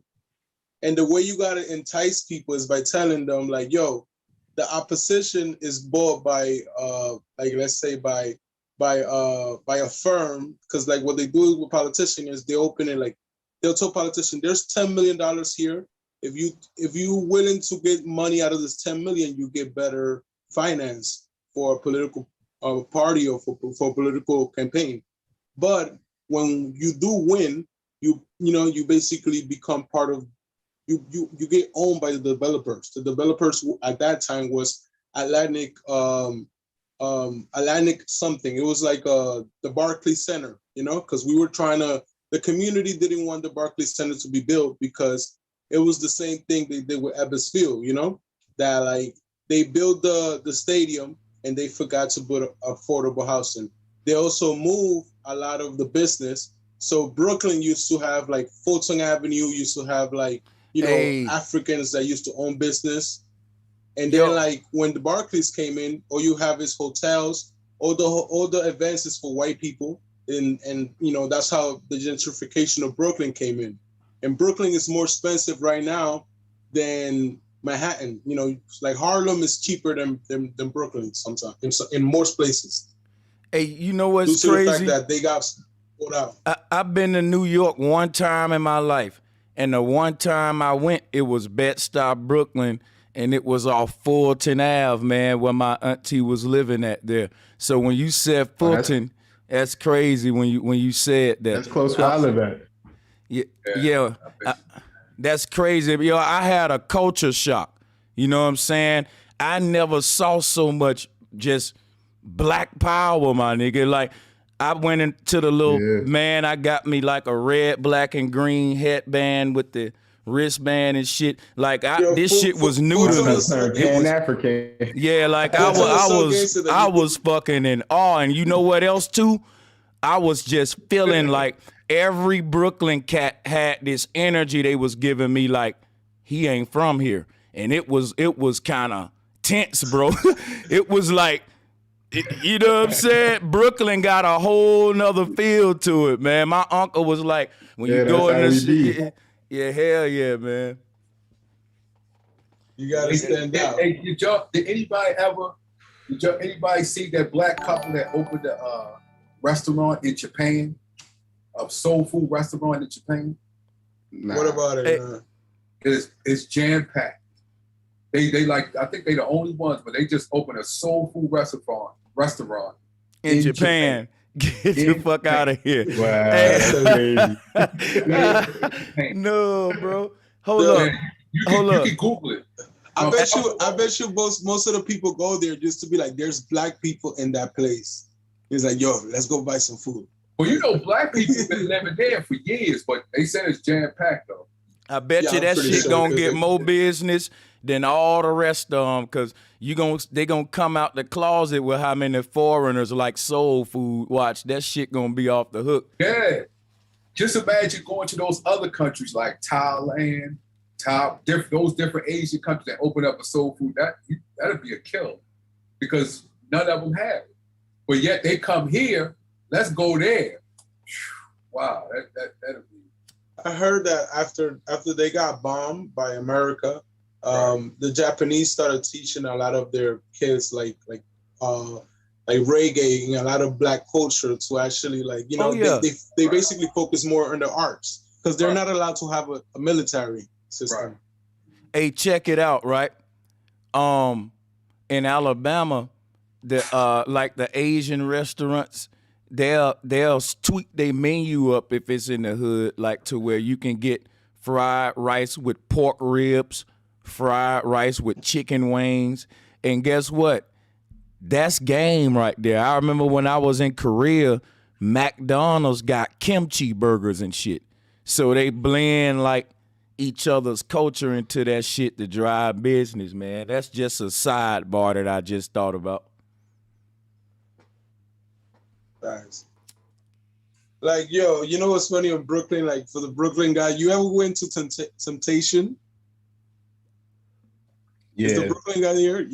Yo, bro, you go to Temptation and like most of the DJs is like Asian guys. It just be like a bunch of dress, a bunch of just. Hey, but you know what? I remember watching. Hey, but listen though, you're joking, Ross, but you from Brooklyn. I'm not. I remember watching all them old school hip hop joints when hip hop really was doing graffiti and break dancing. A lot of the break dancers were Asian, even in the beginning hip hop. I remember. That's a fact. I wonder why.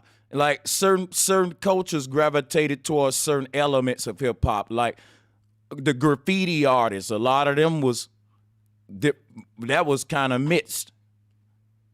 It was mostly Puerto Rican. Yeah, Puerto Rican. So it's like different. And the black people was into the music element. Damn, it was like hip hop was combining all the fucking races under different elements in a way. In a way. The melting pot. I want to know about is the people from New York. Is Al Sharpton really popular in New York? Do y'all really recognize him as a black leader? Man. Well, he has the national network in Harlem, so he has a real place that you go in. Like they do. He has like a network in a sense. Man, he don't exist in my world. So let me ask you. Do the mass? I'm sorry. Go ahead. Go ahead. Let me ask you this. Besides Al Sharpton, though, because when we look at New York, people like Sharpton and all them, I think about Harlem. I want to know, is Harlem like the leading borough in New York for like the black movement? It's seen to be Harlem and Brooklyn, or like you don't hear like a lot of black power from Staten Island, or like, can y'all school Harlem us on that? Yeah, they promote Harlem benefits on the fact that like you know, when you say New York City, you're mostly talking about Manhattan. Like Brooklyn used to be its own city back in the days. Queens used to be like their own city back in the days. So it's still kind of like that. It's still kind of like that because you still have like their own government, but like the 5 boroughs, it consists on what New York City is. But Manhattan is the city. Like, you know, that 212, like you couldn't even get that number no more because like they're ready to run out of it, you know? So Harlem being so close to Manhattan, they get to, you know, the Harlem guys, they know that they get the fashion because, you know, sometimes they go to school in 59th Street, so they basically buy the world, you know, like they Harlem got they're in the middle of Harlem. everything. So like that's the benefit of the let's say Puff Daddy of the world, of Damon Dash. They get to have fashion, like, you know. Hey, compared to the other boroughs is a little bit different. One more thing. They got the Apollo. One more thing, man. Yeah, While we getting our New York history and shit, man. This one thing I want to know. Now we know hip hop started in the Bronx, but it seemed like Brooklyn and Harlem is the faces of it in like New York. Like most of New York rap that we remember today come from Brooklyn and Harlem, if you will. But even though it started in the Bronx, is it safe to say Brooklyn and Harlem took over the hip hop scene from the Bronx? Yeah, that's a fact. That's a fact. Like that goes back to the fact of, like, let's say, like, everything leads back to Manhattan. Like all the trains lead back to Manhattan, right? So if you live in Brooklyn, if you live in the Bronx, most likely in the Bronx, like, it's your parents couldn't afford to live in Harlem. I'm not trying to be an ass, but it's most likely, because then like the further away you live from Manhattan, the cheaper the apartments.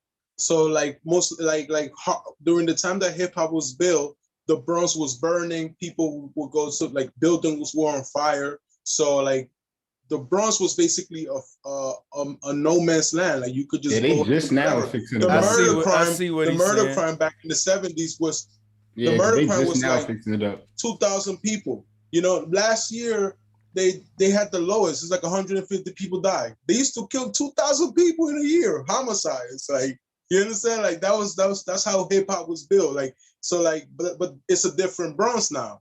Like before, homicides when I was a little now. kid, bro. When I was a little kid, by 90th Street, all the white people used to get off. All the white people. Now you go all the way in the Bronx, they not scared, bro. They live everywhere. Hey, they're in Brooklyn, because they're in the Bronx, so like the everything reason went up. When I hear you say that, it sounds like. Go ahead, Q.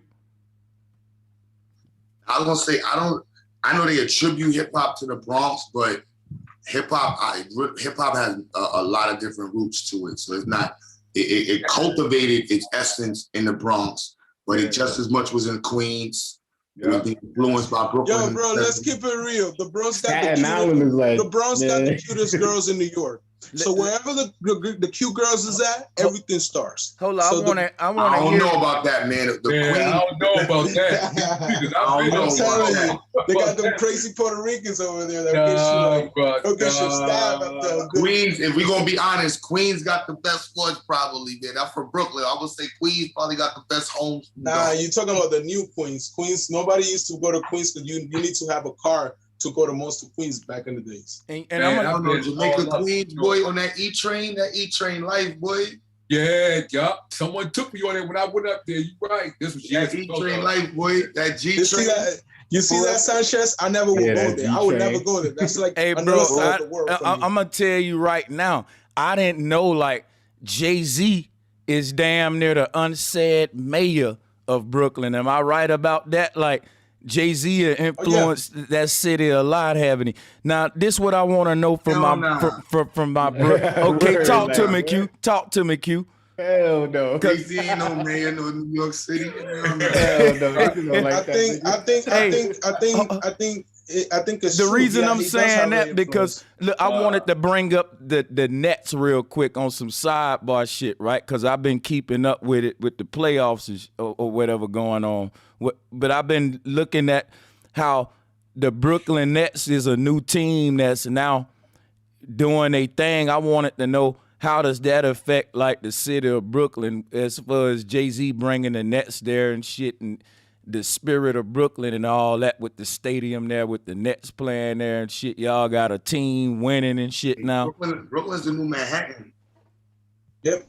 The Brooklyn's the new Manhattan. The skyline of Brooklyn coming from Manhattan matches Manhattan. That is crazy, man. Damn. It's crazy. Yeah. Like literally, if you drive in from Manhattan, the skyline of Brooklyn matches Manhattan. Like the buildings, they're building straight like up. Fulton, the same Fulton you think about before. Yo, Fulton is nothing but sky rises, and it looks like a big mall, an open mall. Yeah, but they used like, to have the Toys R Us at. Now they got a big ass sky rise there. Yep. Yeah, and there's no people selling outside. Are they? Because I seen this on the news, how they was trying to move a lot of people in the inner city out in the suburbs. Is this true? Mm-hmm. In New York? Oh, so So they bring in the wealthy. Nah, they redline. Are they bringing the wealthy white people in the inner city where like some of the projects? Is not Yeah, they got white some of the people. condos right next to the They're not project, even wealthy white right people. in the project. It's white people that don't really understand how much more money they have than everybody else. Nah, I think it's more like got Jewish people that bringing in. You got the Jewish people bringing in these Midwest white people. No. It's not like that. The thing that happens in New York is this: if I'm a landlord and I rent to a Dominican person, let's say I'm Colombian, a black person, most of the times we stay where our family at. So if grandma stays there, if grandma dies, we stay there. Or they think of us as a 10-year plan. But if you get a college student, they just gonna be there for 4 years most likely. They're gonna go and live on into the Hamptons. You know, we stay there for a long time. So what they did is a lot of the properties from Harlem, for example, was bought by Columbia University. So then they started building more, and then they started just building for the students. Cause like New York is like this. We put the NYPD to control the locals and then allow the tourists to come in, have a free time, come in, bring some economy in and come out, you know? Like the opposite. I'm gonna give you some Jews though. So you got Abyssinian Church owns 1/3 of Harlem. The first gentrified areas in New York City was brought in by a black man named David King. Is that church that the Ethiopians started like years ago? Nah, this is Adam Clayton Powell's church. Powell. Yeah, that's the same church I'm talking about. Yeah, that's a big church. They own 1/3. The first gentrification, if you look up a area called Strivers Row, right, Harlem, right, that's one of the most prestigious areas, and they built it to bring white people into the area, but no white people wanted to move there.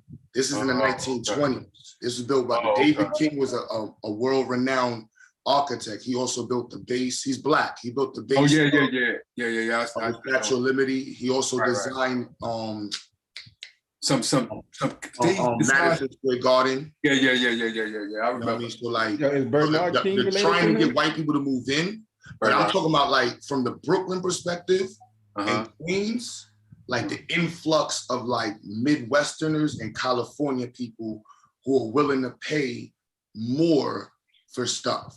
Like it's an influx of that money. That's what's driving gentrification in New York. Like the influx of out of town money and tourists who are willing to pay that money to be in the city. Because I seen on this thing that they was upset because the school, they had built this real big, like pretty much prestigious school, but the people that lived like across the street in the projects couldn't go to the school. And it's like right there, they had to go to another school. Oh yeah, I've seen that project. It's on 66th Street. Yeah, that's in the Upper West Side. Oh, that's like because they like the same way they gerrymander. You know, you could go to a different school by zip code. So like, let's say if some kids will go to school in like 71 First Street, and this school will be in 68th Street. So technically, like you said, it's 3 blocks away from my house. I should go to this school, you know? But then they have a zone school. Yeah, they got the zone school shit. Yeah. Like 116. So now you're living in the Upper West Side, you got to go to the hood. Like, because 116, Harlem has 2 Harlems. One side is like, right now, West Harlem is like mad white people. Broadway's nice. But like East Harlem. Imagine you go into like the woods. That's the hood. Yeah, that's a hood. And then like they got the methadone clinic right around the corner in front of your school. Like, come on, man. I'm trying to shoot my video on 125th or 125th Second Avenue. Big ass hospital. Yeah, they close those hospitals and just let people out. So that Abyssinian church you talking about, Cuba, they own a lot of property because they aren't that church is like politically connected because his son is still in That's charge. Harlem. That's Harlem. Reverend Butts runs Harlem. Like to him, his attorney David Myers. I did an interview with him because my studio used to be on Strivers Row. And I wanted to do an interview, a documentary on the block, but the people were so bougie. Hell yeah. You know what I mean? And then to think 139th Street housed Adam Clayton Powell. You know the picture where Malcolm X took in the window? Yeah. That was on Private Club. Ain't a lot of that is on that show that come on. What's that? This is all in this one. Godfather Harlem. Bumpy, the Black Godfather. Bumpy Godfather Harlem. Yeah. Mm-hmm. The block where that little alley where they shooting, that's the back. That separates. That's how they made it for these white people. They had a horseback alley. So these only these 3 blocks in Harlem got it. It's from 137th to 139th. But the crazy part is 139th held the richest and some of the top like prominent black people in the country, like Bojangles, Adam Clayton Powell, the first black surgeon, the first black, like the amount of first blacks that lived on that block is crazy. Even Dipset had their moment, bro. Everybody was eating, bro. Everybody was eating. I ain't gonna even. 140th though was the capital of Black America for almost 100 years. You said what? It was the what? Say it again. So on 139th, you have the most prominent block in Black America. Oh, okay. And 140th, you have the murder capital of Black America. Damn, hold on, wait a minute. Right side by side? It's the same block. Damn. Wow. That's crazy. And it's separated by an alley. And if y'all know about Preacher, Ross, you know about Preacher? Not at all. Preacher? I heard about him. Yeah, I heard about him. Yeah, I heard about him. Yeah, everybody know about Bumpy and all them other people, but Preacher's. Ain't Preacher was the one that always sat on the step or something like that? He was Preacher was the gunman. Oh, okay. Yeah, the gun crews. Okay. Like he's like super legendary. Yeah. Like murderer, like super murderer crew, all that. Yeah. Man, that's how they basically got downtown though now. Like the projects is right behind the condo building, like right across the street. Like so when Giuliani came into office, did he put a lot of those laws in place that put a lot of black people, or was it the mayor before him? It was Mayor Dinkins at first, because Mayor Dinkins started like Mayor Dinkins. He started the broken window theory at first, but he started in a cleaning way, like you know what I'm saying, like we're gonna clean the community and we're gonna and then they started RICO laws. So the same RICO laws that were designed for the mafia, then were turned into they were switched into for the gang members or for the. Well, Giuliani did that. Giuliani put the RICO into the mafia, then he brought it to the gang members. Giuliani came in more into enforcement. That's what I'm trying to say. You know. Hey, who did that when they brought when the cops were allowed to come and just rip your pants, basically, like what was that called? Stop and frisk. Yeah, stop and frisk. Well, let me ask you this, right? Because everybody in the United States have heard the name Giuliani before, but most folks don't know why that's a popular name. Why does everybody know about this one New York mayor? It was mostly because of 9/11. Yeah. Yeah, and then another thing about Giuliani. He went to war with the mafia. He took down the mafia. His name sound mafia though. It sounds like he's mob. Well, or he some is shit. Italian. Yeah, he is Italian. But that was as a state attorney. That RICO law, like he took the laws, like he said, broken windows. Most people don't know about broken windows. Broken windows was used in New York. It's still used. Like other people are following New York's idea of broken windows, and it's so crazy. When I travel to other cities, like I just came from Atlanta, right? And I was going out there to rent a space. I'm going back out there for this graduation. But I went out to get a space. And the woman who had the space didn't want to rent it to me for, political reasons, which was some bullshit. But she was a slumlord. But the area is so low in the bluff that her just being present makes her not a slumlord. You know what I'm saying? Like, so they had a garbage can, a huge dumpster in the back alley. The street pavement wasn't even. And like, when she's looking at me like I'm hood because I got gold teeth. I'm talking about just black empowerment, but I'm like, yo, we're gonna do the street over.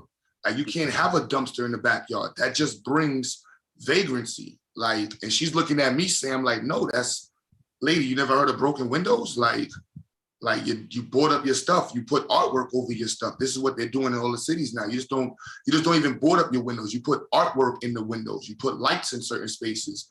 That just inspires people not to be fucking thieves and shit. But they did that in New York like crazy. Like, and Giuliani did that, like he said, on the not just on the talking sense. He brought it into the courtroom. I think so that's, you got a ticket if you had broken windows. Hey, I think that's like, so actually, if you had broken windows, if your house wasn't boarded up, yeah, you was losing your property left and right. Like he wasn't playing that. The city took so many properties from people for not having it boarded up, for having it done right. Then the milk crates, then people coming in the streets cleaning up. He went from the smallest people, and then he went after the top dogs. That's how Harlem got boarded up. Damn, bro. Now look, I think that was a good idea, but I think that they always got some evil agenda behind that shit. Taking these people properties because of some broken windows, that's kind of a reach. But I get the idea in its original conception, though, on some real shit. And the South, I ain't gonna lie, doing man. It now. Yeah, go ahead. Mm-hmm. They're doing it in Baltimore now. They're doing it in Detroit. Yeah, they're doing it in Philly. Yeah, Baltimore now. Everything has too. artwork. All of them boarded up. Or there's no boarded up. You don't find abandoned houses in Baltimore like that. They all boarded up.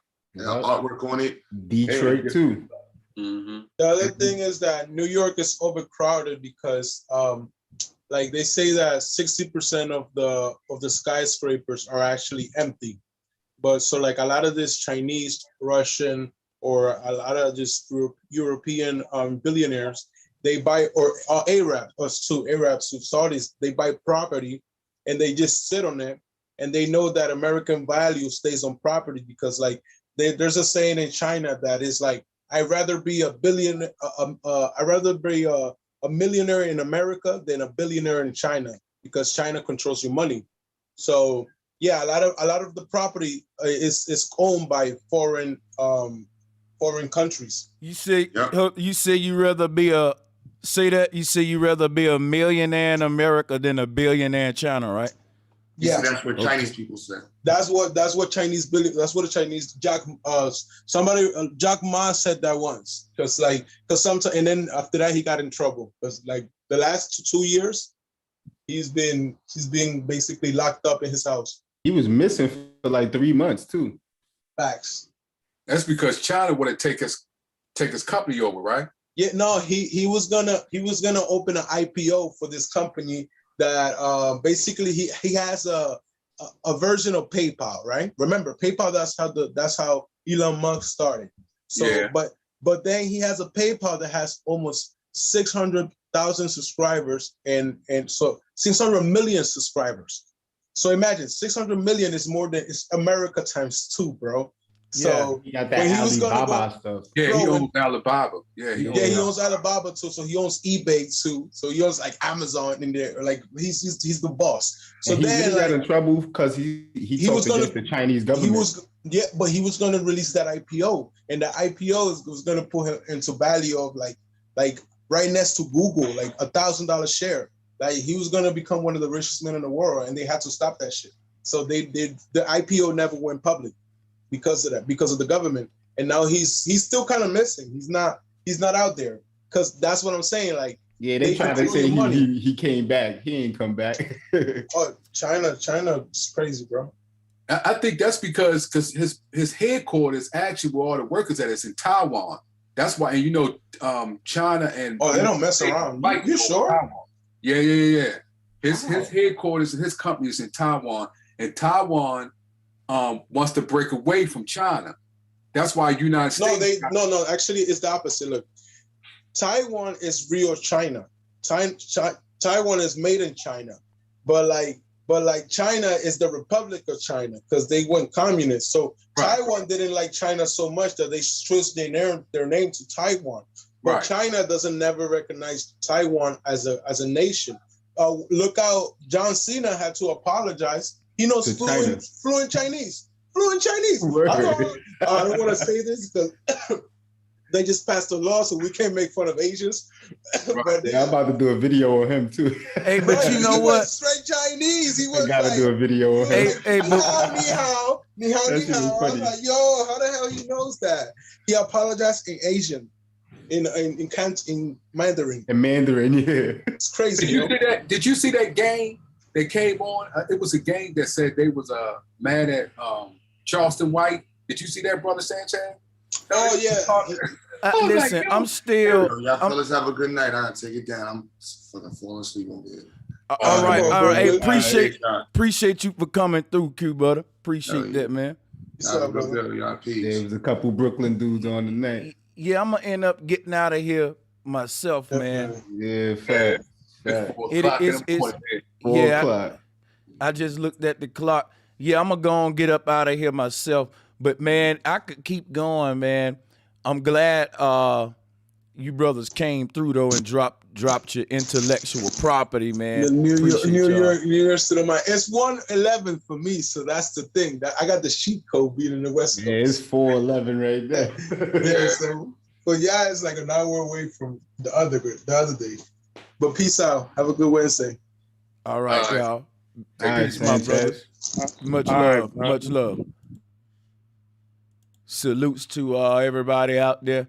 Yeah, I didn't really want to go this long, but you know how it be when you open up the panel. Salutes to everybody that came through on the panel, man. And yeah, it was dope. We was respectful. We didn't drag Boyce Watkins or nothing. We didn't joke on him. We didn't call it out his name. We were just passionate about the video we saw with Charles Wu. And I think Boyce Watkins owed the people more of an explanation than what he's given us. With the amount of detail in the video, he should combat that with the same amount of explaining to us why we shouldn't be convinced that he's a scammer based on the video. So Boyce Watkins, I ain't here to give you a hard time or to belittle you or to none of that. I'm just here to challenge your viewpoints and the stuff you stand for and what you think is a solution for the people on a professional level, on a debate tip, no personal stuff. All right. So I think Boyce Watkins do owe the people an explanation though from that video. And peace and much love to everybody. Appreciate all the donations.